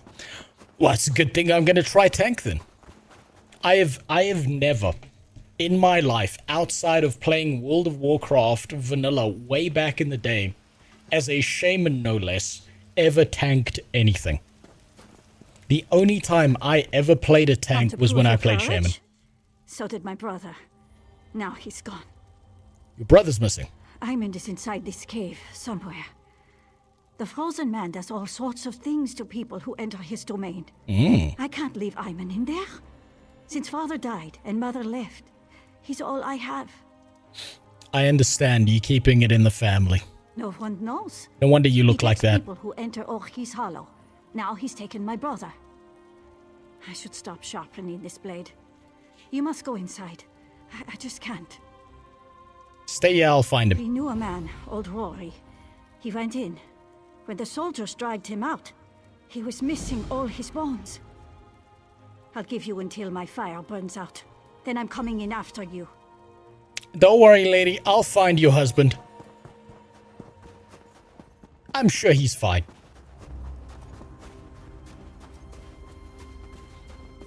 This reminds me of Guild Wars 2 PvP era where you chose healing spec and just died over and over.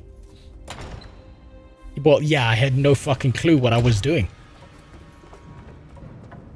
But also, the PvP in Guild Wars 2 was pretty fun. I didn't mind dying over and over. The joy in PvP is figuring things out and watching people fucking style on you. I think the only time PvP becomes a problem is if you've got like a massive ego. Wait, hold on.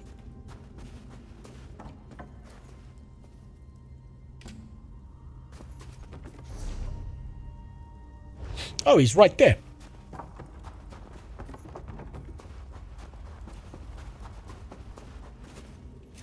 Well, that's not good. This one's frozen. Is it someone you know? Guess who I am, and I might let him go. Okay, now we're in an old German fairy tale, apparently. Is your name Rumpled Foreskin? Keep walking. There couldn't possibly be traps. Nice tale you got there, I know. That's why he's been divorced 3 times. It just couldn't fit. You'll make a lovely squirrel. So inquisitive. Mage's Rune. How rude! Digging through my things. What manners?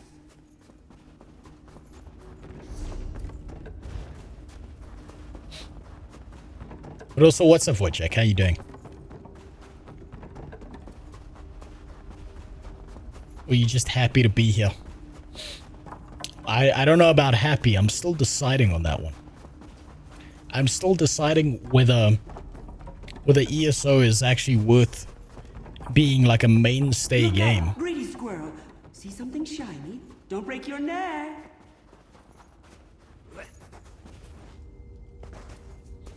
Oh, come on.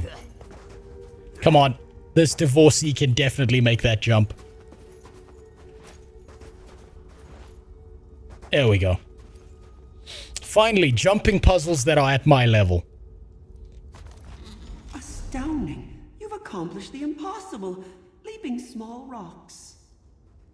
Fuck you, lady. Shut the fuck up.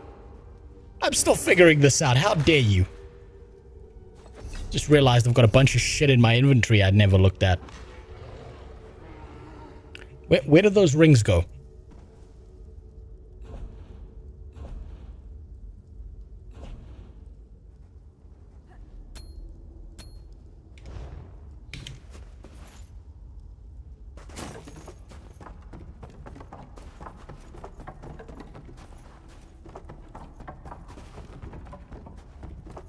Following on from your Nicolas Cage point, what is the appropriate avenue to send you shitpost comedy content?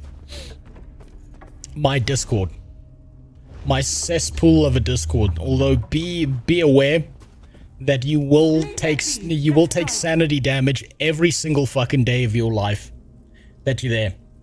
Okay, first seed, fifth seed, conscious, how long, culling day, greedy squirrels, melt. Okay, that tells me nothing. What have you got, clever squirrel? Do you have a guess?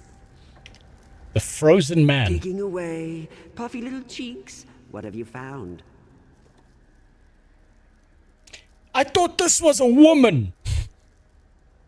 A spy, am I? But why? Oh my, you're a smart one. Whatever will I do with you? I guess you all let Iman go. That's no fun. Join me inside. We'll play a game of shells. Win, and you get Iman. Lose, and you'll be my newest squirrel. Alright. Sure. Why not?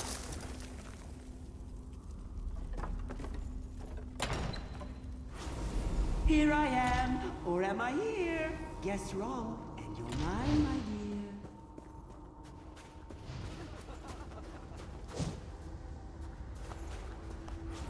dear. It's this guy. He's the only one not dancing. Come back here, bitch. I nearly went off the edge there. I'm a shrub. Let Iman go. Your soul is missing. Want mine? It's black and gooey. Kinda gay, but okay. No. We're having old friends for supper. Drink some roots. Stay with us. You'll be safe here. Safe from what? The stones! The shiny ones! They're pretty until you turn your back, and then, whoosh! Skulls implode, bones shatter. This just sounds like a conversation that came out of either an old age home or like a homeless guy in California. Like, what the fuck is he saying? This is my safest place. My friends are here. Don't take them. I don't want your friends, I want Iman. Want. Greedy squirrels. We wanted to leave here, but then... shiny stones. I ate them after. They were cold. They hurt my teeth. What about this rune? Do you want it back? It gives me headaches, and it tastes like sawdust. Go on, you eat it. If you don't let him go, I'm gonna have to hurt you. The shiny stones did that. The roots, the water, Oriel's 3 toes. I tried to save him, but his head wouldn't stop leaking. Now he's a milk jug. It's almost like he's insane. I feel like this guy has either been blessed by Sheogorath or the largest quantity of skooma known to ESO kind. People don't die. They change shape. Like Arroway. She's a candlestick. She's bright as the stars. And Tarak? He's never been happier. If Arway's a candle and Ori's a milk jug, that makes you a bear trap, doesn't it? So? So nobody wants to be caught in a bear trap, not even squirrels. That's the first thing you've said that makes any sense. Fine. Take Iman. Just leave my friends alone. And don't blame me if the shiny stones get you. I mean, fucking meth is a hell of a drug. What's down here? Can I just fuck off down here? Is that an option? It is. Look at that.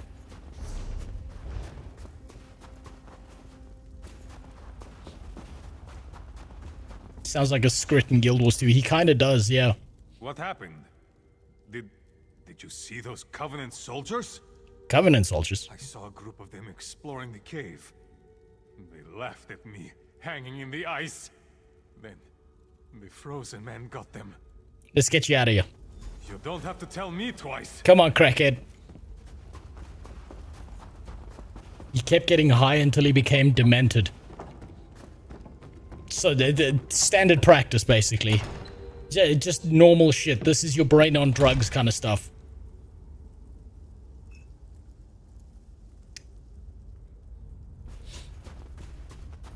Your tail is thick that it defies laws of furry. Well, you know what? I don't know the laws of being a furry. I don't know what works out. I'm just trying to play my average Argonian whose name is doesn't pay child support, okay? This is peak performance as a male character. Frozen Man had him. He's all right now. Kind's gift. We'll head back to the village right now. Rana's going to flay his full hide. I can't properly repay you, but please, take this. It was our mother's. Okay, you and your husband have fun now. We're going. Dumb ox. Okay, that's better than mine, so we're gonna put that on. You should have seen it, Raleigh. That cave is incredible. Is there a one-handed weapon and a shield? If I'm gonna tank, I feel like I should have a shield.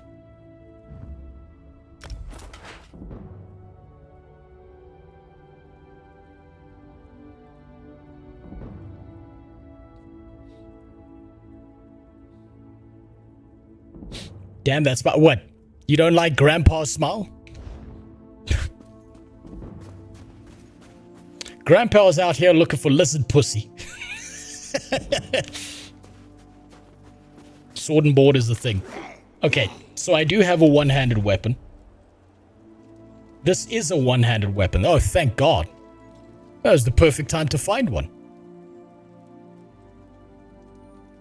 Is that better than mine? It doesn't look like it. We don't have pauldrons, so that'll be good. Let's go to armor.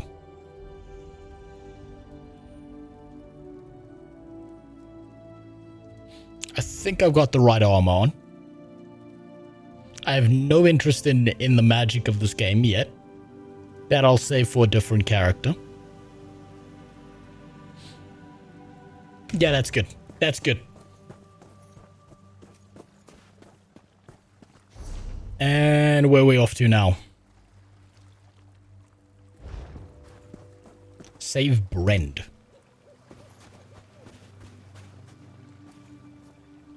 And where the fuck would Brend be? Okay. Well, I head in that direction. Gotta go that way anyway.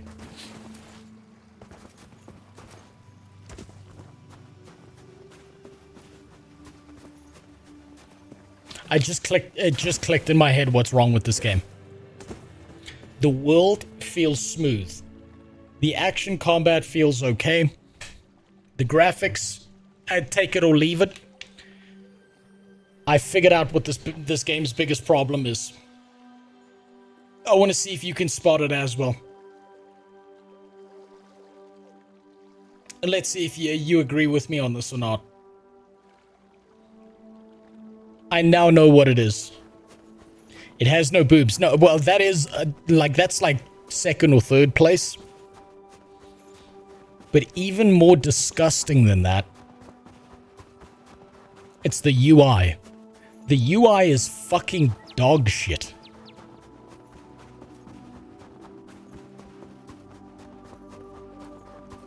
This fucking inventory system with it over here and your character shit being all small on the side here, this empty fucking space and stuff, it's weird. It's weird. Looking at things from an... He thought I was an NPC.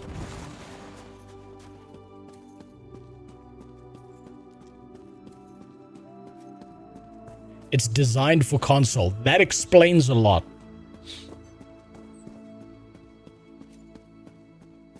You could get mods for completely new UIs? Yes, but I'm never going to get mods in an MMO because guess what? I'm here to play the game, not the things that fix the game. Let's not have any trouble.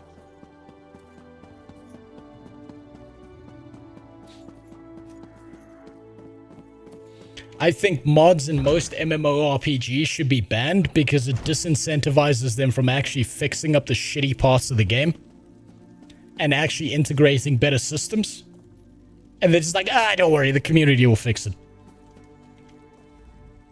I'll prepare the tower. Oh, it's you again. Find as many people as you can and send them back here.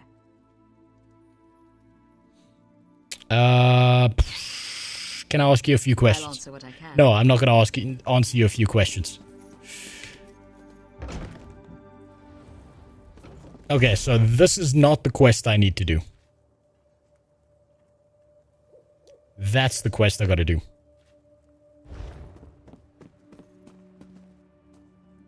All the way over there. Mods for single-player games are fine. It's in MMOs where I think they should be banned. I 100% agree with that. Like, modding a single-player game is a completely different thing because you may be looking for a completely different experience. I think the multiplayer aspect of them never fixing up their fucking games because some dude in a basement somewhere somehow has a better idea of what something should look like rather than the actual developers disincentivizes them to actually fix their fucking game. He came right at me. I just, mods in a fucking MMO are this like weird thing where it either improves the quality of life or it's like tantamount to a degree of cheating in the video game because it's trying to make everything easier than what was originally intended. Ship is the least of our worries. Fuck me, these characters are ugly though. The mine looking for artifacts. Anything live service shouldn't have mods. Yes. I'm hardline on this, right? Because what happens is people do this thing where they're like, oh, but what about this mod? It just updates the bag space. And what about this mod? It just makes the chat clearer. And I think that slowly becomes a slippery slope down towards a mod that like auto macros the shit out of everything for you and plays the game for you. You can look at the shit happening inside of World of Warcraft, right? Where the mod situation got so fucking out of control that Blizzard started implementing the mods as features into their game. All the way down to the point where now there's a one-button macro for playing the fucking game. So that you can have... Had to kill the one behind me before he warned the others. Damn it, I don't have it here. Unfortunately, it's happened where it's become the system inside of World of Warcraft where mods went from these mild adjustments to the game all the way down to a system where a guy in a wheelchair is rolling up on the game going, and he presses one button and he's the top DPS. No, I'm a hard line on that. Purely because it goes bad real fast. How are you at Subterfuge? I'll stay here and keep an eye on these bandits. Take the uniform from our friend here, then get down into the mine shacks and see what's going on. I'll do it. Grab some gear from our friend here. His kit will help you slip into the mine. Alright. Grab some gear from our friend here. No! Examine.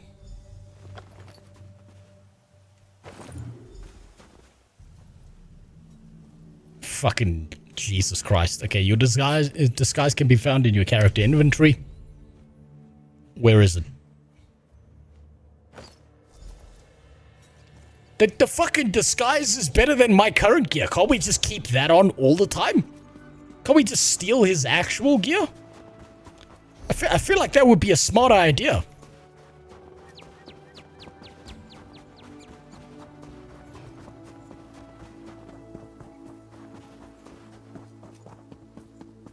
Oh god, the disguise mechanic. I'm assuming this is not a favorite. Come here, boy.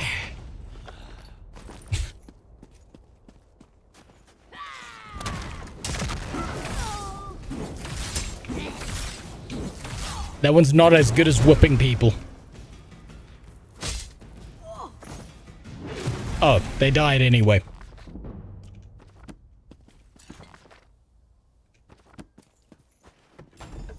I don't read.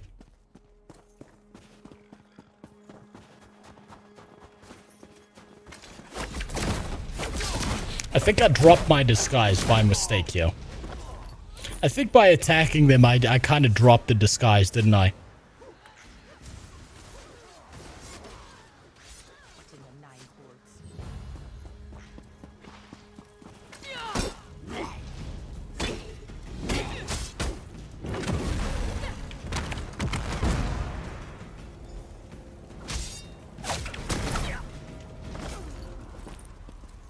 Who'd have thought that whipping people would be OP? Okay. There. New disguise. Okay, so don't attack people. Tiny cracks cover the surface of this rune wood. It may have once thrummed with magical energy, but it is now dark upon further inspection. You see a small note. Read the note. Keep runestone out of mine. If you bring it near the unspeakable sigil, the portal closes, then we're cut off from the relics. That means we don't get paid. If you don't understand, I'll start breaking fingers until you do. Take the runestone.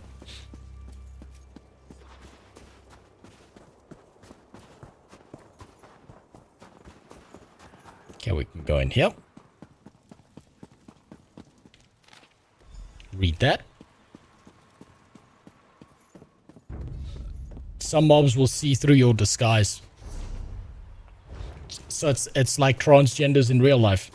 Killing you, love. Some get caught. Some were like, I recognize that Adam's apple. I saw it at the pub last week. Fool me once. Get lost. Lie, the boss wants me to check on the relics we already found. Come inside. We've almost made it past the scans. I heard them say the portal is just beyond. Thanks.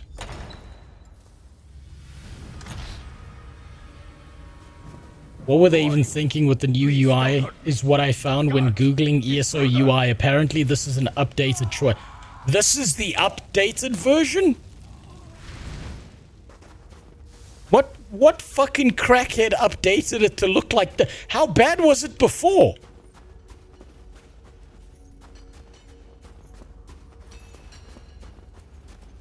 Good God, I can't imagine how horrible the old one would be. Oh, Jesus, this is a long hallway. Oh, for God's sakes. Now I have to whip you like a slave.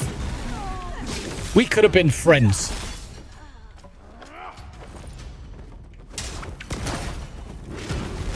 Well, I suppose they saw through my disguise. We'll put that back on. The old one was better, actually. Then why the fuck did they update it? You would think they would do a rollback on that decision.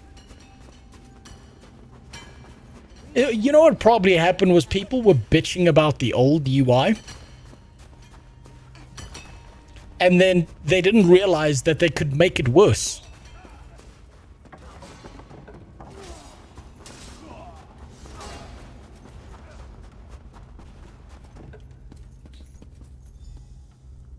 Okay, bypass the fire traps. Find a way into the tomb.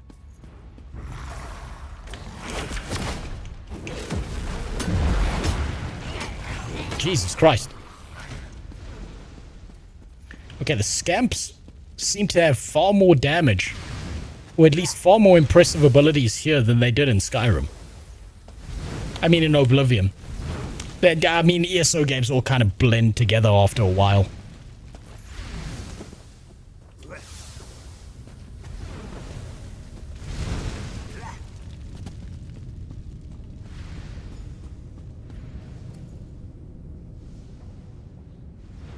Okay, so for anyone who's a virgin, right?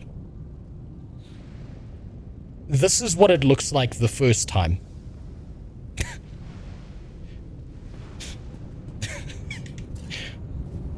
You just see a glorious light and a need to fulfill a purpose.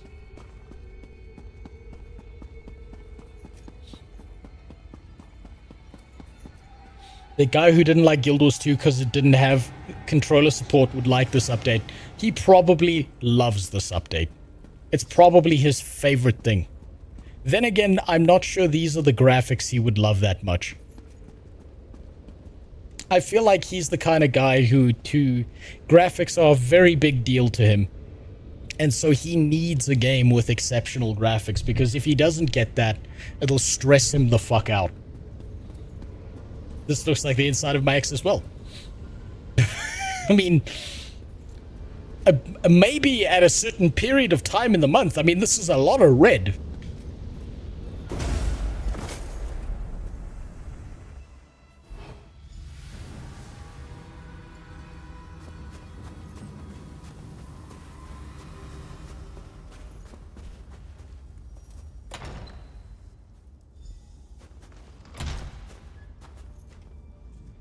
So, what did you find out? The bandits were contracted by the Daggerfall Covenant to steal a Daedric artifact. Covenant contract? I smell Oh, we got a dagger. That ship we spotted might be the start of an invasion. We've got to get back to the village. Okay. And we leveled up again. Very nice. Okay, Magicka. Commit, confirm. Double click on yes. Hack into the fucking Pentagon. What do we got? Magma Fisting. Volcanic Ward.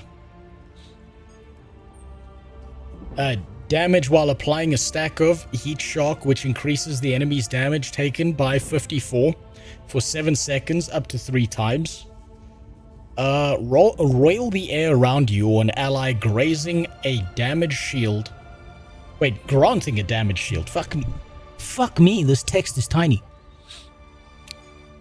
Absorbs that much. Okay, well, we're tanking, so absorption of damage sounds fantastic. We'll take that.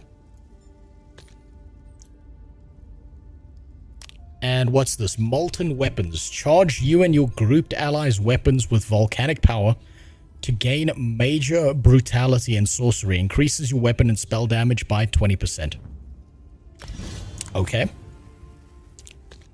Think I will put that over there. This Searing Strike doesn't feel that good. It doesn't feel that comfy, if I'm being honest. Maybe we'll put Molten Weapons over there. And we'll put Slave Whippings on 4.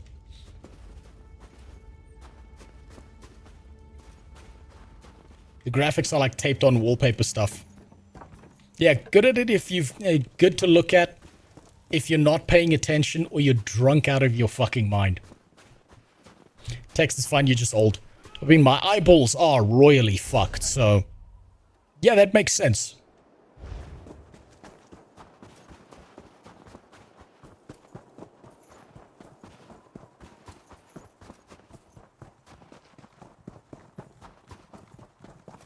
Didn't realize you were playing as Hillary Clinton. Hey, Barrow, that's not fair.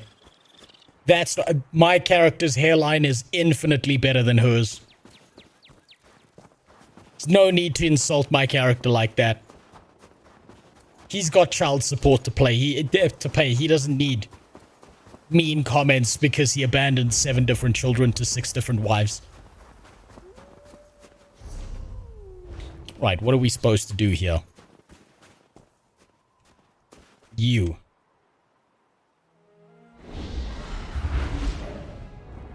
Your wife play Ion 2 or ESO with you?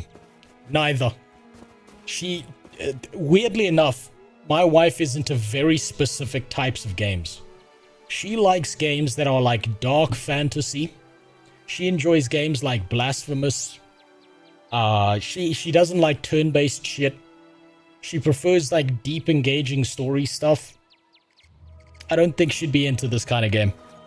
I think she'd just be like, what the fuck am I looking at? And then just dip immediately.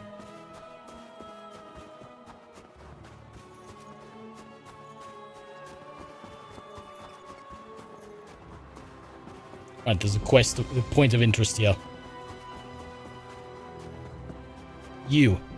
What do you want? My husband, Galund, went fishing yesterday morning. He never came home.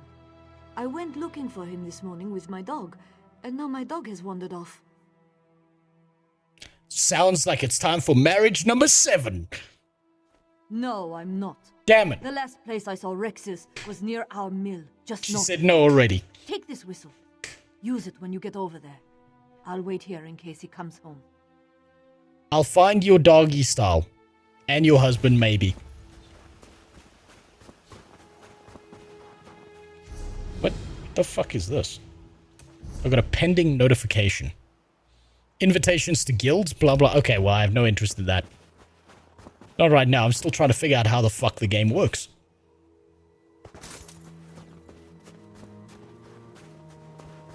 I will make you my little slave in ESO. This is ESO. It's not VR chat. Control yourself. I don't even have a cat ears fucking transmog yet in this game. I don't even have one of those tails you're supposed to shove up your ass. You're looking for your Discord kitten is in another server. Oh, they're alive, and they're not furry anymore. Truly, we are a hero, unfurrying people. I don't know what we'd have done, living out the rest of our lives as cheese-eating rodents. Ugh. If I ever find that mage, I'm going to show him what it means to be vermin. Complete quest. Okay, so that's that quest done.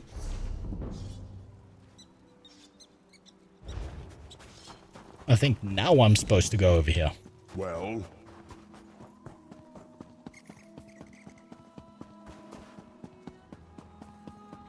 But you do have a Khajiit. Yes, but I'm probably never going to touch him again. Much like the ugly kids in school. Or at church. They never get I'll touched. prepare the town for evacuation. Find as many people as you can and send them back here. Let's leave. Are you sure about this? Anyone we haven't found will be left behind. Is it worth doing the side quests and finding other people? Is it worth going back and doing all the other side quests in this area, or fucking off immediately? What's a better experience?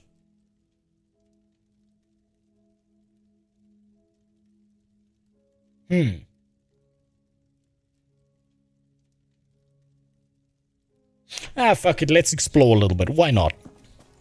I made the mistake of not exploring enough in Guild Wars 2 and then got banned. Let's not make that same mistake here. Where haven't I been?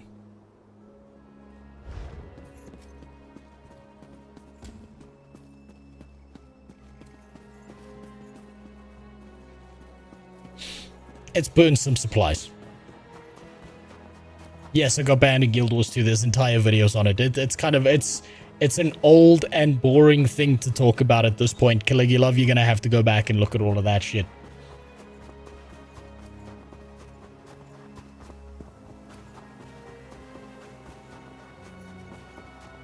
I've got something unique to show you guys as well today. Yeah, okay. You know what? Since you brought it up, Caligula, now, let me give it to you this way.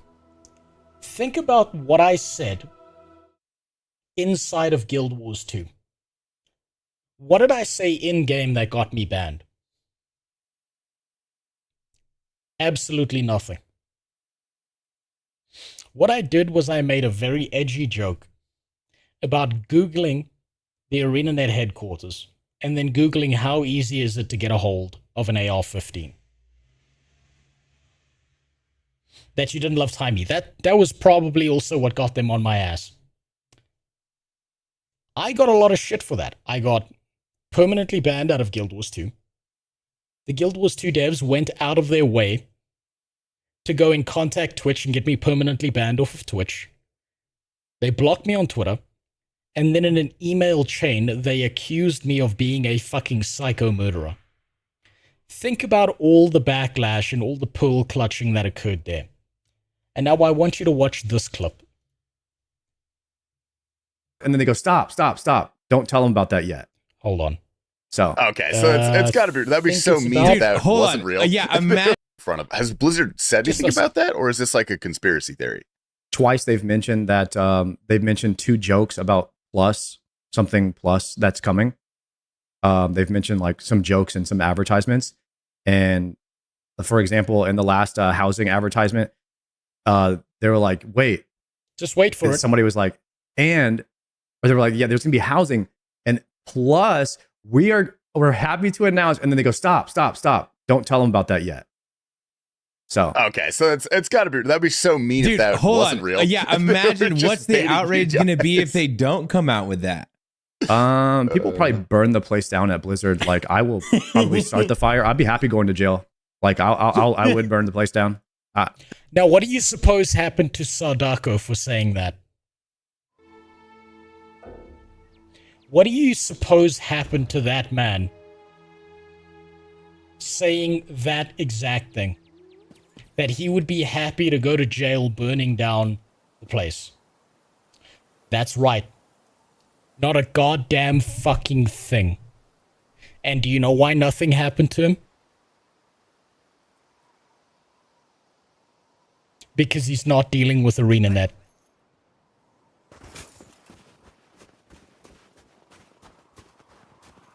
If Blizzard moderation is outperforming your moderation team,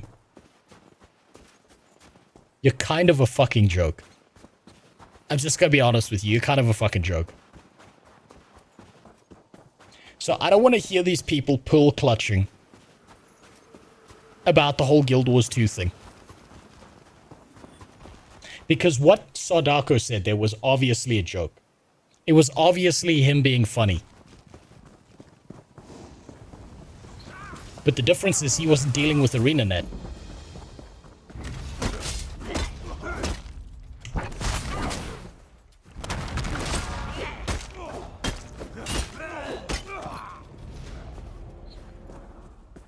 I like the visual effects on this. That's cool as fuck.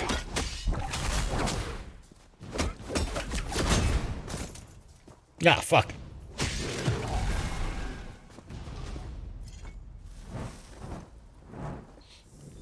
So yes, power tripping Karens is the correct way to define the way that ArenaNet moderates their game. That is the 100% correct thing to say. I'm also sorry I got banned, but I'm not sorry for what I said. Because it was very obviously a joke, and I'm not going to sit here and pretend that it wasn't. You're not one of the bandits. Help me.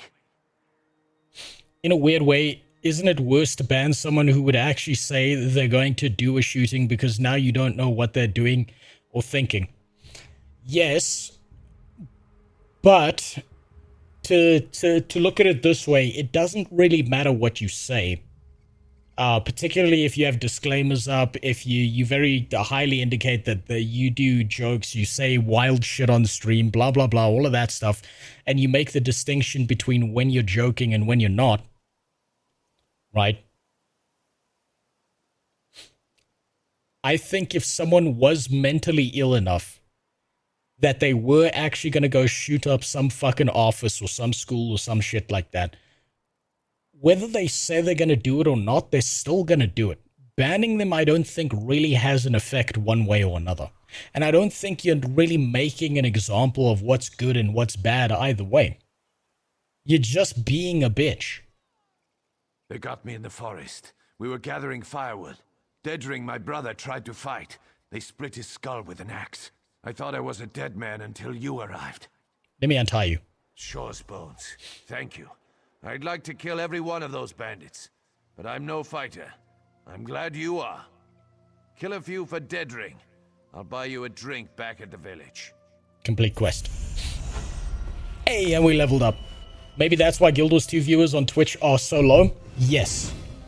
If you'll notice something, right, Xander? Every single big Twitch streamer, every single big Guild Wars 2 content creator is a partner with Guild Wars 2. That means you sign a contract saying you won't ever do anything entertaining. Have you ever noticed that most of the videos, almost every single one of the videos created in Guild Wars 2 are always some shitty, boring guide or talking about the updates or reading the patch notes. But they never say anything funny or entertaining because they've signed a contract with Guild Wars 2 saying that if they do say something that might be a little bit edgy or a little bit funny, that they will get in deep shit for that. Fuck it, we might as well take that one. And let's put that on the bar. Why not? It's got to be better than this thing. Let's give that a try. That NPC is inciting violence. Ban him. Yeah. I'm sorry, but your account has been deactivated. You are no longer allowed to NPC in this game. We take these threats very seriously.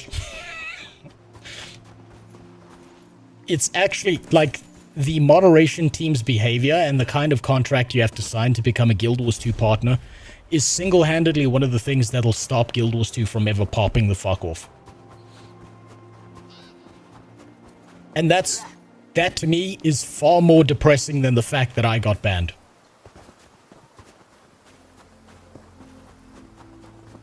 Like, fuck my ban and stuff like that. The fact that they do this to everyone, and every single other person has decided that they're gonna play ball and suck on ArenaNet's toes, barring a few people like me who did try be a little bit funny, who were better than me at being funny, and they had to pay for it.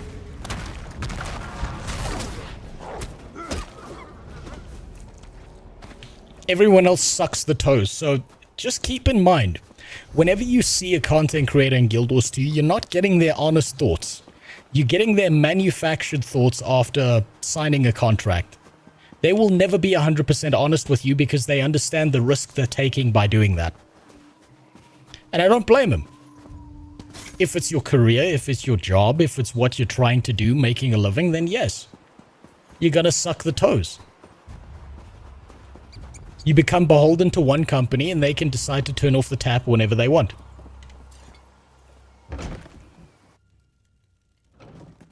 If Pirate bankrupts, maybe they'll hire him in the Guild Wars 2 moderation team. They probably will. He's a shoo-in. For evacuation. Find as many people as you can and send them back. Wait. Have I done all the other quests here? No, I haven't.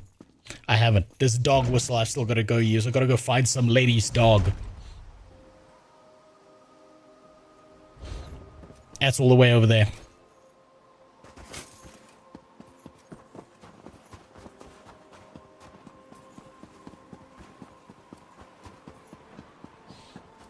Leaving a like so I get unbanned is not going to work, Eucharist.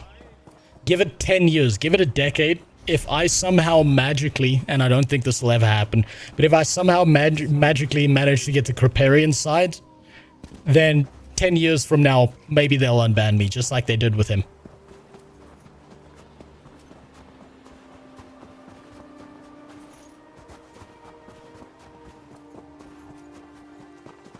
Right, use the dog whistle.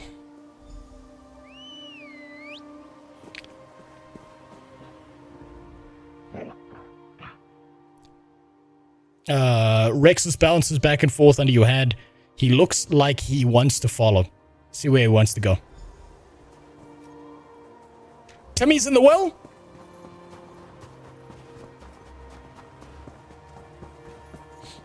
A red rocket? What's that?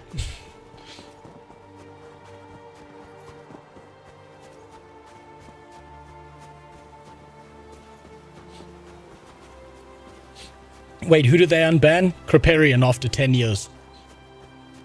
Because when he got banned, he was small. 10 years later, he was gigantic. And all of a sudden, they decided, oh shit, we fucked ourselves. We got to change that decision now.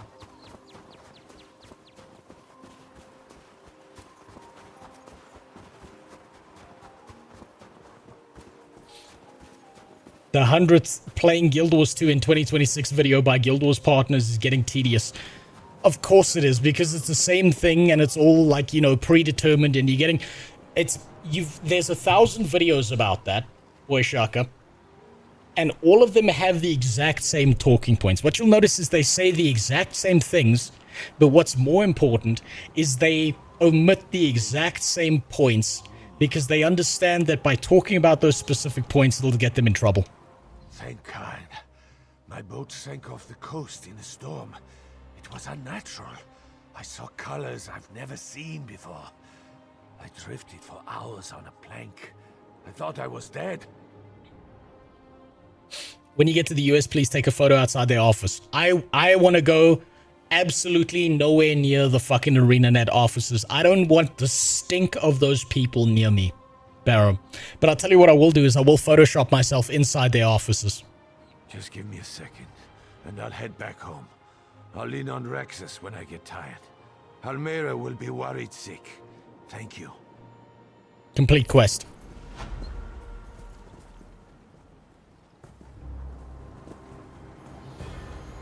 Alright, what other quests do we have here? Okay, that's all the missing villagers. It doesn't appear like there are any other quests here. I haven't looked in my inventory. There's probably a bunch of garbage in here. This dagger somehow magically does more damage than a hammer, so I'll use that.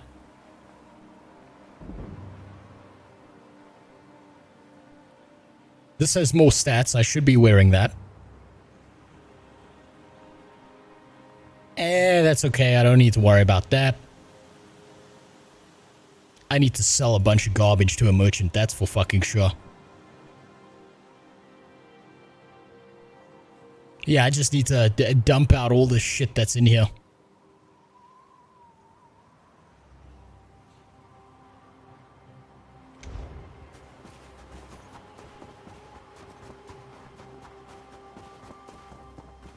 You got a checklist on your left. Wait, I do? Oh, I didn't even see that. Thank you for telling me. The UI, honestly, this UI is built so strangely. It's blindsiding to me. Like, there are complete components of the shit that I'm missing. Because I don't understand the logic of how they've built their UI. It's very confusing. It's a very, very odd thing. Your other left. This one? Map complete.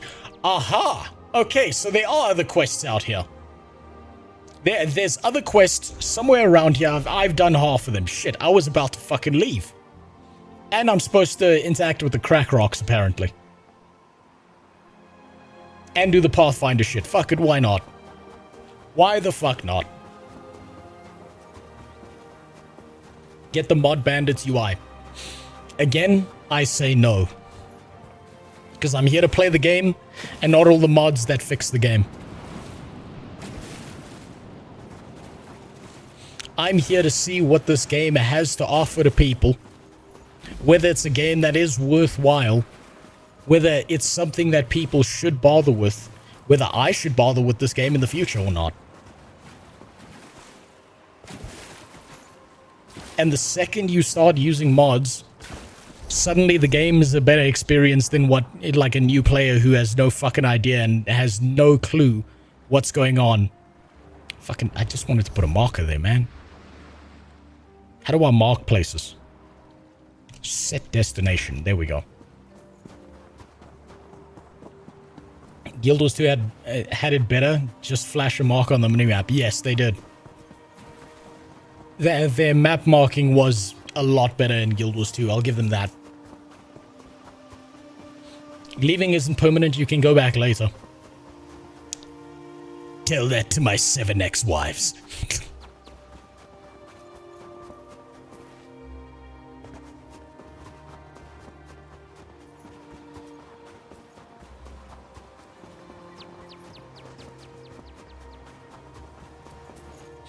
Curious as to your opinion on RuneLite for OSRS. Game is basically unplayable without it. I've never played OSRS with RuneLite. I think the game is very much playable without it.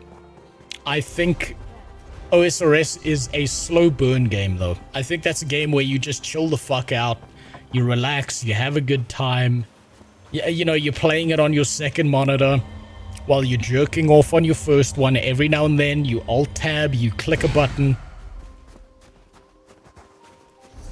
I don't really like see it as a necessity, but I do see it as I cannot imagine streaming OSRS and playing the game for the sake of playing the game, if that makes sense.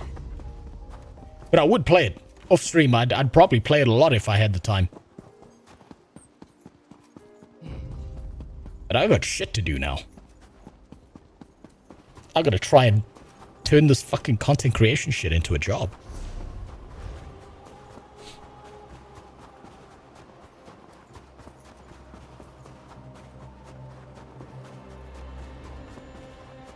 As an MMO player who tried Guild Wars 2, you will no longer not be able to talk about it due to comparisons. Of course.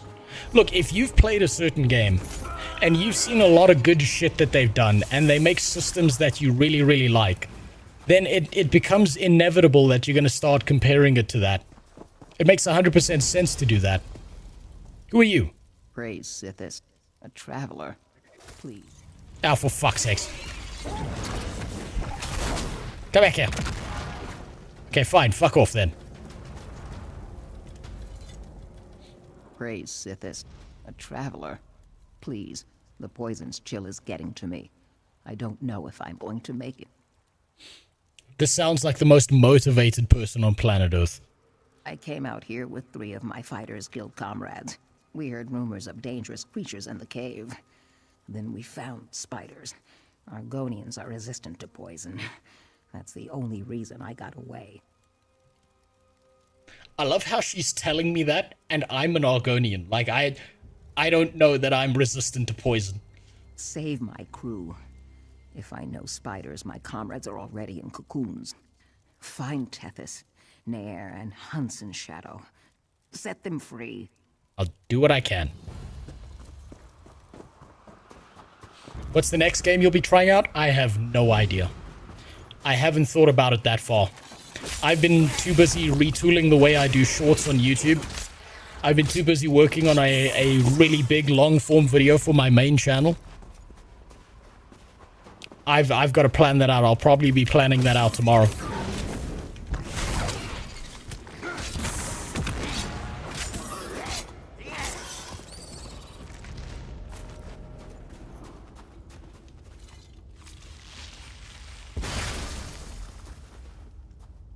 Who are you? Thank you. Okay, where are your buddies? Ah, back to the OSRS experience.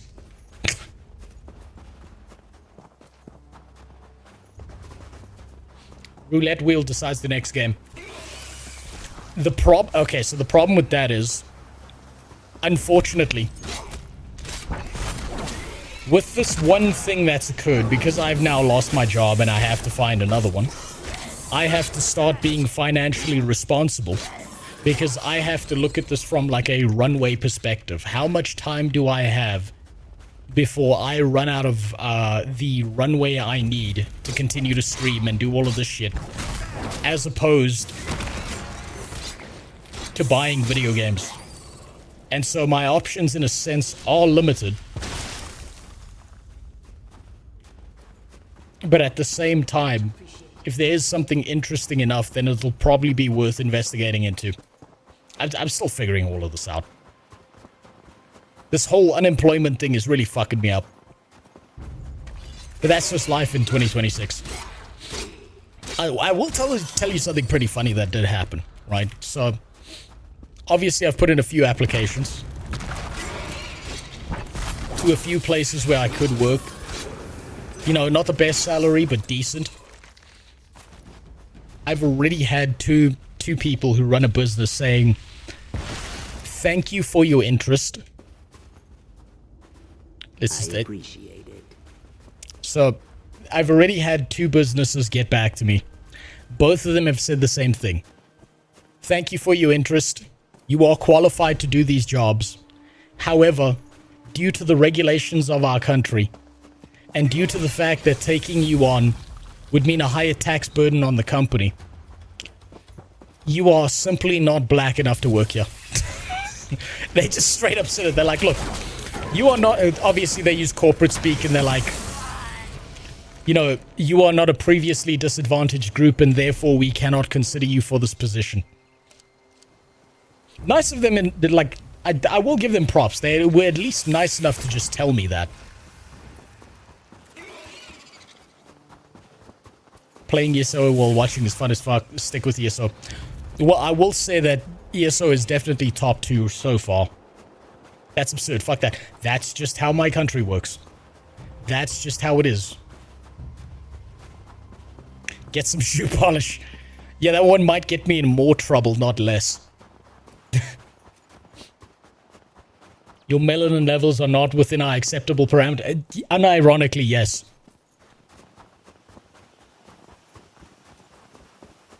Like, they were just straight up honest. They were like, the thing is, our business operates within the borders of South Africa. We have to deal with what the government regulations are. There's no way around that. You are not part of a previously disadvantaged group. And if we were to hire you, we would have to balance that out by hiring 3 more black candidates. And that's not what we need for our business right now. And therefore, we're not going to do that. So we will wait until someone else fills this position. That is not you. I left 2 hours ago to choke some chickens and just finished. You still on ESO? Yes, I am. Today is the ESO day. Also, if you're gonna jerk your dick for 2 hours, please tell me you didn't neglect the balls, because that's a long fucking time. I'll prepare the town for evacuation. Find as many people as you can and send them back here. I ran back to this bitch again. I'm half black and you're making me racist towards Africans. You shouldn't be. You shouldn't be. Because think about it this way, right? How do I describe this? The problem isn't the Africans. The problem is the people in government. The reason that this rule exists is not to assist the poorest, most fucked up black people in the country.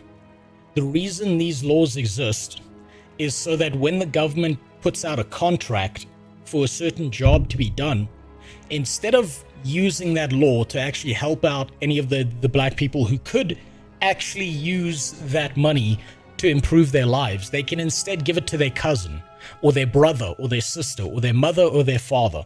So the politicians in the country are using the system, and they're hiding under the guise of this system is only for black people. But the reality is it's not for black people either.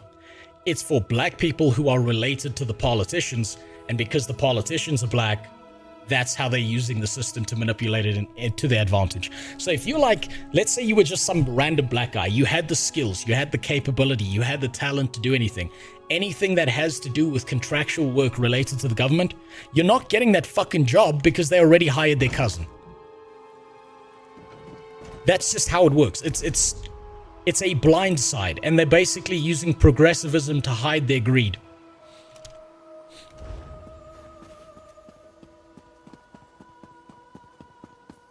It's a broken system. Also, what's up, General Apple? How you doing? That's an interesting statement to open the stream to. Well, you know what? It's a less offensive statement than when I was in your last stream and you were like, I'm gonna play retail WoW. Oh, I nearly threw up in my mouth when you did that.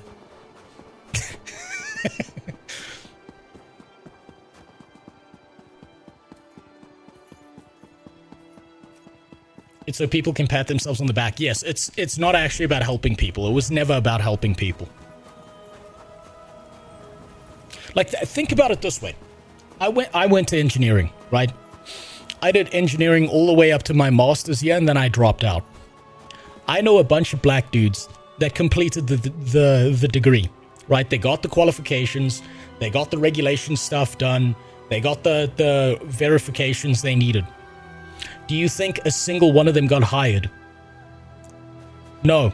You know what the first thing all of those guys did? They moved to Asia. They all work in Asia now.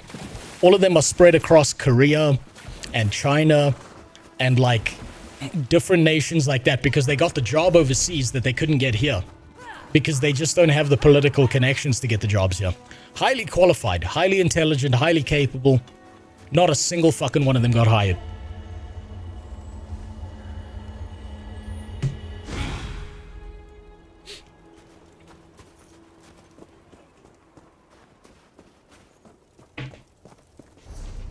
Okay, where the fuck am I supposed to go?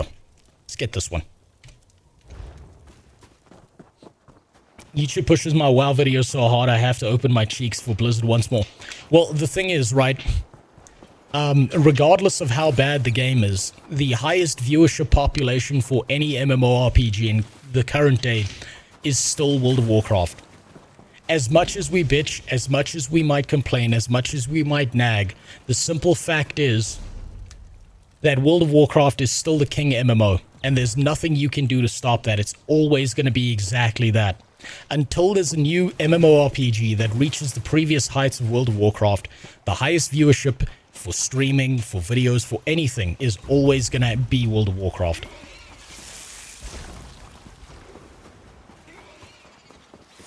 You must WoW, don't you love current WoW? No, okay, I'll explain it now.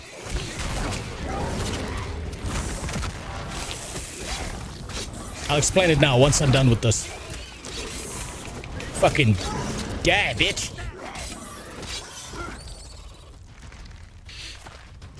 Think about it this way.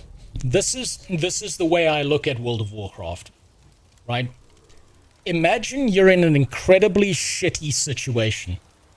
You're in a relationship that's fucking destroying your soul. And one day, you get up and you say, that's it, I'm leaving. And the person you're in a relationship with says, is there someone else?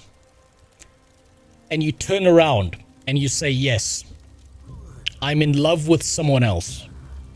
And when they ask you who that person is, you look them dead in the eyes and you say, I'm in love with who you used to be 10 years ago. That's World of Warcraft. My comrades have returned. I erect the spine of gratitude. You are a hero today. Glad I could help. May your scales stay moist. By the way, we're not heading back to the village. We have our own boat, and we're getting off this cursed rock. If you're ever in Davin's watch, you should consider joining the guild. I'd put in a good word for you. Well, there might be some crazy shit happening outside my house. I'll be right back. I just gotta go double check some fucking whacked out shit that's happening. Why do you think that WoW is so popular after all this time? And why it's so unshakable? I'll tell you why. It's because nothing better has managed to come along and dethrone it. Nothing has the history, the story, the build-up, the sunk cost fallacy, the development, the style, the impact, culturally speaking, that would ever come close to anything that World of Warcraft has done. And one day, if something does come along and do that, probably something like the best chance is probably the Riot MMO. That's when you're going to see a significant change, and that's when you're going to see Blizzard shit their pants. But until that point in time, that's never happening. Now, there might be someone trying to rob my house. There's some fucking loud banging and crazy screaming going on outside, so I'm going to be right back. I'll see you now. Give me a sec.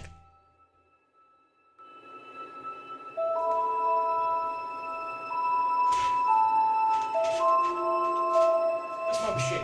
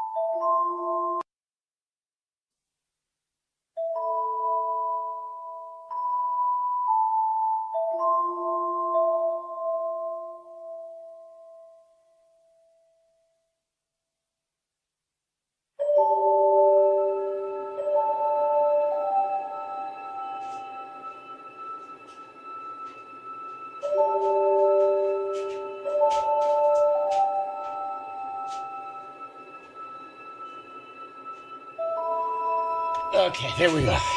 All right, it's just the security. Yeah, it's just the security. That drunk guy that was out there earlier that got locked out of his house by his wife. That he tried to fight one of the local security, and it didn't end up well for him. Alcohol's a hell of a drug. There we go. I'm gonna shoot a video for you before you go. Swear to God, if this is Guild Wars 2. We have a suspected blackface incident. Let's check this out. A Chinese esports host by the name of... No, it can't be. Zaza? I thought Kingsman ended her. How did Zaza get into a Chinese live stream?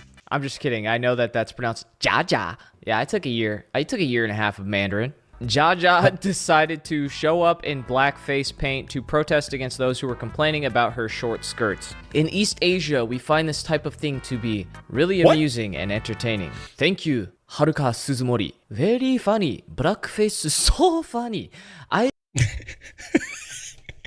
the fuck is this? What the fuck is this? I love black people. And here's the clip. I can translate this for you guys. Hold on. 身席入座，露出一口洁白牙齿，很自然地戴上耳机。多了一个人，没错。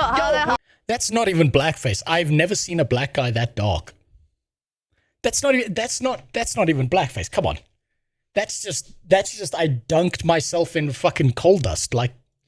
要不是我们现场的灯光够亮，You look so black. What are you doing? This is professional stream. And then she's just sitting there smiling, nothing but eyes and teeth. 发现不了。如果爱你的话，其实就是变成两个人解说了。那么 That's Blick, not black. No, it's Buraku. 大家好，我是解说渣渣。原来他不。She said something about how when she was growing up, you know, a black kid stole her lunch money, and now that she's in. And somehow that's relevant to what she's doing now. In a position to kind of be in front of a lot of people. This is her message to the black community. I'm just kidding. I don't fucking speak Chinese. But let's just... There's like 30 seconds left in this clip. Let me see what else happens in here. Of course they have to have size. What the fuck is this? 渣渣在抖音拥有100万粉丝，过去播报比赛 What the fuck is going on? Okay. Is she just like Asian filthy Frank? Like what the fuck is this? Wait, are we speedrunning permaban now? We're always speedrunning purple. The permaban charcoal donut. What the fuck is this? Same in Thai. There's always the difference in reactions between hemispheres. You know, there's the Western people are ruining media again, and then the people on the Eastern side aren't caught up to being forced to be politically correct for everything, which I truly do envy. Who doesn't like charcoal donuts? You guys have seen those ads? Like, I saw an Indian ad the other day where it was literally like skin whitening cream, and the ad starts off with the Indian dude trying to rizz up the huzz. It's not working. Then he lightens his skin, and then... Okay, but there's a reason for that. There's a reason for that. There's a fucking reason for that. There's an actual cultural reason for why that scene is such a big fucking deal. I dated an Indian girl for fucking 5 years. I got to learn all about this shit, right? So there's a thing. There's the thing in India where there's like the caste system, right? Which is like a really old, weird system that they have where like the lighter your skin, the higher your caste, generally speaking. Right, so you consider to be of a higher caste, and the darker your skin tone, the more likely you are to be. I believe the word is Dalit, but I might have that wrong. And that's like one of the lower castes. And if you're one of the lower castes, you get treated worse by the other like Indian people inside of that culture. So like lightening your skin gives people the impression that you're part of a different caste system, and so obviously they're going to do like a skin lightening thing. This isn't even like a race thing or like a fucking prejudice thing. This is quite literally like the cultural kind of issues that India has when it comes to caste systems. Like, I guess the message is that, yeah, you're gonna, if you were just a little bit lighter, apparently it's a real thing. Guys, tell me if this is fucking real. This could be fake, bro. Haha, is this real? Yep. I mean, some guy with this crypto avatar told me that it's real, so I'm just gonna start believing. Absolutely, that's the best way to get your information is to use Grok and to just look on Twitter. Number one news source out there. In India, brighter skin equals smarter and more wealthy. Yes, it's like an actual cultural thing. It's not like it gets very much confused by a lot of Westerners of they're trying to be white people. No, they're trying to look like they're part of a higher caste so that they don't get as much shit. And shit. This is not blackface. She's black from head to toe, like a statue. Pretty funny. Hey, some people are forced to live black head to toe. All right. I noticed while looking at these articles that there's a stark difference between how Dexerto and these other corporations or companies are talking about it and how Kotaku's talking about it. So Dexerto, their title, they talk about the short skirt and how it's basically like, she says it's satire in the article. It's satire and it's in protest to people that are accusing her of dressing a certain way or being forced to dress a certain way for the male audience. Dexerto's... You know what this seems like to me?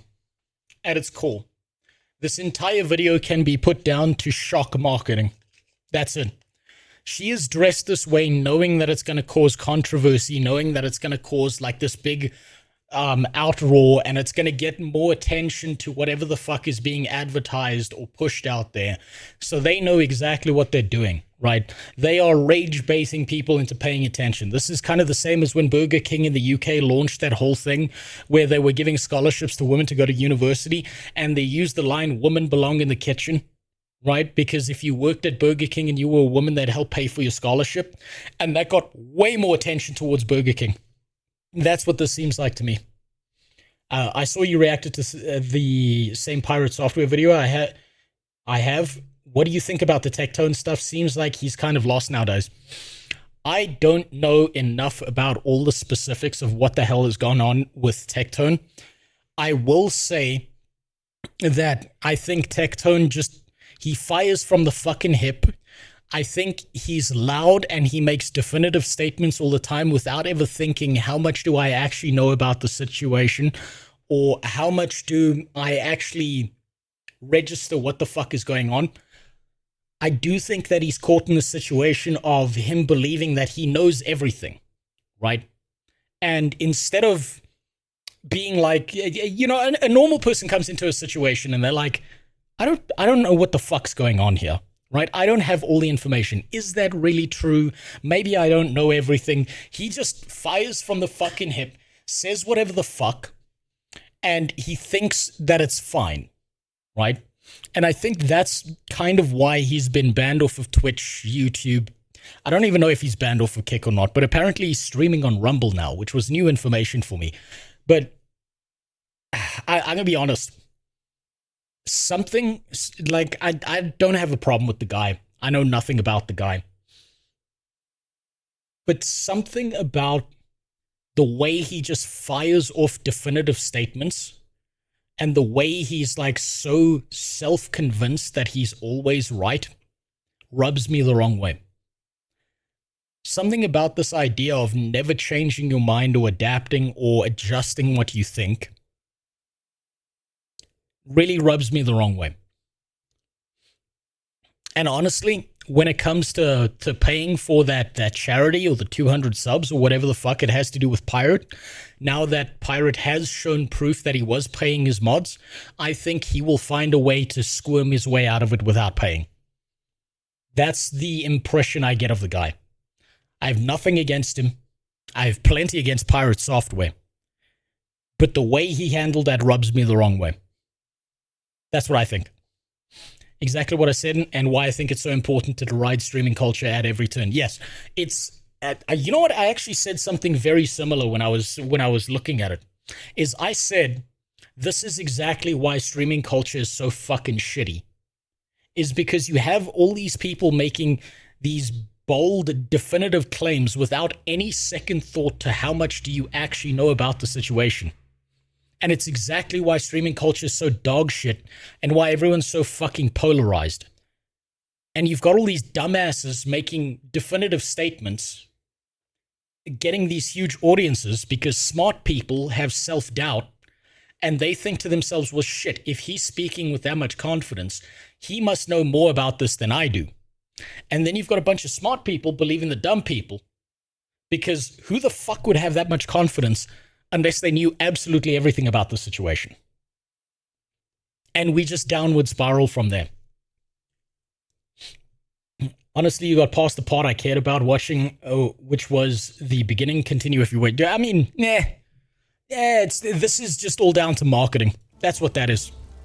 That's just marketing. They knew it was going to upset people. They knew it was going to get attention. That's why she did it. Whatever company she's working with knew exactly how to market that thing and get people's attention. That's why they did it. I think it's fairly obvious. But when it comes to like all the rape stuff with Tectone, I know nothing about that. I don't know the situation. I don't know whether he did it. I don't know whether he didn't. But I do think that, like, it's weird to me.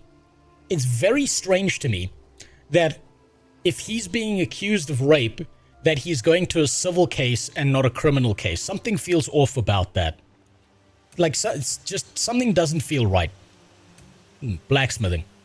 Okay, well, I've already done a little bit of mining for the miners, so we might as well. We might as well. When it comes to this whole rape case and all the allegations and stuff there, I don't know what is or isn't happening. I need way more context. I need way more information. I just don't know enough.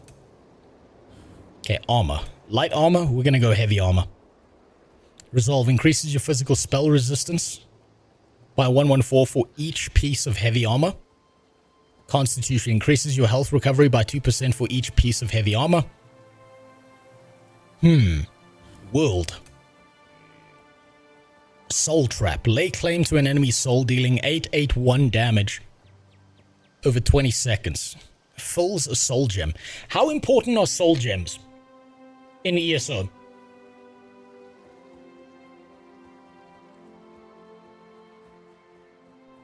Michael Jackson should have moved to India then. Yeah, but he's not Indian, so it's not the same kind of thing, right?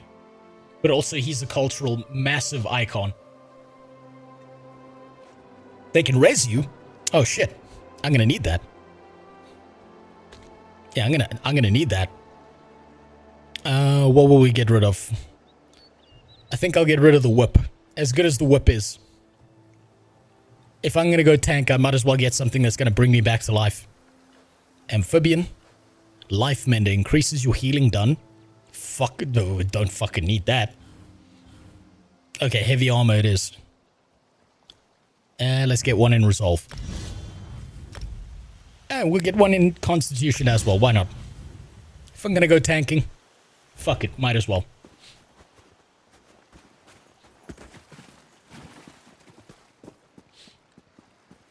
Therefore, self-resing in Spot.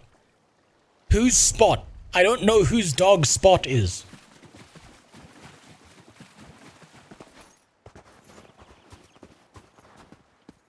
They're basically WoW Soulstones. Okay, that makes more sense to me. Yeah, tell me things in WoW terminology. That'll make it make sense to me.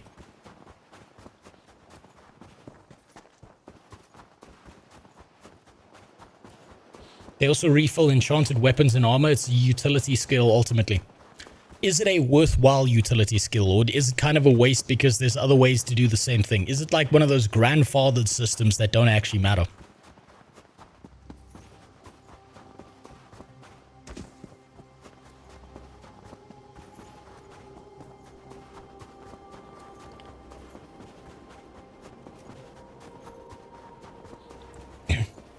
But no, the whole Tectone thing, I don't know. I don't know enough about the guy. I don't know what the personal situation is there. I reserve judgment on what he is. I just think that was an incredibly fucking stupid way to go about things in that one particular situation.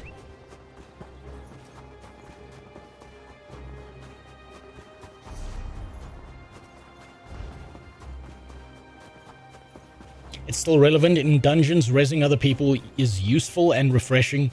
Weapon enchantments is also useful. Okay, good.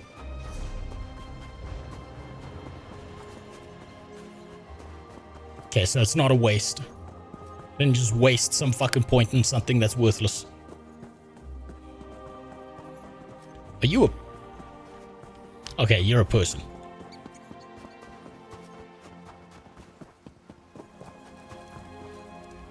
Curse that Deathclaw. Ate my foot. I had to use my boot and some leather as a tourniquet. Damn it. A Deathclaw? Is this fucking Fallout? I've been tracking the beast for weeks. I call him Deathclaw. I finally caught up to him, but it... well, it went badly. Someone turn Rose into... This is not fucking Twilight. Now there's a plan. If you bag him, I'll toss you some coin for your trouble. As I made my escape, some stuff fell out of my pack. You should be able to follow what I dropped, like a trail back to his lair. Alright. Follow the trail I left when I made my escape. You'll know his lair by the bones, blood, and smell. Tempt him with some game, and I bet you'll get his attention. I've been hunting beasts in the wild of Skyrim all my life. Deathclaw ravaged a couple of herds near Kynesgrove. I took on a contract to end him. I always fulfill my contracts. Wait, you can literally infect players with lycanthropy or vampirism, and for specific niche things. It's useful even if you don't use it. Oh god. Fuck. There better be a cure to those things. This better not be like a Magic Johnson thing where I need like an infinite amount of money to make it go away.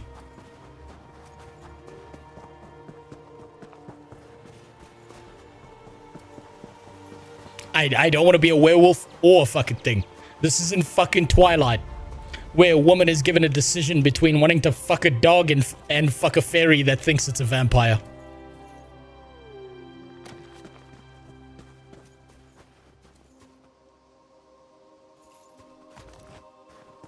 Alright.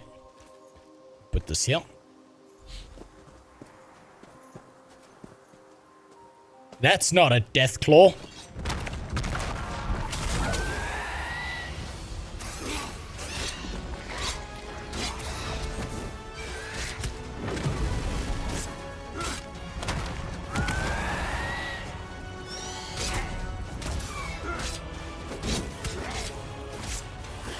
Ah, fuck, I forgot to collect its soul.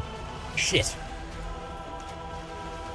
Oh, but a little bit intense music there just for a fucking basic enemy. Jesus. That's a Deathclaw. I think it's more like the quest gave us a little bitch. He couldn't beat a bat.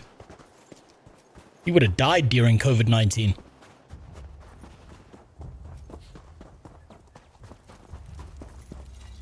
I'm going to have to head back to town soon, my friend. Lost a lot of blood. How goes the hunt? I killed him. A hunter with the heart of Iskramor. Here's the coin I promised. I'll sing your praises next time I see the inside of a mead hall. Don't worry about me. I know the way back to town. Wound or no wound. You're ignoring the real choice in Twilight. An emotional abuser or a physical abuser. You know what's fucked about Twilight? Right. It's the choice between pedophilia or pedophilia, if you think about it, right? Because essentially, Edward is like a fucking 100-year-old vampire or some shit who's going out of his way to groom kids in a high school in order to get them obsessed with him. And on the other hand, the guy who turns into a dog is obsessed with Bella until she has a kid. And the only thing he thinks the second she has a kid is, I'm gonna fuck that baby. That's all he cares about after that point in time. Okay, what's a golden pursuit? Steam limited time activities allows you to earn special account-wide rewards. Golden pursuits menu here, you can... Okay, I don't care about that. I don't care about your manipulations. Man, Twilight was a fucking wild ride. Do you know how many guys I used to know in high school who used to start trying to dress like Edward? Not because they cared about it, but because they were desperate to get some pussy. It was great. It was a wild fucking time. They did the hairstyle and everything. They even acted like him. They were like, how do I look more constipated? Bella. Every fucking day. And you know what the worst part was? It worked. A lot of them did get laid.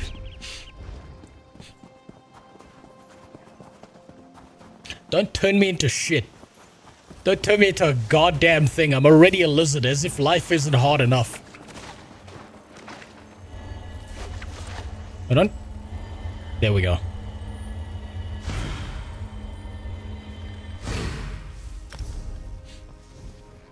Golden pursuit. Okay, great. Wonderful. You gave me some more shit to fill up my bags. What other quests do we have to do here? Points of interest. I don't really care about that. The missing of Bleak Rock. So there are certain quests out here that I've yet to find, but I've been to every single point of interest. So I have no idea where I would find these quests or who I'm supposed to talk to. I think I've already been in here.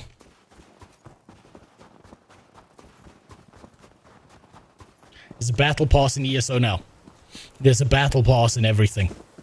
One day you're going to open up your phone and there's going to be a battle pass to, you know, try and phone somebody that you know. They're going to be like, get the battle pass now and you'll be able to phone more than 2 people a week. Everything has a battle pass. Everything is seasonal now. Nothing has any permanence. It all goes away. You can leave now. Yeah, I'm thinking of leaving. I just want to go to this house here that I apparently haven't gone to.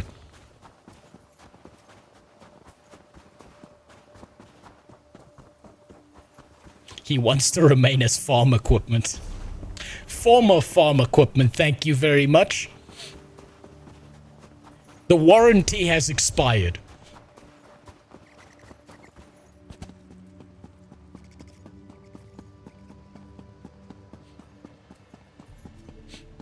You need to do a poll, vampire or werewolf your character.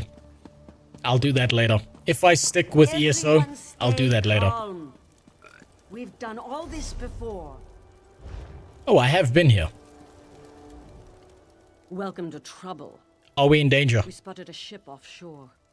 I think it's the Daggerfall Covenant. They've claimed lands to the northwest across the High Rock and Hammerfell. It might be a scout, but I still think we're in for a fight. Where did you find me? Pulsgar the Miller found you along the shore. He was certain you were going to die, but he dragged you back to town just the same. Goodbye. You don't have a quest for me, you're useless. Right, it looks like, based on what I'm seeing here, I might as well go talk to this bitch and get off this island. I think it's finally time to leave.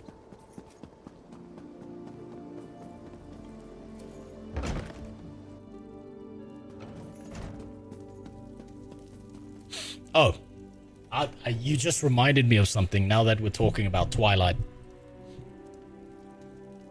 There was a girl in my sister's school who was so obsessed with Twilight that she oh man, this was actually real fucking bad. So obviously she was dating a guy in our school. And she was like, I want you to bite me. And I want you to break skin. Right? And he really didn't want to do it. And after weeks of going back and forth, she eventually said, you're gonna bite me like you're a vampire from Twilight, or I'm gonna break up with you. And unfortunately, my guy here, this was his first relationship. He was in fucking tears over this. He couldn't handle this. He was like, okay, fine, I'll do it. And he bit her on the neck. And she kept saying harder, harder, harder. And he was getting scared. And she was like, if you don't do this properly, I will break up with you right now. So he did. Bit through the skin, broke the skin.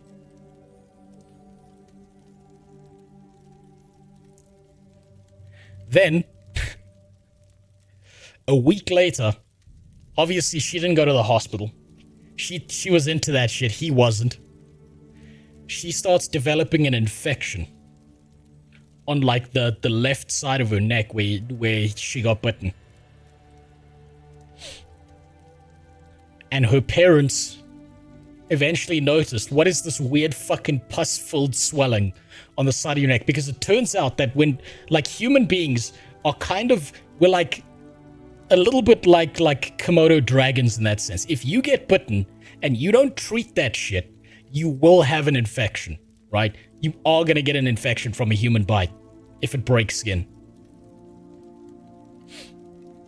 She got this big pus-filled thing on the side of her neck and it looked all fucking nasty and shit. Her parents discovered it. And then she breaks down in tears. And instead of admitting that this was like a kink of hers, she tells her parents that her boyfriend assaulted her.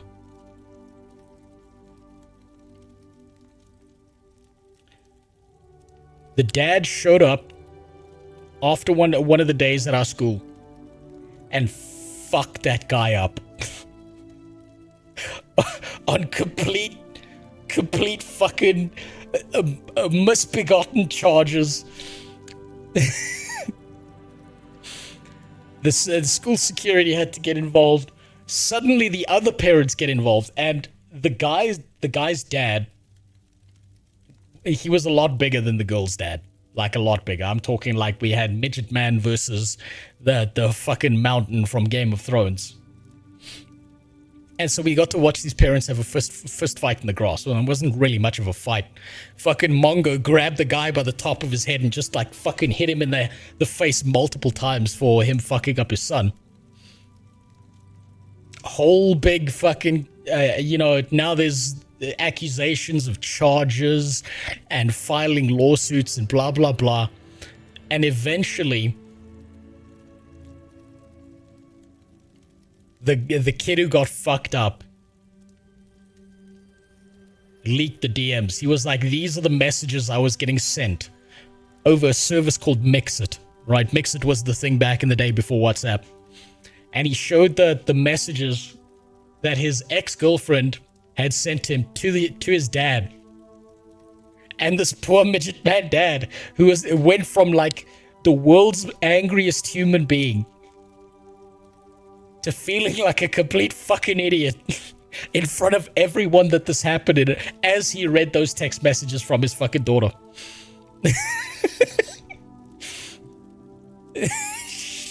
We never saw her again. Rumor has it that she was put into a convent after that because she needed Jesus. But we never knew what happened to her after that point in time. I'll prepare the town for evacuation. Find as many people as you can and send them back here. I've gathered all the missing villagers. Rock owe you. I owe you. Let's get going. You're right. We can't wait any longer. Vivek preserve us It was bad because like the whole like pus-filled thing that showed up on her neck and shit was huge. It was gigantic and it was gross and it would like leak pus and shit. And we need to warn the Oh. mainland. I need them to carve a path through them and light it. The beacon stands atop the tower just outside town. For like the week while it was growing, every time she visited the school to obviously be with her boyfriend and stuff like that, it would get bigger, right? And slowly we went from what the fuck is that to I think it was by day 5 when she showed up after school. We were like, look, it's the Hunchback of Notre Dame. She got mocked so fucking hard and then tried to come up with an excuse later. It was real bad. It was real bad, but no police were involved, no lawsuits were filed, so thank God for that. And get them ready to go. A Nurgle worshipper. Essentially, yes. She'll hold the way open. She knows where to go. Don't do that. Ego is cool. Don't do that to Ego. I didn't do that. We all... Look, kids are fucking savages, right? We acted like pieces of shit. We said the fucking most vile things we could to each other in school. That was being nice back in the day. I don't expect to see those troops again. We're headed for a beach on the far side of the island. They don't think I know about it, but smugglers sometimes anchor in that cove. I just hope we catch a break. I don't know if I want to believe the stories that he told us afterwards about when they were like in her bedroom alone and shit. But apparently, when she was biting him, she whispered to herself, "Oh, I'm Bella." Apparently she did that, but I don't know if that was him embellishing the story. Alright, gotta fall asleep. Yeah, go pass out. Be responsible. But I'm glad I got to see the earlier stream start. I hold off on getting a job for a while. The Yankee Hour streams was a pain. Well, you know what? It depends. I've got a family to feed, so as much as you might wish me to, it's all dependent on, yeah, you know, finances and what I can get working or not. But hey, in the meantime, I'm going to be creating as much content as I can whenever I'm not applying for a fucking new job somewhere else. Which is going to be a bitch in my country. She'd be screaming first blood. Nah, she never played Unreal Tournament.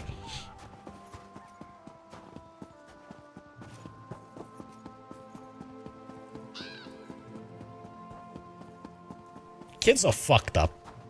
The more I think about it, kids are fucked up, and I'm so fucking terrified to send my kid to school. Because you never know what other fucked up shit some other kid's gonna convince them into.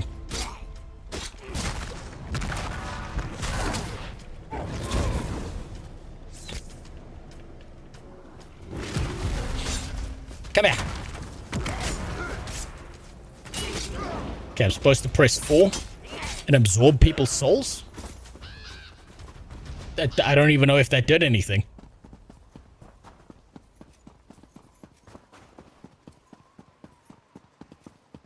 We've had some real nasty shit happen. Like, a high school back in the day is not what a high school is now. Now kids are just saying weird words to each other like Phantom Tax and Default Skin and Rizgyat Ohio Sigma 67. Back in the day, they did shit. They did fucked up things to each other. I think the world is a better place for all the brain rot that might be in kids these days. It's my first time in ESO? No, but I'm taking this as a first impression and playing it as if it is.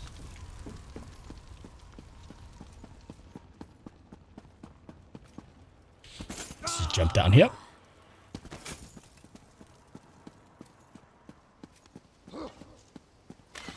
Ooh, hello. I didn't see you here.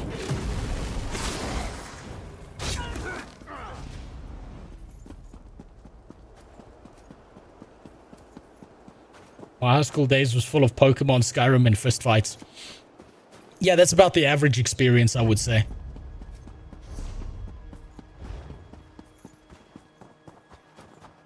For a while, there was an entire trend where everyone got super fucking deep into Yu-Gi-Oh! To the point that whenever two people would do a duel, they would both start acting like either Seto Kaiba or Yugi. Too many. Depending on which one they liked more. Too many of them. And because, you know, we didn't have, like, translations back in the day. There was no, like, Japanese and stuff. You just get the voice-acted English version. You just have a guy going, I play Dark Magician! Ah! And the other kid's like, yeah. It was so fucking cringe. You can. I don't care what this woman has to say. I don't care what she's got to tell me. Did you see the looks maxing clavicular? He OD'd during a stream. No, I didn't. I know about clavicular. I know about his existence. More accurately, I don't know anything about the guy. Like that, I think I'm too old. I'm too unk for that shit. As the kids would say. Come here. Let me chop you down. I mean, look, I train kids on the weekend. Like tomorrow, I've got another training class where I'm training kids in judo and shit. I get to hear all the fucking brain rot from them, and I gotta tell you, it's no different from when we were younger. It's just different words. They're just saying different words. Pride of the lion. Torch it. What am I supposed to do here? Collect a bucket of water. Okay. Gotta go back for one of those.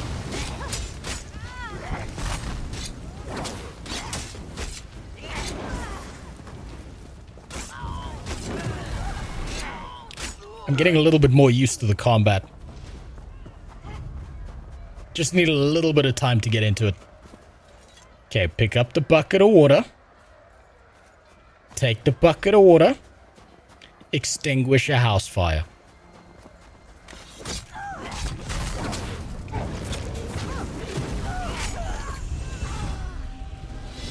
And we go here.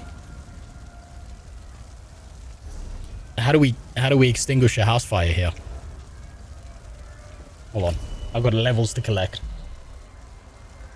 Prophet shield, bow. I need a better weapon. I definitely need a better one-handed weapon. And we're not getting one apparently. I can go fuck myself. Okay, I suppose I'll take the shield in. Let's go for some health. Heavy armor. Kind of statted that out. We'll be a little bit racist and get life mender. Hopefully that means healing towards me is increased as well.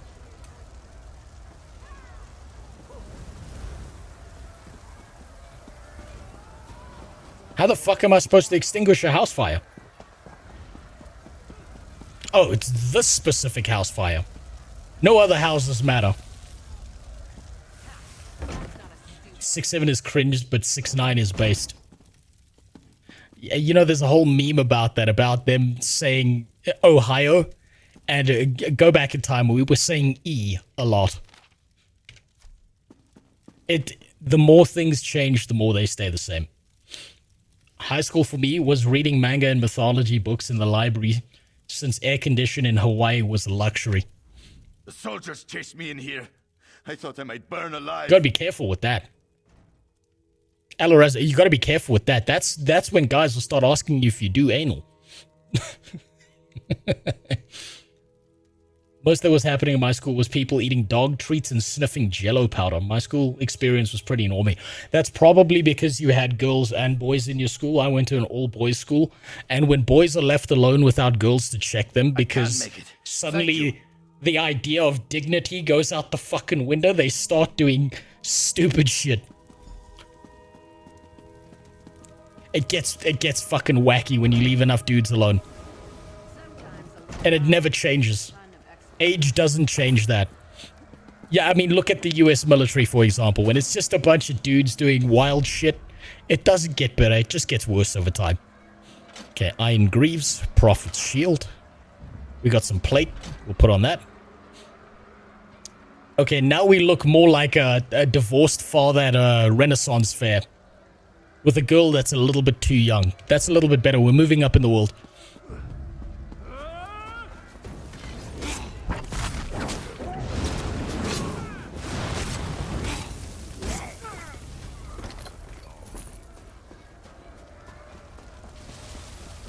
Extinguish. Paul Cosby be looking at Odicula and be like, you're supposed to use it on other people, not yourself. Is Clavicular really on a bunch of fucking drugs? The soldiers are everywhere. That's fucked. Where's That kid's gonna I die. thought I'd be safe with her. I've seen this played out before. That's exactly what happened to Ziz. And anyone who doesn't know Ziz, you're too mentally stable to be here in the first place. I bet she's there now. I'll see her there. Since he was 15? Where the fuck was he getting money for drugs at the age of 15? What kind of rich family was he living in where he was getting drugs at 15? Jesus Christ. And how did his parents not stop him?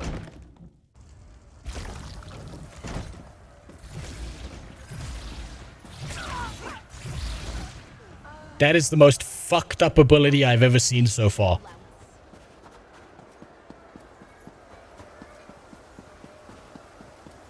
Clive got banned on everything recently. Really? What did he do that was so ban-worthy? Was it just he started taking drugs on stream? Like, what the fuck did he do? Like, he must have done something to get banned. It can't be like they just decided, okay, fuck this guy for this one particular day. There's got to be something. I just couldn't help it. I ran. I'm sorry. You're gonna be safe. Quickly run to the tomb. Try and protect me. Thank you. I'll go. He shot a presumably dead crocodile. So you're telling me that the standard for getting banned off of a platform is not taking a bunch of drugs, not acting like a fucking ape in public, not harassing the general public, but shooting an already dead crocodile?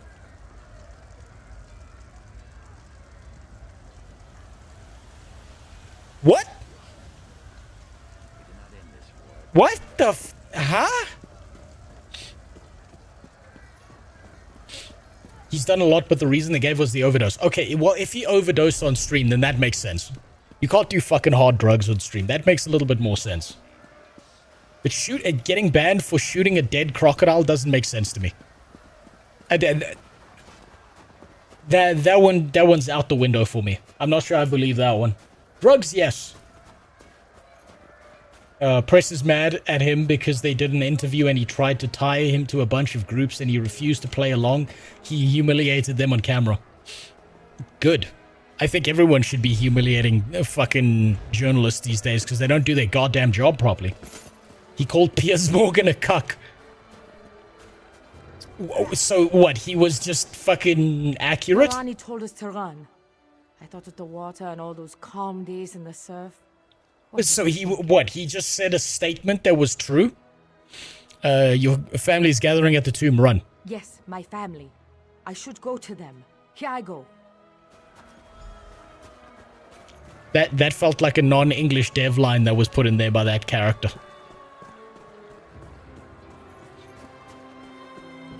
Shooting dead crocodiles is reprehensible, almost as bad as AR-15 jokes, almost. I mean, at least if he got banned for that, at least he had the gun in his hands when he was doing it. I didn't even get that far.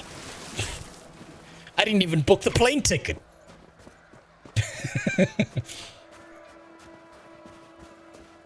The interviewer accused him of being an incel and he got the same guy to admit he doesn't have a girlfriend. That's pretty funny. Okay, that is pretty funny. Maybe I need to look into this clavicular, guys. It sounds like a good time. It sounds like I'll have a good fucking shit and a giggle over it. Okay, we've done everything we can. Just wish we could have done more. Well then, are you ready to get off this rock? Complete. You and I are going to lead the way through the tomb. The locals call it Last Rest. Darj and Sane are going to bring up the rear. We'll make sure everyone keeps moving. I don't know how they're going to bring up the rear when there doesn't seem to be any ass in this game worth mentioning. Are you sure we can make it through? Tribunal willing. I've studied a map of the tomb's layout, but I never dared to enter. This place is old.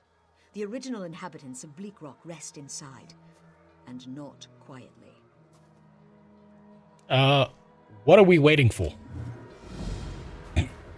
What race is the most fuckable in the Elder Scrolls series? That's a hard one to decide because they keep on changing the graphics depending on which game you're playing. Right, that's an impossible one to like pick on. If I was to pick, however, it's either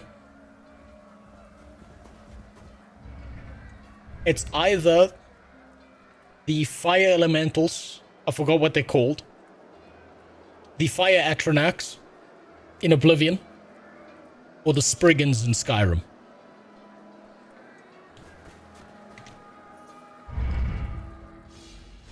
Those are the safe choices.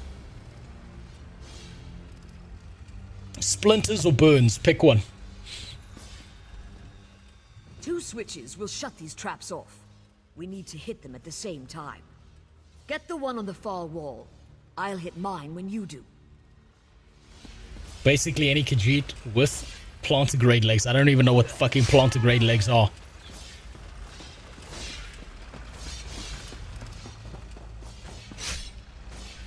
Ow.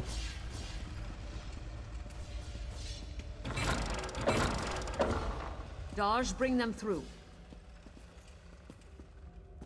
Please tell me the spikes just activate. God, that would be so fucking funny.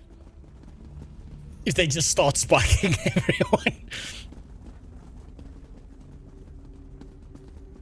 Actually, most fuckable races, mud crabs. They got grippers. The problem is getting them to cooperate. So many dead because of me. I don't know if I'll be able to live with myself after this. Villagers need you to lead them to They safety. need a leader, but they're stuck with me. Where do we go from here? I need you to unlock a door deeper inside the tomb. That door will have stones with flower symbols upon it. Head through the door behind me. I'll see you soon. Alright, we go a different way. This is like the Elderwind quest in the beginning of Skyrim. Everyone goes one way, Okay, that just looks like fucking Timu Skyrim right there. Jesus Christ.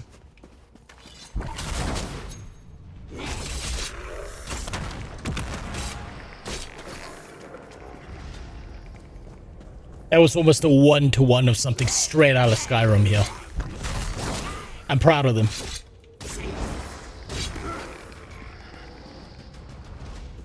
You forgot about the Elfic. The most insane weirdos want to fuck a talking house cat.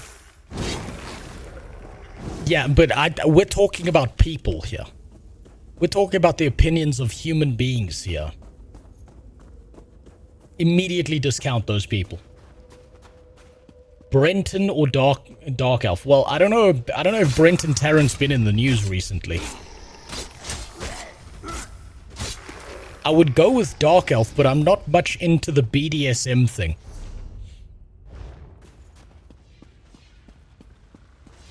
Right, like, other people get whipped and they go, oh yes, that's so good. I get whipped and I'm like, Jesus fucking Christ. Is this what we were doing to those people in those fields? Man, this was terrible. I can't believe we were doing it. We should stop immediately. I wonder if that's how Abraham Lincoln came to his decision. Like, you know, he was with his wife and they tried something new. She just hit him once with the whip. And he was like, oh, fuck. Shit, is this what's happening to them? Oh, fuck, we gotta stop this shit now. Oh, my God.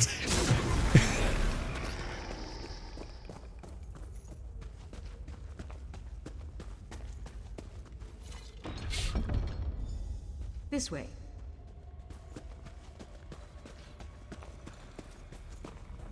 I always disliked how the base game in Skyrim, base game Skyrim in ESO looks nothing like Skyrim. Western Skyrim nails it a lot better.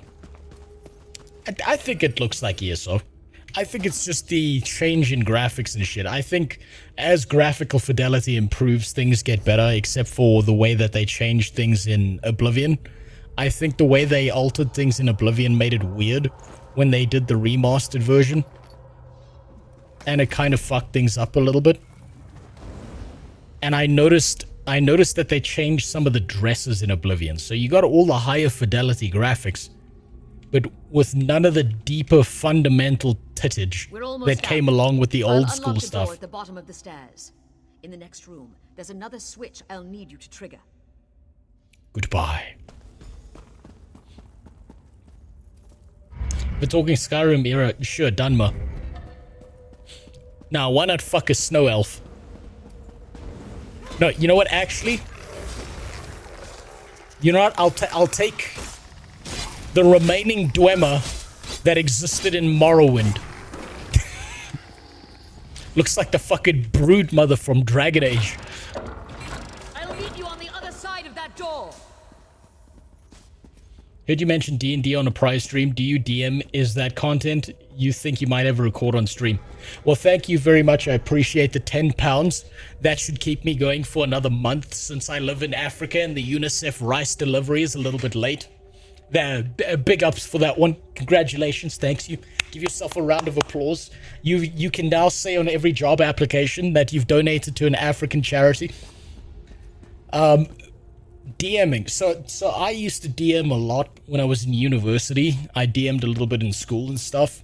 It's fucking impossible to get a party together because it turns out that when you're an adult, I actually had this problem with my buddy.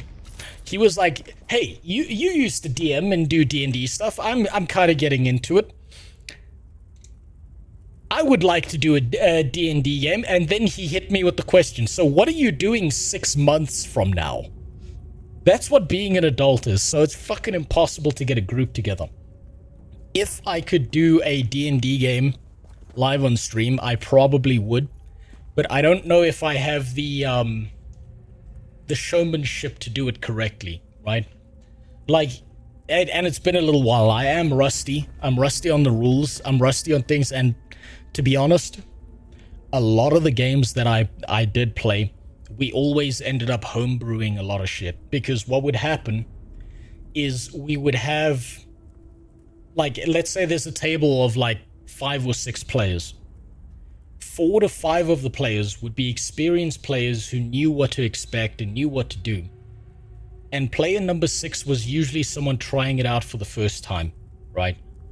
And when you say something like, make a perception check at advantage, this person looks at you like you're trying to summon a fucking spaceship. Oh, goddammit. So they have no fucking idea what's going on. And so you spend a lot of time either explaining it to them, or otherwise you say to them, "Look, hand me your character sheet, roll the dice, and I'll do it for you so you can understand, so we can, like, move forward." Right, and so, like, you end up homebrewing a bunch of rules for, like, beginner-level players who, they essentially want to play the game like Baldur's Gate, where it's just rolling one dice to make their lives easier. And also because you don't want to spend like the next 25 minutes explaining the same thing to the same person for the 4th time. So we ended up homebrewing a lot, and there are like entire sets of rules and things that we did have to throw out because, I'm gonna be honest, some of the rules, some of the 5e stuff is just fucking annoying. It's annoying for no reason. And then you get that one player who's like lawyering their way around how dark vision works, or they're like lawyering their way around how you can, technically speaking, build a railgun if you set up 7 peasants in a line, and because of the way the turn order works and the way velocity and acceleration works, if they pass a spear to each other, which they can all do on the same turn, based on the time period, by the time the last peasant gets a hold of the fucking spear, it becomes a rail cannon and fires the spear off at near fucking speed of sound at the enemy, and therefore they should get extra damage. And you're trying to sit there like, no. And we're not doing that. You are not lining up fucking 7 peasants with a spear so that you can make a rail cannon, you fucking asshole.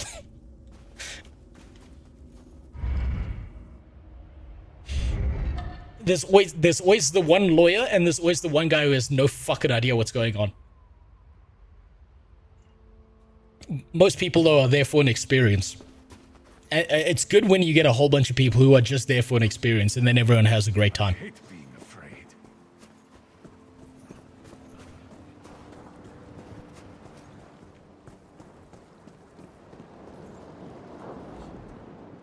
Here we go. Friend here will get us to safety. He's a hero of the Pact. And for what I've promised to pay him, he'd better be. Where we headed? I fear the Covenant would intercept us if we went straight for Darvin's Watch. So we're going to make for Dalmora, a small town down the coast. Are you ready to go? Let's get the fuck out of here. During the pandemic, I bought a software to play an RPG online with friends. It's called Foundry. So it happens that my friends have a worse schedule online than they have in person. Yeah, because what happens is they will sit down at their PC and get 7 different emails, and then their day's fucking ruined. And they're like, I gotta cancel. I got other shit to deal with.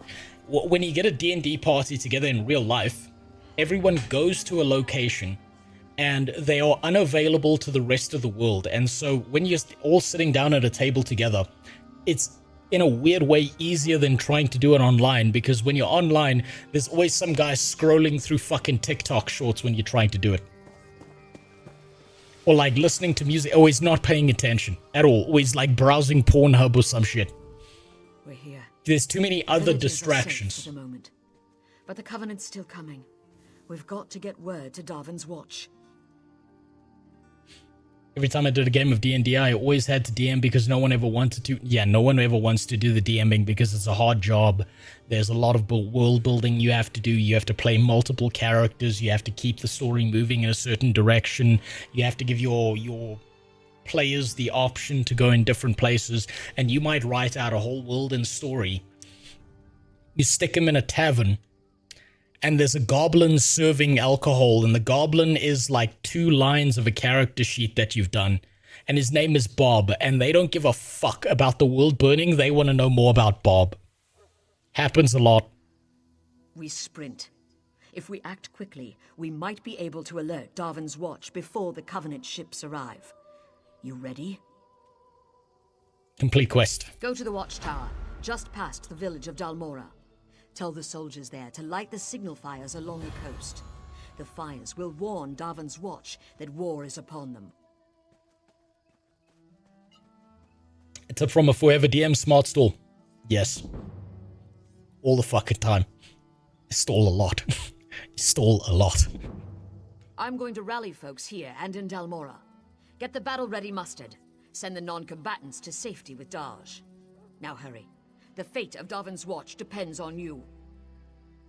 But it sounds like an entertaining content. Raging at a lawyer dealing with the noobs. D&D streams are growing in popularity. D&D streams are growing in popularity when you have a group of entertaining people who are involved and understand exactly what you're doing. It's why you've got those guys like what's their channel name? Legends of Evantris. The reason Legends of Evantris pops off is because they all collectively work together to be a bunch of fucking idiots, right? And they're not trying to derail the campaign, but they are full of shit, and they're treating it like they're buddies around a table just trying to have a good time, right? Average DM groups, it's hard to find a group of people who understand that concept, who can be there regularly, who don't have, like, lives to live and shit. Those guys are lucky enough and amazing enough that they get to do that as a profession and make money off of it. And if you could make money off of that shit and get that shit working, fucking well done. It's more impressive than people realize. Just no time. Also, if you're gonna do like D&D and stuff as content, you've really got to have people with strong personalities, like real standout, know how to be funny, know how to be entertaining, know how to play their character. And not everyone is that good at roleplay. Where are we? We're far southeast of Bleakrock. It's a coastal region of Morrowind called Bal Foyen. Behind you is the Inner Sea, and across that is the island of Vardenfell. Critical Role has a bunch of actors, VAs, and it so happens that they can act in groups. Yes, but look, honestly, I don't like Critical Role, if I'm being honest. This is personal opinion. Critical Role doesn't work for me because I look at these guys and I look at the theater kid acting and the way they do things, and I can smell the smugness on them, and it actually irritates me. But a bunch of other people like it, so good for them. It's the biggest port in Stonefalls. Okay, goodbye. Oh, here we go. Now we're in a dark elf area. No, I refuse to call them by their correct name. Hey, look, the dogs survived. That's all that really matters. Right, where the fuck do we go from here? This is such a big fucking map, holy shit. This is an Argonian zone, is it? I need to brush up on my ESO lore. I've forgotten a lot of it. Hello, who are you? I've lost my family. I don't know what I'll do. Your family is missing? There were scary noises in the fields. Some of my Gwa ran away. I'm worried about them. But I can't leave the Gwa who stayed behind. They're too frightened. So your Gwa herd is your family? Of course. Gwa are noble creatures, and they're hard workers. You've got to find them. Here, take some stinkweed. It's their favorite food. Their stomachs will lead them home. Home to me. All right. Thank you so much. My poor children. I don't know if I could go on without them. This voice actor. I know who it is. I know who this voice actor is.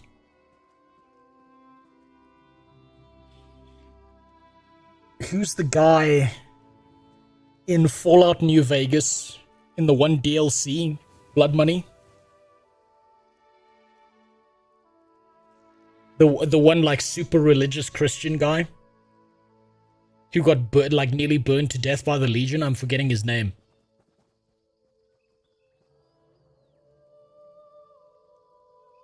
This guy sounds almost exactly like him voice acting this role.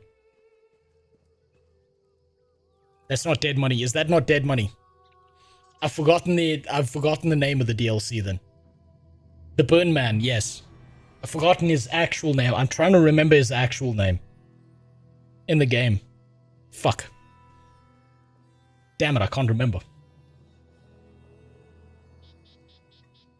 Yes, that's it. Joshua Graham. He sounds like Joshua Graham. I think this is the same voice actor. Hey, Edward, thanks for the resub. I appreciate it. And you sneaky bastard, you did that over on Kick. Now I have to try and figure out an entire new Excel spreadsheet for Kick. Fuck you. But also thank you. I will use that money as irresponsibly as I can. What do you treat your Goalak family? They haul our goods. They eat Listen our to trash. it. That's Joshua Graham. Gwa are magnificent. And I have heard rumors about the Covenant. If they attack, who but the Gwa will carry our belongings to safety? That's fine. You've got a 1911 on you, I'm sure. You'll be good. Alright, let's go in the house.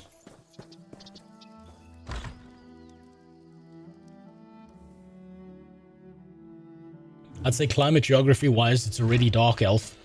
But they have a bunch of farm equipment. I mean, Argonians. Always with the farm equipment, huh?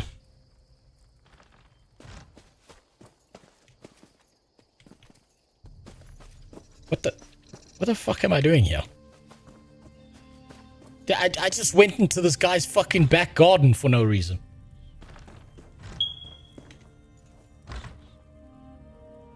Uberfluff, what the... God damn, dude. Thank you very much. I appreciate the subs. Just understand... Jesus, Uberfluff. 5 gifted subs. Can give a round of applause to you. Congratulations. Thank you for supporting an African cause of trying to get the fuck out of this country. I do hope you get some enjoyment out of the stream. I hope that that wasn't your last fucking... your money. You know, streams are free. They will always be free for as long as I'm still alive and able to get a stable internet connection. Thank you for the Guild Wars 2 vids. I wish I could make more. I am working on something. It's gonna take me forever, though. Let's go to the crystal. Let's go to this crackhead shit right here. What's my character? Well, I've called him doesn't pay child support. He's a 900-year-old Argonian with 7 ex-wives, 25 kids, and he doesn't know what the fuck a child support form is. Love your humor. Well, thank you. I appreciate it. What means more to me than anything else is that you get something out of the videos. And that you're not, you know, one of those pull-clutching retards that, like, loses their mind. That means everything to me. That you get a chuckle out of it. Are you planning to leave SA or move to a different region in the country? Well, first I have to move to a different region in the country, right? I need to move to a safer place while we're doing all the applications and shit. And from there, if I'm lucky, I'm gonna find my way to the US. And you know how it works, right? The way it works is I'm gonna be an immigrant going to the US.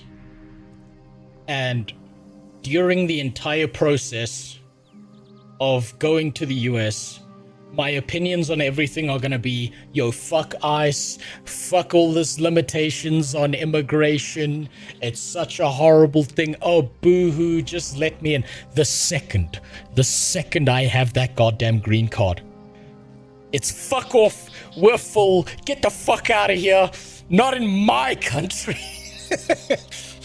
These goddamn immigrants need to get the fuck. That's the switch up you could expect. It's the only logical path. I hear Trump's giving visas to white South Africans.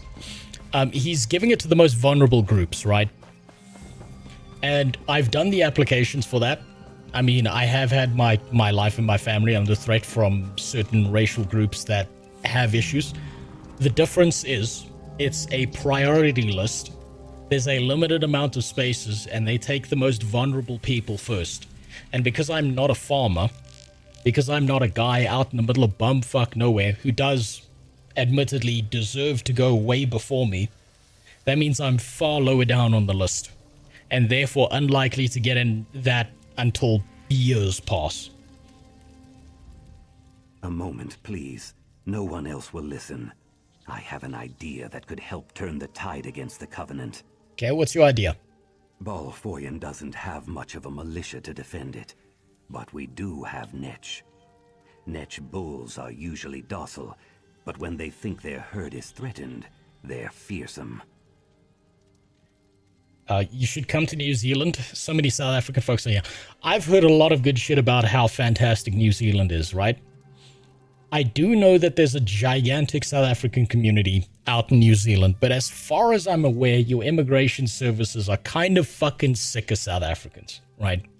I've heard that a lot of South Africans do get turned away from New Zealand, right? You guys' culture is like right next door to ours. I mean, your fucking rugby team is also fantastic, world class as well, so it makes a lot of sense.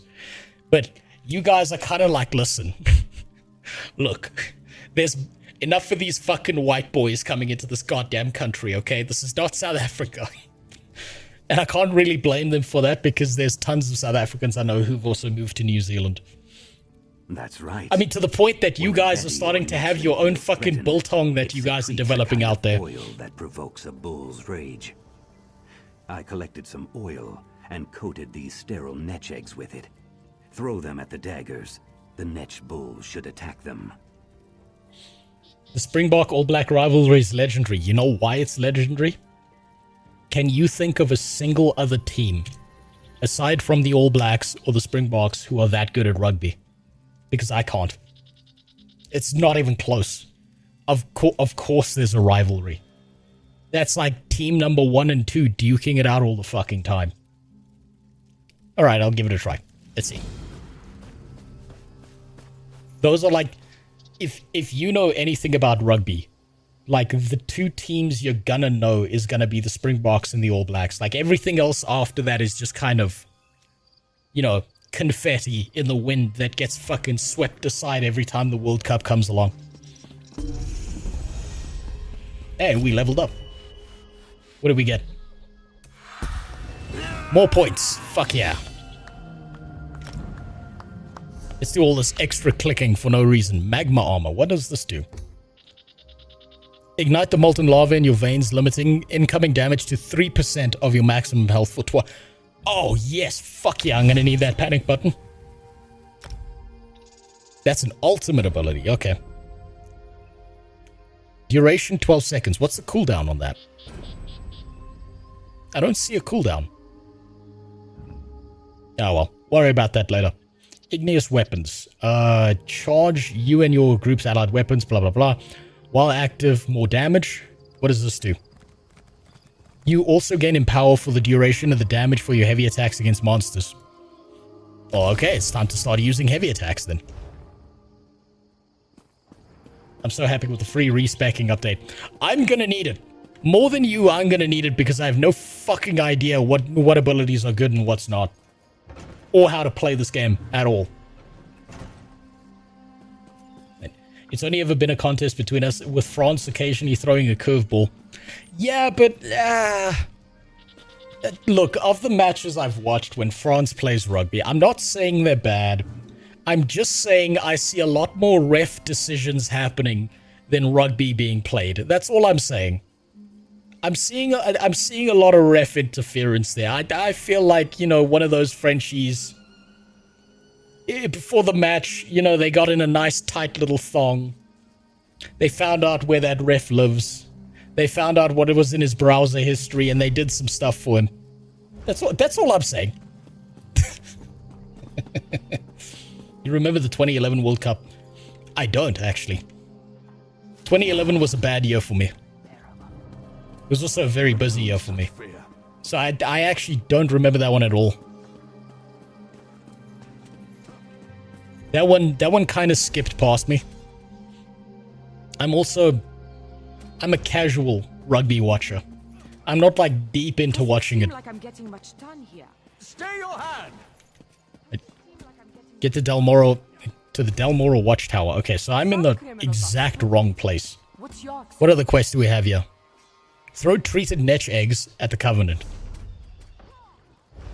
Also not here. Send Raleigh home. Where's Raleigh? It's all outside. Fuck this place.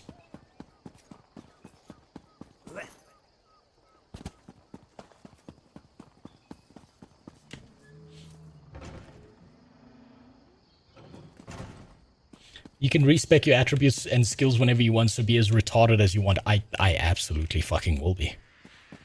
I'm gonna play this the same way I played Guild Wars 2. I'm gonna be a complete fucking retard all the way to max level, all the way to the end game, and then I'll figure out how the game actually works.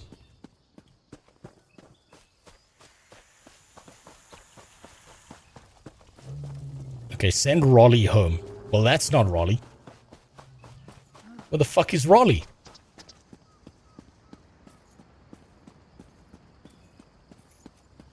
Did you hear the district attorney of City of San Francisco has banned by the city? It's in regards to his claim to steal and loot. I've heard nothing about that. Jesus Christ. Wait, did he tell people to steal and loot in his own fucking city? What kind of fucking skooma is he on? I want some. That's fucking crackhead shit. Are you Raleigh? No.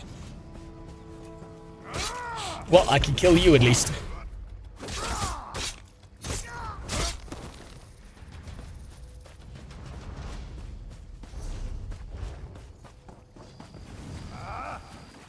That, like, just on the rugby thing, this is what I noticed, right? This is kind of, like, there's always a good match when it's the All Blacks, or when it's, like, South Africa, the Springboks.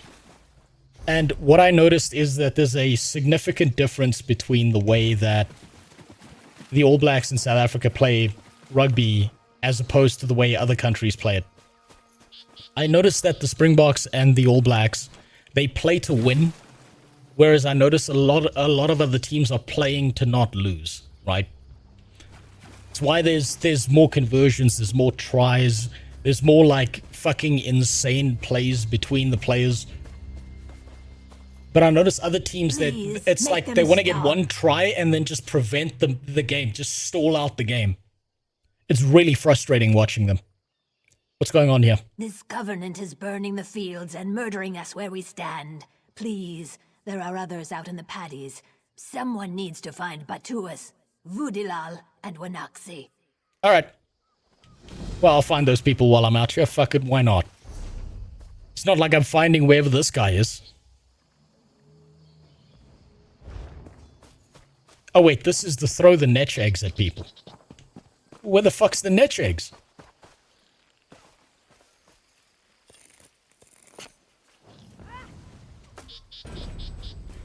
I wasn't paying attention to that netch egg quest, and now I don't know what the fuck did... Oh, wait, I've got the eggs. I've just got to throw them at people.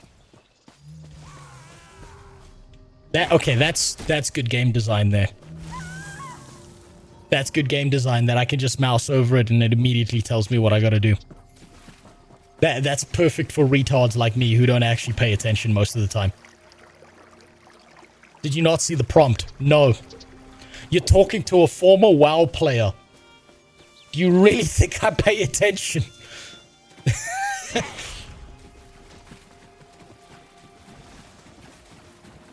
Okay, that's a player.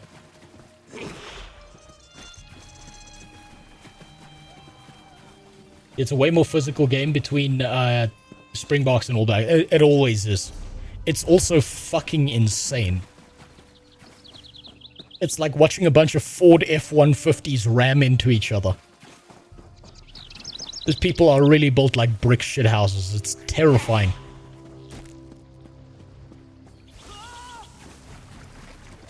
But also very impressive that they just like smash into each other and then they just get up and walk it off like nothing happened.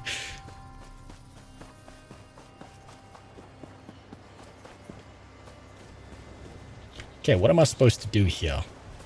Oh, there we go. There's one of them. Everywhere I see, these cowards put us to their blades.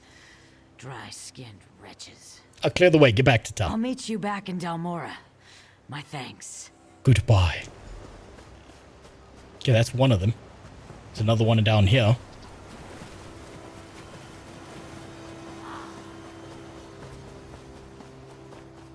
I got a question about ESO. You don't wear the lion crest. Fuck. You. I got a question. Does ESO have dynamic world quests the way that Guild Wars 2 does? You don't wear the lion Kinda. crest. I'm not seeing them so far, and I feel like if there were dynamic world quests at least happening where I am, right, it would make the world feel a lot more alive. With your aid, Moist One, my thanks. Okay, get the fuck out of here. Where's the next one? There he is. You're still in the tutorial. This is still the fucking tutorial? I thought the last island was the tutorial. Please, my scales are slick. Don't send me to Sithis. Oh, for God's sakes. You fucking slave owners keep it... Okay, there we go. Go back. Leave me alone. Please. Get the fuck out of here.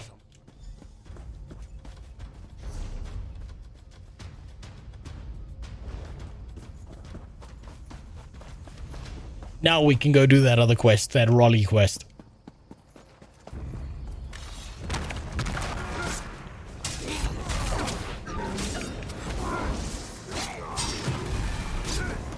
I gotta say, the Dragon Knight feels a lot better than the Stealth Archer Khajiit that I had. It feels a lot more engaging, combat-wise. This was definitely the right decision to actually start this again.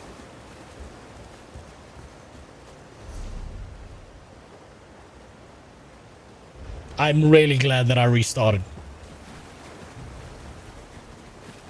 Melee combat actually feels a lot fucking better than bow and arrow.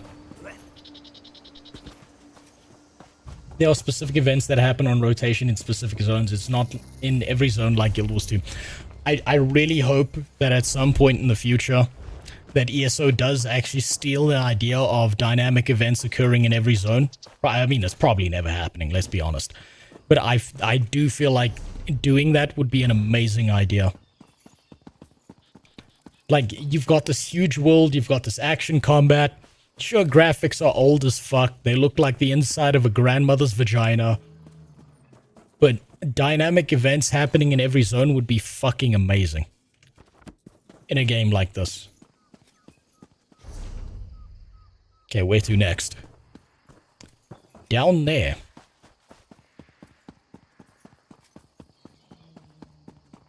Every zone. Maybe they'll do it more in dynamic events in 1 or 2 new zones, but that's it. Has who owns ESO now? I know it used to be ZeniMax. I don't know if they still own it.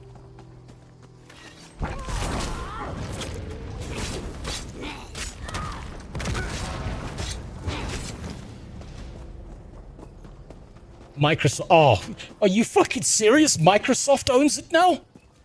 Oh, fuck. Okay. So the game's on a downward spiral. So we know that the game is not going to get better anytime soon. Shit. And here I was with hope for the future. ZOS is still kind of in charge, though. You know, they say the same about Blizzard, but I'm not so sure after the way they've done a lot of their expansions now that they're owned by Microsoft.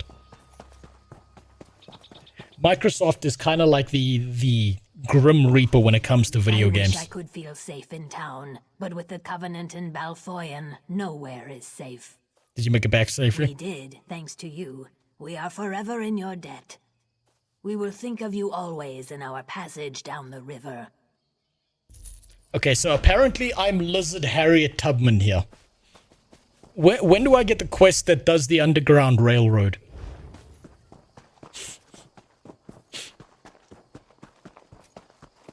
That's Amazon. No, it's also Amazon. Right? When has Microsoft made a good video game? Name one good video game that Microsoft has made.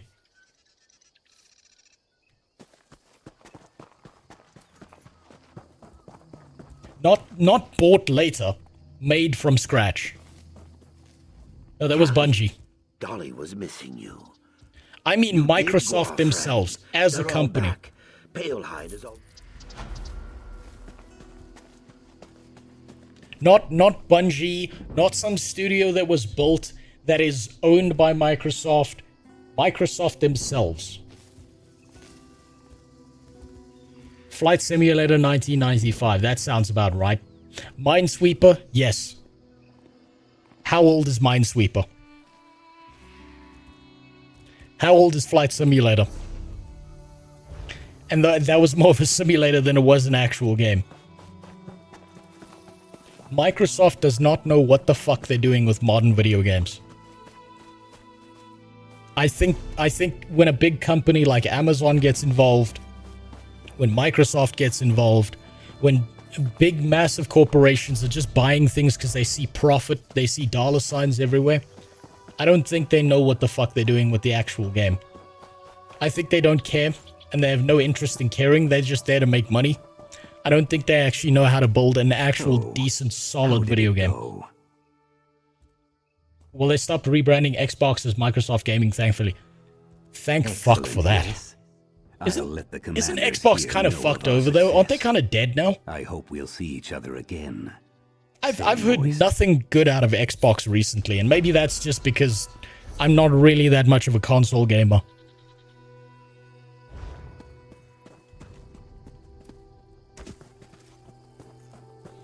Okay, get Kindle Pitch Powder at Fort Zarin. Okay, where's Fort Zarin?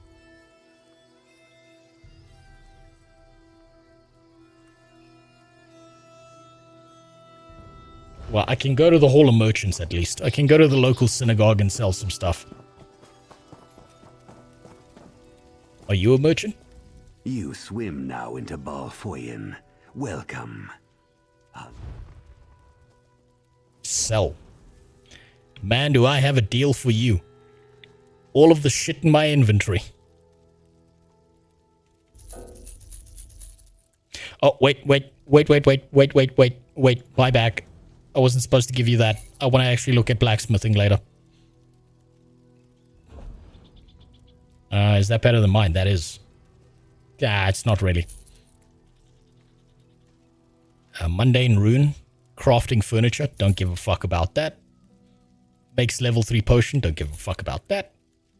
Get this shit out of my bags. What else can I get rid of here? That. Don't need this anymore. That's better than mine. I just need bag space here.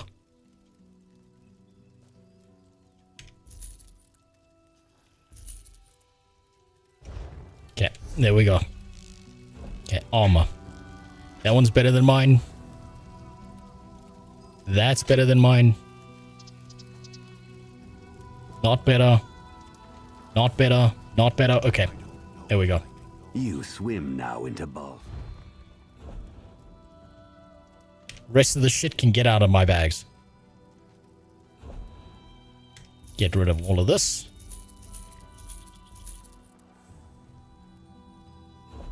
Weapons. Don't give a fuck about any of this. Jewelry. That can get the fuck out of my bag. That's beautiful. Press I and upgrade your bags.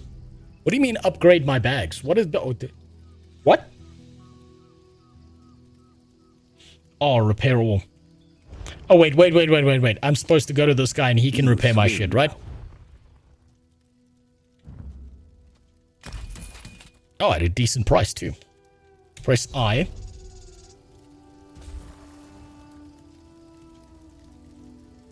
Click the bag icon. Look, this UI is fucking blindsiding me here. Where the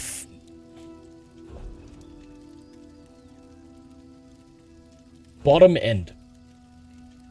Are you talking about my character's fat ass? I don't fucking know.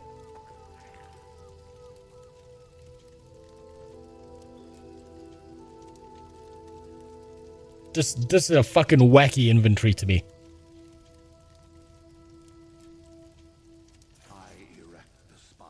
I don't see where to upgrade the bags. Oh wait, that's the world's fucking smallest icon. What in the hell? Okay, there we go. Jesus Christ. This is the worst MMO ever. It fucking expects me to have a pair of fucking eyeballs. These guys, this is obvious proof that these guys don't know what MMORPG players are like.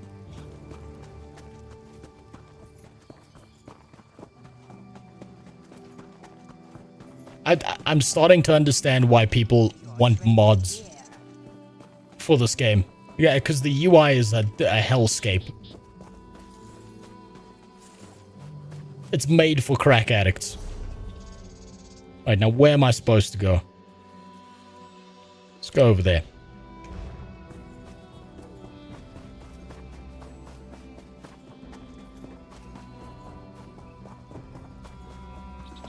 I also have a UI issue with ESO. It's so dense in information and yet not informed. It feels like they put a bunch of flavor and text and shit, but they tell you nothing about what you're supposed to do. I can imagine that if you didn't tell me to upgrade those bags, I would have played this entire fucking game to max level, never knowing the existence of that button. I like the UI. Everything is clearly visible. Just because you have perfect 20/20 vision doesn't mean the rest of us retards can figure it out, Green Sky Wizard. I need disability mods for this game. What's your level? Level 10.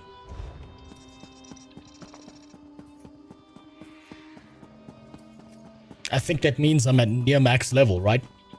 That means the game is nearly over. When do I fight Alduin?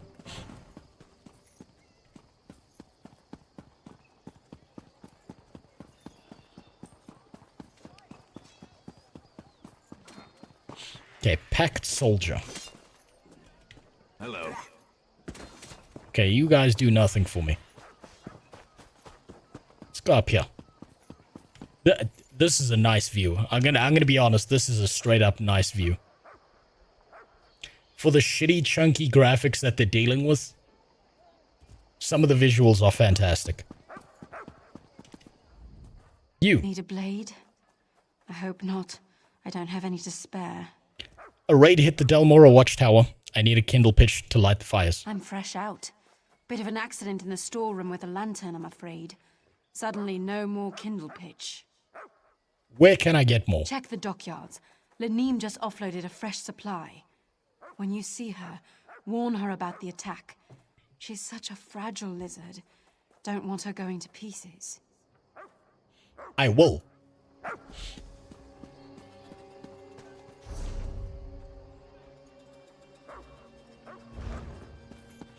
You fight Elduin just after the Parthenax sex scene.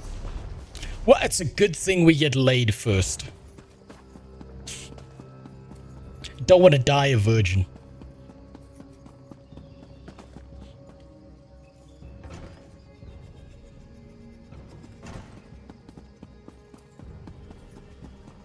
And I mean, at least it's thematically relevant. I'm an Argonian. We're trying to be dragons here.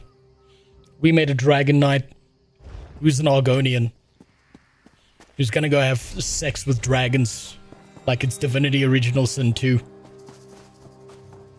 We're gonna fix the world through racial purity.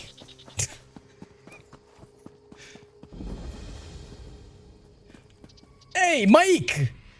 I recognize you. Wonders, who wants to live on a bleak rock? Why not a pleasant rock? I recognize that name. Finally, a character I recognize. Jesus Christ. Took the game fucking long enough. Let's see if this kills me. Nope, not even close.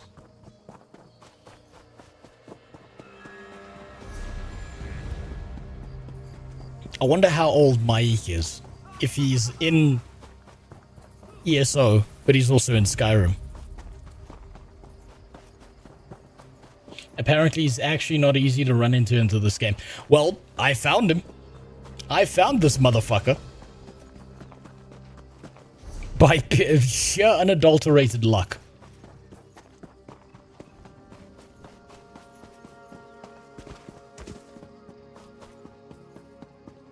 There's also an NPC somewhere before that button was added. You mean the bag upgrade button?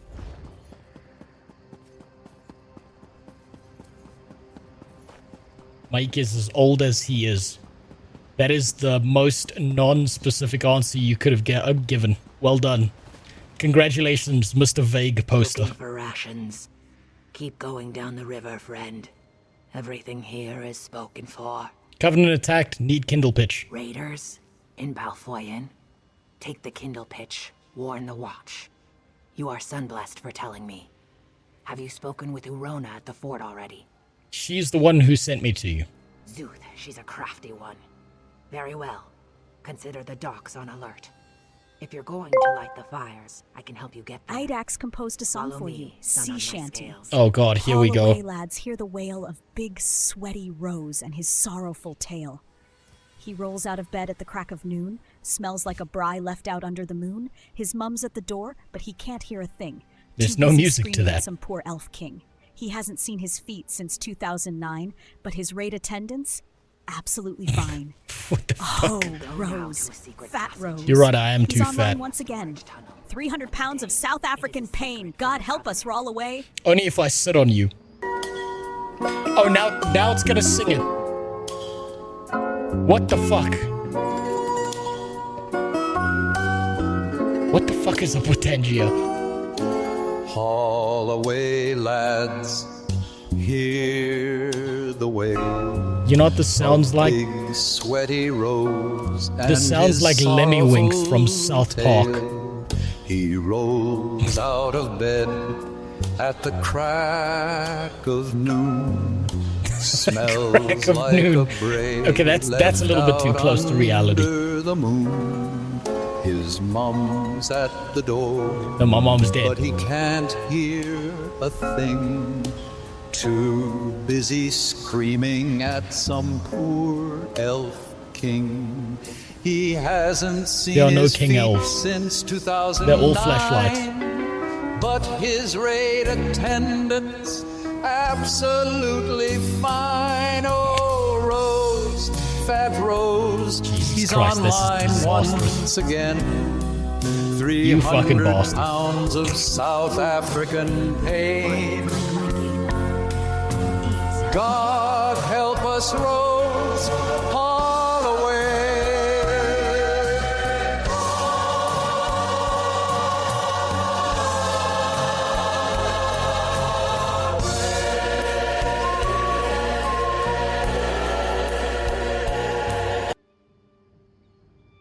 You know, just for that, I'm gonna go out of my way. This is pain. How can I refund my £10? I don't know. Apparently, there's £300 hiding somewhere. God damn it! Just for that, 8x, I'm gonna find. That was fucking awful. That was fucking awful. I'm gonna find the song redemption thing on Tangia. It'll take me a day. I'm putting that shit up to 5,000 Rand. Or in real world money, $2. I fear she's been eaten by Nyx hounds. I'm terrified of them. She made That me was a flute, that was said disgusting. it would calm them. To prove her point, she went up the trail behind me. A pack of beasts lives up there. I can try to find her. Or what's left of her. Whatever state she's in, please bring her back. I will. How could I have let her do this? Oh, Gaina. Why did she want to prove herself? Sometimes Gaina's a strange girl. She's a master crafter. In fact, she thinks she's one of the best woodcarvers on the coast. I think she wanted to show off for me. Silly girl. On a side note, I'm glad the Argonian women in this game don't sound like 50-year-old aunts that sound like they've smoked a cig every day of your life. That's only because, Cyro, you've never been with a 50-year-old aunt. It was supposed to be a funny sea shant. For some reason, we got whatever the fuck that was. Yeah, no, that shit did not fucking work out in anyone's favor, Adax. Also, everyone give a big congratulations to Adax. He is now officially a father. And do you know what that means? In order to experience the joys of parenthood, he doesn't actually have to play Pragmata. Because he's playing it in real life. He's done the impossible. As an MMO player, he's done the impossible. He came inside a woman. Very rare. That's like more rare than a legendary weapon. But first you gotta double check that it's actually yours. It's time to start getting crazy and accuse your wife of some wild shit. Get some paperwork done. It'll ruin your relationship, but you can be certain that it's your kid. Now, where the fuck am I supposed to go here? You've completely thrown me off. My daughter's fucking adorable.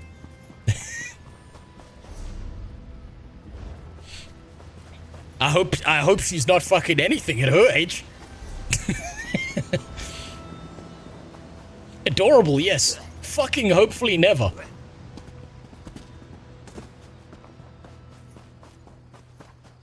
You're gonna notice that as your kid gets older, as you start to see the light in their eyes, you're gonna start to realize, I want no other guy anywhere near this poor fucking kid.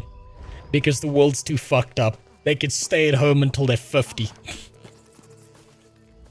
It just ignored. Oh, finally found one. If this Nyx hound hadn't saved me, I would have been eaten. What happened? I must have worried her terribly.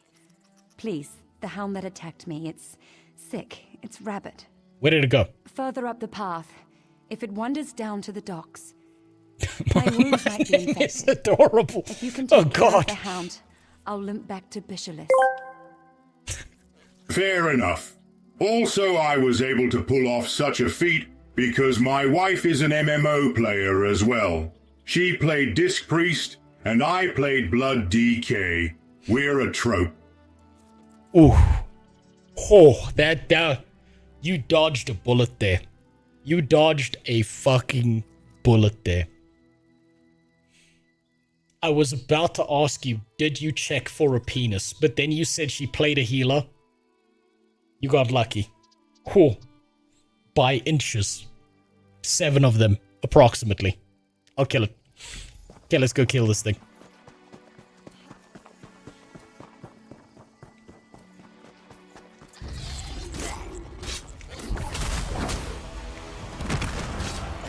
This is the most fucked up pit bull I've ever seen in my life.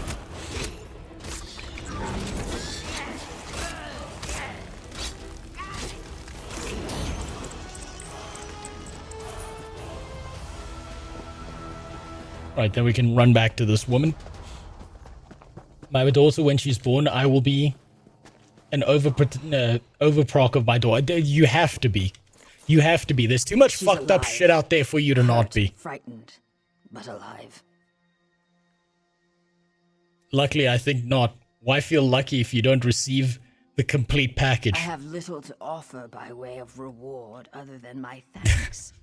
I doubt you'll remember 2 simple fishermen. The next thing you're gonna say is that cake is cake, even if it's banana flavored. Isn't it, Fabio? Oh, look at that. You finally discovered the fucking shitty monetization thing that I put up on YouTube. Well done, 8ax. Guess what? Now I'm gonna have to... You know how much work you've just given me? I have a short that I scheduled to come out on fucking Sunday, and now I'm gonna have to spend the whole of tomorrow like an old man trying to figure out how to work an email without printing it out on the fucking family, fax machine so that you can watch that early. God damn it. Do you have any fucking idea how much technology hates me? Now, god damn it. Now the whole day tomorrow is now dedicated to you getting that short early. God damn it. You bastard. I was kind of hoping you wouldn't find that feature. But hopefully that means you'll just stop donating now and wasting your money and you'll actually spend it on your family.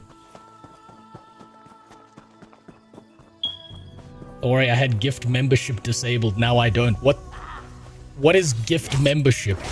Don't tell me there's a gifted membership thing that's available on fucking YouTube as well. I'm pretty sure that's not a thing. Gorsh, he raids till sunrise, then dads by Chat, afternoon. Yuck, I'm thinking. When'd he find a private room? Between boss fights and bedtimes, there's a gap unexplained. Guess even no life grinders took a night and got laid.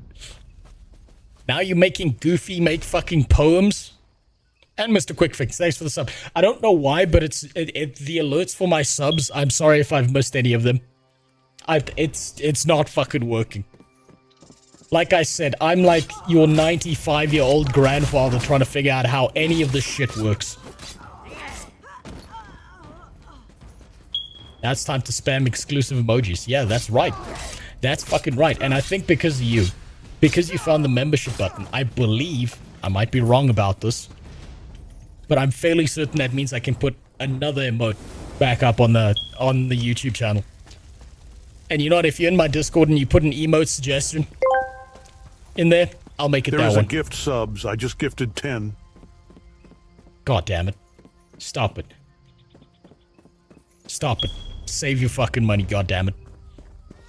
Also, thank you very much. You know what? You can now put this on a CV. You can now say that you officially support African charity funds. You can look like a good person without actually having to be one.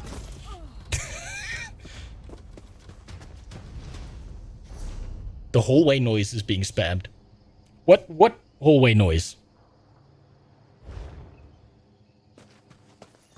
You mean you mean the sound that all rooms make that you walk into? That's normal. Don't worry, that goes away after a while. It's supposed to do that. That's how you know it's working.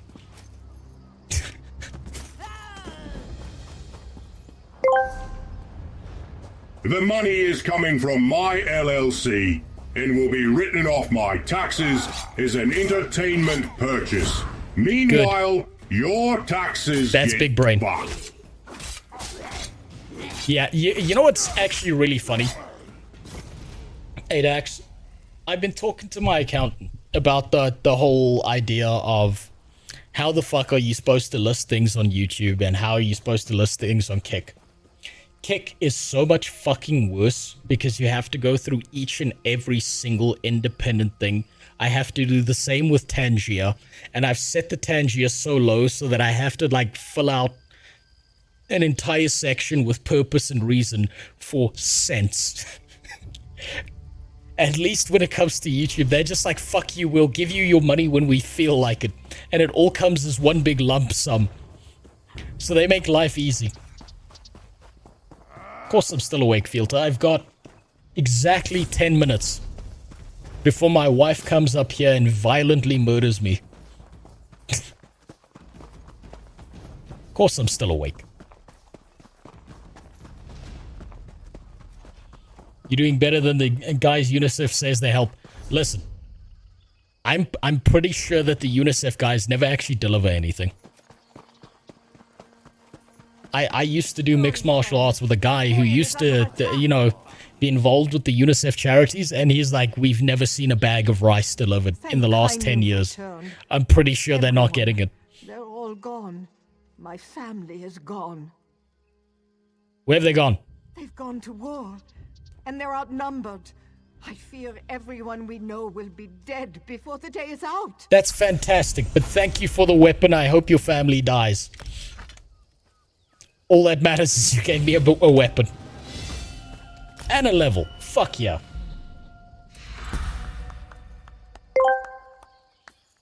Also, I'm glad to see that you're playing ESO. I've got a very high-level Nightshade, or whatever the fuck the class is called. Are you on the EU or NA mega server so I can harass you? I am on the EU server, right? Yeah, there we go. There's the phone call. Yeah, my wife's gonna be fucking yelling at me soon. Right, okay. I do have Wi-Fi aggro, so I am gonna have to end it off there. I am on the EU server, right? Thank you very much for the donation. Save your fucking money for your family. I'm glad that you're at least smart enough to use it as a tax write-off. So I'm gonna be stopping there, right? And this just gives me some time to chill the fuck out, as opposed to having to rush everything and know that my batteries are gonna die and stuff, right? So I can actually chill the fuck out for a second here, right? I've got to say, this is where I'm gonna put ESO, right? As I've said before, I'm gonna be playing a bunch of different MMORPGs, right? I'm gonna be looking for a new home. I'm looking for something to fill the hole that Guild Wars 2 left in my asshole. So far, the ESO experience has been a lot fucking better than everything I've read on the forums about people bitching about it nonstop, right? I'm gonna be honest, I can imagine playing this game. I can imagine getting to max level. I can see that happening. The only two MMOs I've come across so far that I've played, and it's early days, so this list is gonna expand, has actually been Project Gorgon and ESO. Now, maybe at some later point in time, I'm gonna get fucking mad at ESO, some temper tantrum shit's gonna happen. I'm gonna find out all the bad shit that they've done to this game. But so far, ESO has impressed me more than I realized it would. If I think about ESO as a game, I can see why it's registered as one of the big three MMOs. I don't know if it still is, but I can see why the people max still level continue is to play only this the game start. to this day. After level 50, you start to earn champion points, which is passive power progression. So I'm assuming that because I have no context, of what the fuck champion points are. I'm assuming that's kind of like hero points. Not really hero points. It's like mastery levels in Guild Wars 2. What I've got to say is I can understand why there are so many people who still play ESO. Right? I'm still getting into it. It's still early days. But holy fuck, is Dragon Knight like so much better of an experience than Archery was. By a wide margin. Holy shit. ESO is my story MMO. Guild Wars 2 is my gameplay MMO. That makes sense. That's actually a great way to actually categorize it. I feel like there's something missing in the gameplay experience of ESO, but not so much to the point that it's made me want to uninstall the game and never look at it again. ESO has a lot of lore, a lot of story, a lot of a world that they've built up in a bunch of different other games, which makes it fantastic from a lore perspective as an MMO. A lot of talking, a lot of dialogue, a lot of people yapping non-stop. And it used to irritate me more, I think, when I was playing the Khajiit than it does now. And I don't know if that's because I've been more conditioned to the way ESO plays by playing it a little bit, or whether it's because the Argonian experience that I've had is just better than the Khajiit experience is as a beginning, like, starter point. Imagine if mastery points from Guild Wars 2 and Paragon points from Diablo were fused into one with traits that also affect combat. That's champion points in ESO. You saying that, Green Sky Wizard, tells me that that system is either fantastic or fucking terrible. It's one or the other. Because I can see that going wrong or going right. Ranged in ESO. Oh yeah, no, hands down. Lou, 100%. Hands down. I agree with you 100%. Something about the ranged combat just doesn't feel as good. Something's off about the ranged combat. And I'm willing to bet that there's some fucking psychotic veteran ESO player who's a god at ranged combat and has figured it out and makes every melee player look like a fucking joke by comparison. But for me and my retarded ass, I 100% agree that melee feels infinitely better than ranged combat by a wide margin. God, the Magic Staff gameplay is so dull. I haven't touched the Magic Staff gameplay, and you telling me that now means that I don't want to touch it even more. It's like tab-targeted range. Ugh. In ESO, that doesn't feel like it fits at all. Except you don't need expansions for champion points, unlike Guild Wars 2. Good, Spellcasting great, is okay, fantastic. but yeah, archery is I spent awful. zero money on it. Spellcasting is okay, but archery is awful. Archery, I feel like by trying to go down the archery path, I fucked myself over when I played it on the Khajiit. This Argonian experience has been infinitely better. My god, it's like it's a different game when it comes to the combat. And the thing is, I don't even know how they would fix up the ranged combat. People have been begging for magic melee weapon options for years. I hope they get them at some point, because fuck me. Range feels bad. It feels really, really fucking bad. So, I did have this open. I don't know if I've got this tier list somewhere. No, I didn't have it open. Let's see if I've still got my tier list somewhere.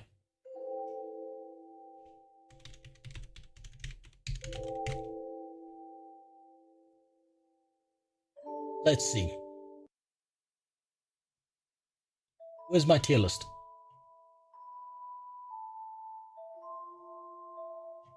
Fuck, it didn't save it. I'm gonna have to rebuild the tier list that I had as a first impression. I wanted to bump up ESO. I think ESO, on first impression. Also pump your stamina. Melee damage scales off of it, I believe. Well, I fucked that up. I've put 1 point into stamina. I need to completely alter the way I've built that character, because I just put it all into Magicka, because I noticed when I was using my abilities, my Magicka was going down. I probably just need to shit every point I can into stamina. Like one-handed magic in Skyrim, that would be awesome. Like a Spellblade in Oblivion, that would be fucking great. That would be awesome. That's a side for you to come play Warframe. I will die in this chair. I will be the fattest motherfucker in existence. I will shit on the floor playing Warframe. I'm scared of that game. You can respec whenever, so whatever. Yes, no, I'm gonna have to respec that character then. But I do have to say, right, I think on first impression, ESO is actually A tier.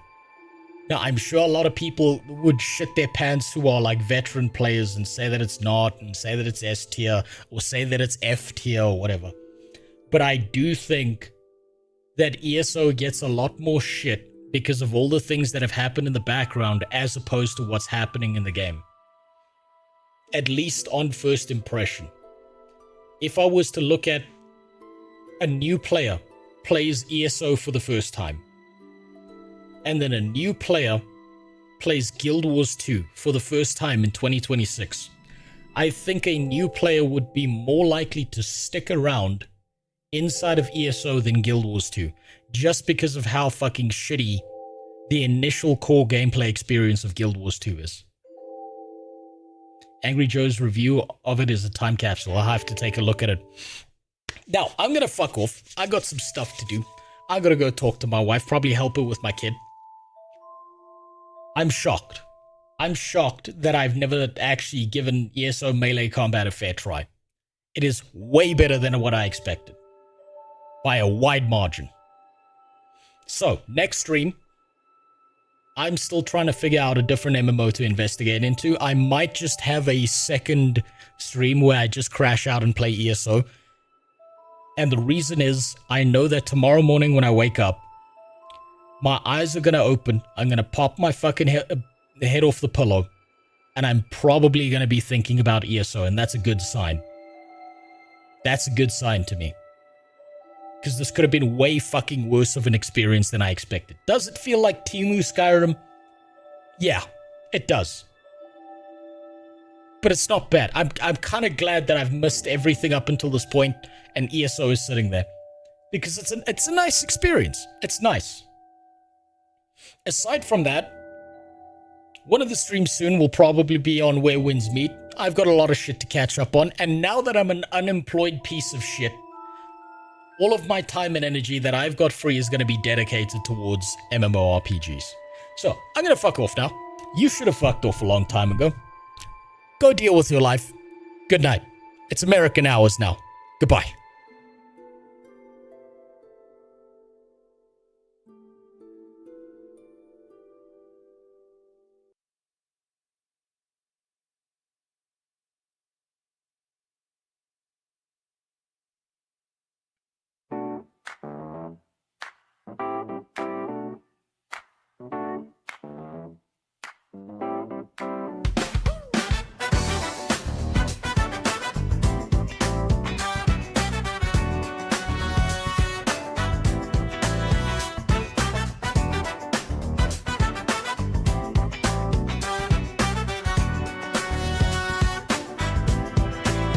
Rosa logs in again, bald head, tired eyes. One more fantasy under the tired skies. He wakes through clones and copies, same quest, same broken grind. Looting a sad little box and a lag spike every time. He wants a world that breathes, a guild that knows his name. Not another pretty shell with a hollow little game. Rose needs a home. Rose needs a home. Somewhere to stay, somewhere to roam. Rose needs a home. Rose needs a home. A kingdom that clicks when he walks through the door.